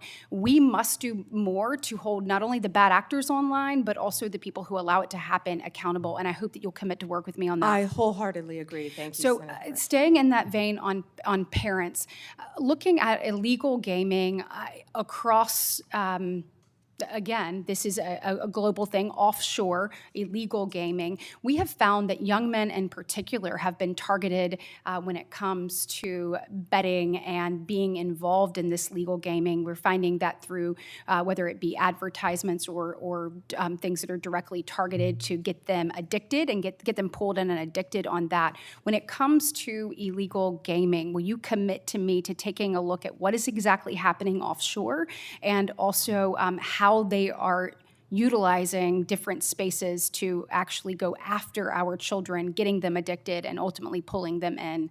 Certainly, and I'm also sure the FBI would welcome working with you. Wonderful. And then last but not least on that same vein, and you touched on it earlier when one of my colleagues asked you about this, but vaping. So if you're a parent and you're sitting here looking, Chinese vapes have, this is a real issue. You spoke a little bit about what you are worried will come next in this space. What are you doing to get to the bottom of that, and how are we going to make sure that these don't infiltrate our markets and ultimately don't end up in the hands of our children? What we've been doing is we have been going around this country and we have been raiding these vape shops that are carrying these illegal drugs and shutting them down. And that's what Senator Kennedy and I were in Illinois doing. We were announcing that arrest. It was a massive arrest of illegal vapes from China, mainly coming in through China, laced with THC. Back to the, I was just saying, back to the child predators. Since January 20th, we have made 2,580 child exploitation cases, Senator Britt. That was the number I was trying to get my hands on. Wow. And that's 250 more than last year. Will you commit to continuing to go after these unregulated products and particularly make sure that they are not in the hands of our children? Yeah, and Senator Britt, we need to do that because it's targeting our children. Yes, absolutely. Thank you very much. Today is obviously the second anniversary of the horrific attacks on October 7th. And this morning I had an opportunity to listen to stories of some individuals that had been held hostage, some of the families that will never get their loved ones back, and some that are hoping that there is a resolution soon and they once again get to embrace their family member that they have not seen in over 700 days. It was a reminder of, one of them said, I can breathe, but I can't live until this is resolved. And we know in addition to this horror and nightmare that they have been living for the past 2 years, we have seen a rise in anti-Semitism here on our soil. When we said never again actually has to mean never again. And I know that you and I spoke about this briefly when you were in front of this committee, but can you talk to me about the work that DOJ is doing to combat that rise in anti-Semitism and to hold offenders of that, to hold them accountable? And Senator Britt, thank you for again bringing up that today is the second anniversary of that horrific attack on Israel. Donald Trump is the greatest peace president of our lifetime, probably in our history. And if anyone can resolve this, it will be Donald Trump. I've also met with many of the families of the hostages and of those who have lost loved ones. We are combating anti-Semitism throughout this country, not only through my Civil Rights Division, and we haven't really talked about Harmeet Dillon a lot today, but Harmeet Dillon runs our Civil Rights Division, and she is working with Leo Terrell, and they are combating anti-Semitism around this country. We have an anti-Semitism task force that we're Do forming. you mind getting me an update on the progress that that task force has Absolutely. made, please? Sure. Okay, thank you. And last, in my last remaining minute, certainly appreciate the work that you're doing. I know my colleague, Senator Lee, already asked you about the attacks on ICE officers. Thank you for working to keep our federal agents safe, federal law enforcement safe. So thank you for the work that you're doing there. I do want to just talk a little bit about crime in American cities. We had a horrific event occur in Montgomery, Alabama over the weekend, and 14 people, 2 people are no longer with us, and 12 people injured. My heart breaks for every one of the victims and their families and the community at large. I'd like to know a little bit about your interagency work and talk to me about things that you find, because we have to find solutions in this space.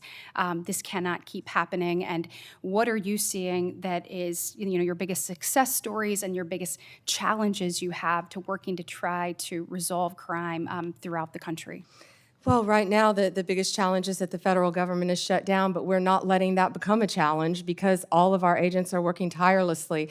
And I get almost real-time updates from my agencies, Rob Sakata, who's the Deputy Director of ATF, Kash Patel and Dan Bongino at FBI, Terry Cole, at DEA, Gadi Serralta with our U.S. Marshals, and all of our great team of lawyers.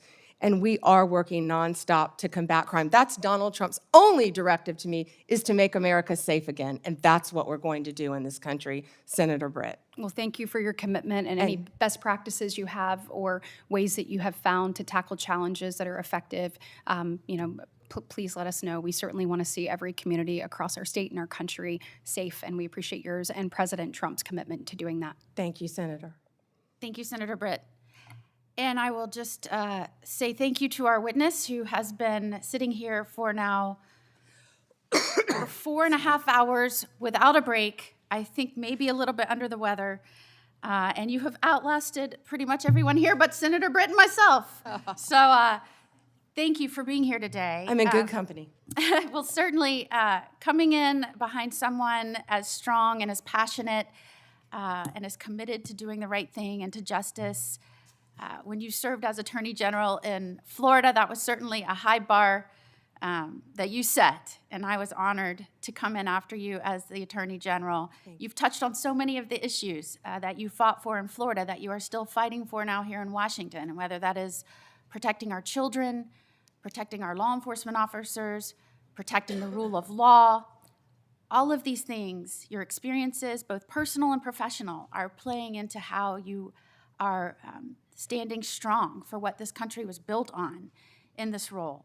And I, for one, am proud not only to be here as a United States Senator, the most junior member of this committee, but to be here and working in Washington right now with the honor of serving as a senator and watching this administration, and certainly you, bring this country back to its bearing, that we are a nation that is a government for the people, with the consent of the governed.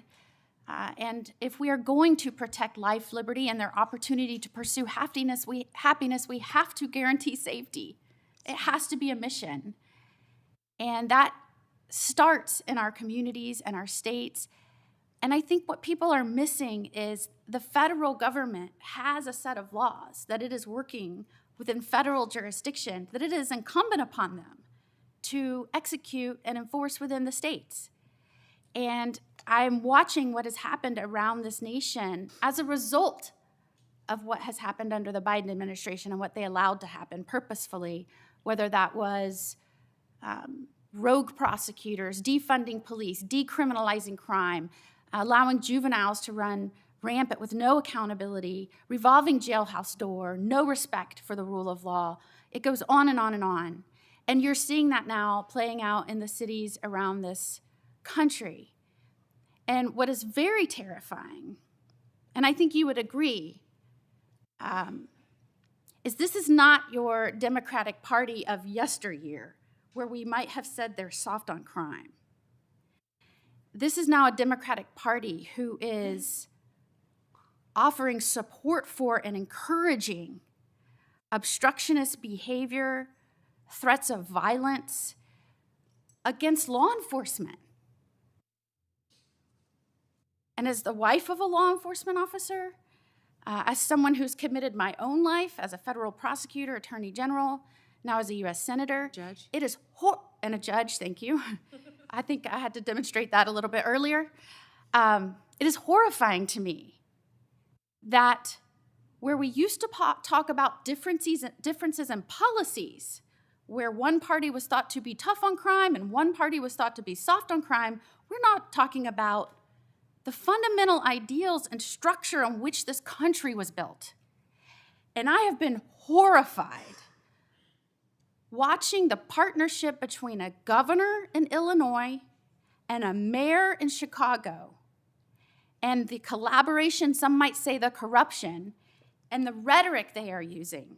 And I have to say this because I think for somebody like you and somebody like me, it makes you extraordinarily concerned for the success and future of this country. Pritzker,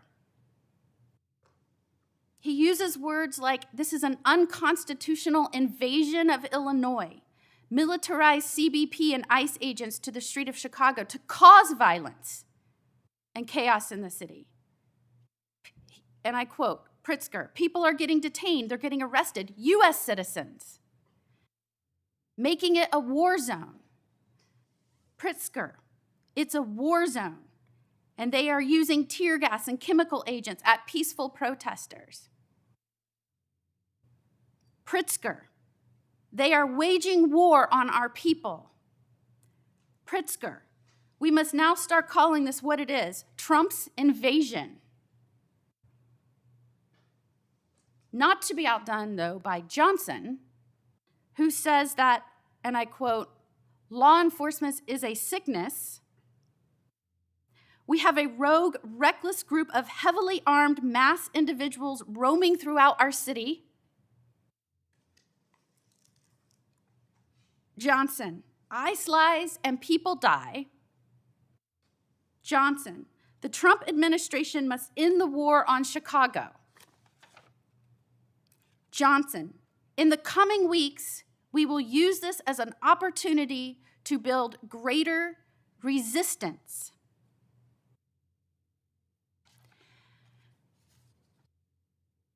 I am wondering if Pritzker and Johnson understand that there are federal laws that criminalize inciting violence against law enforcement and federal agents.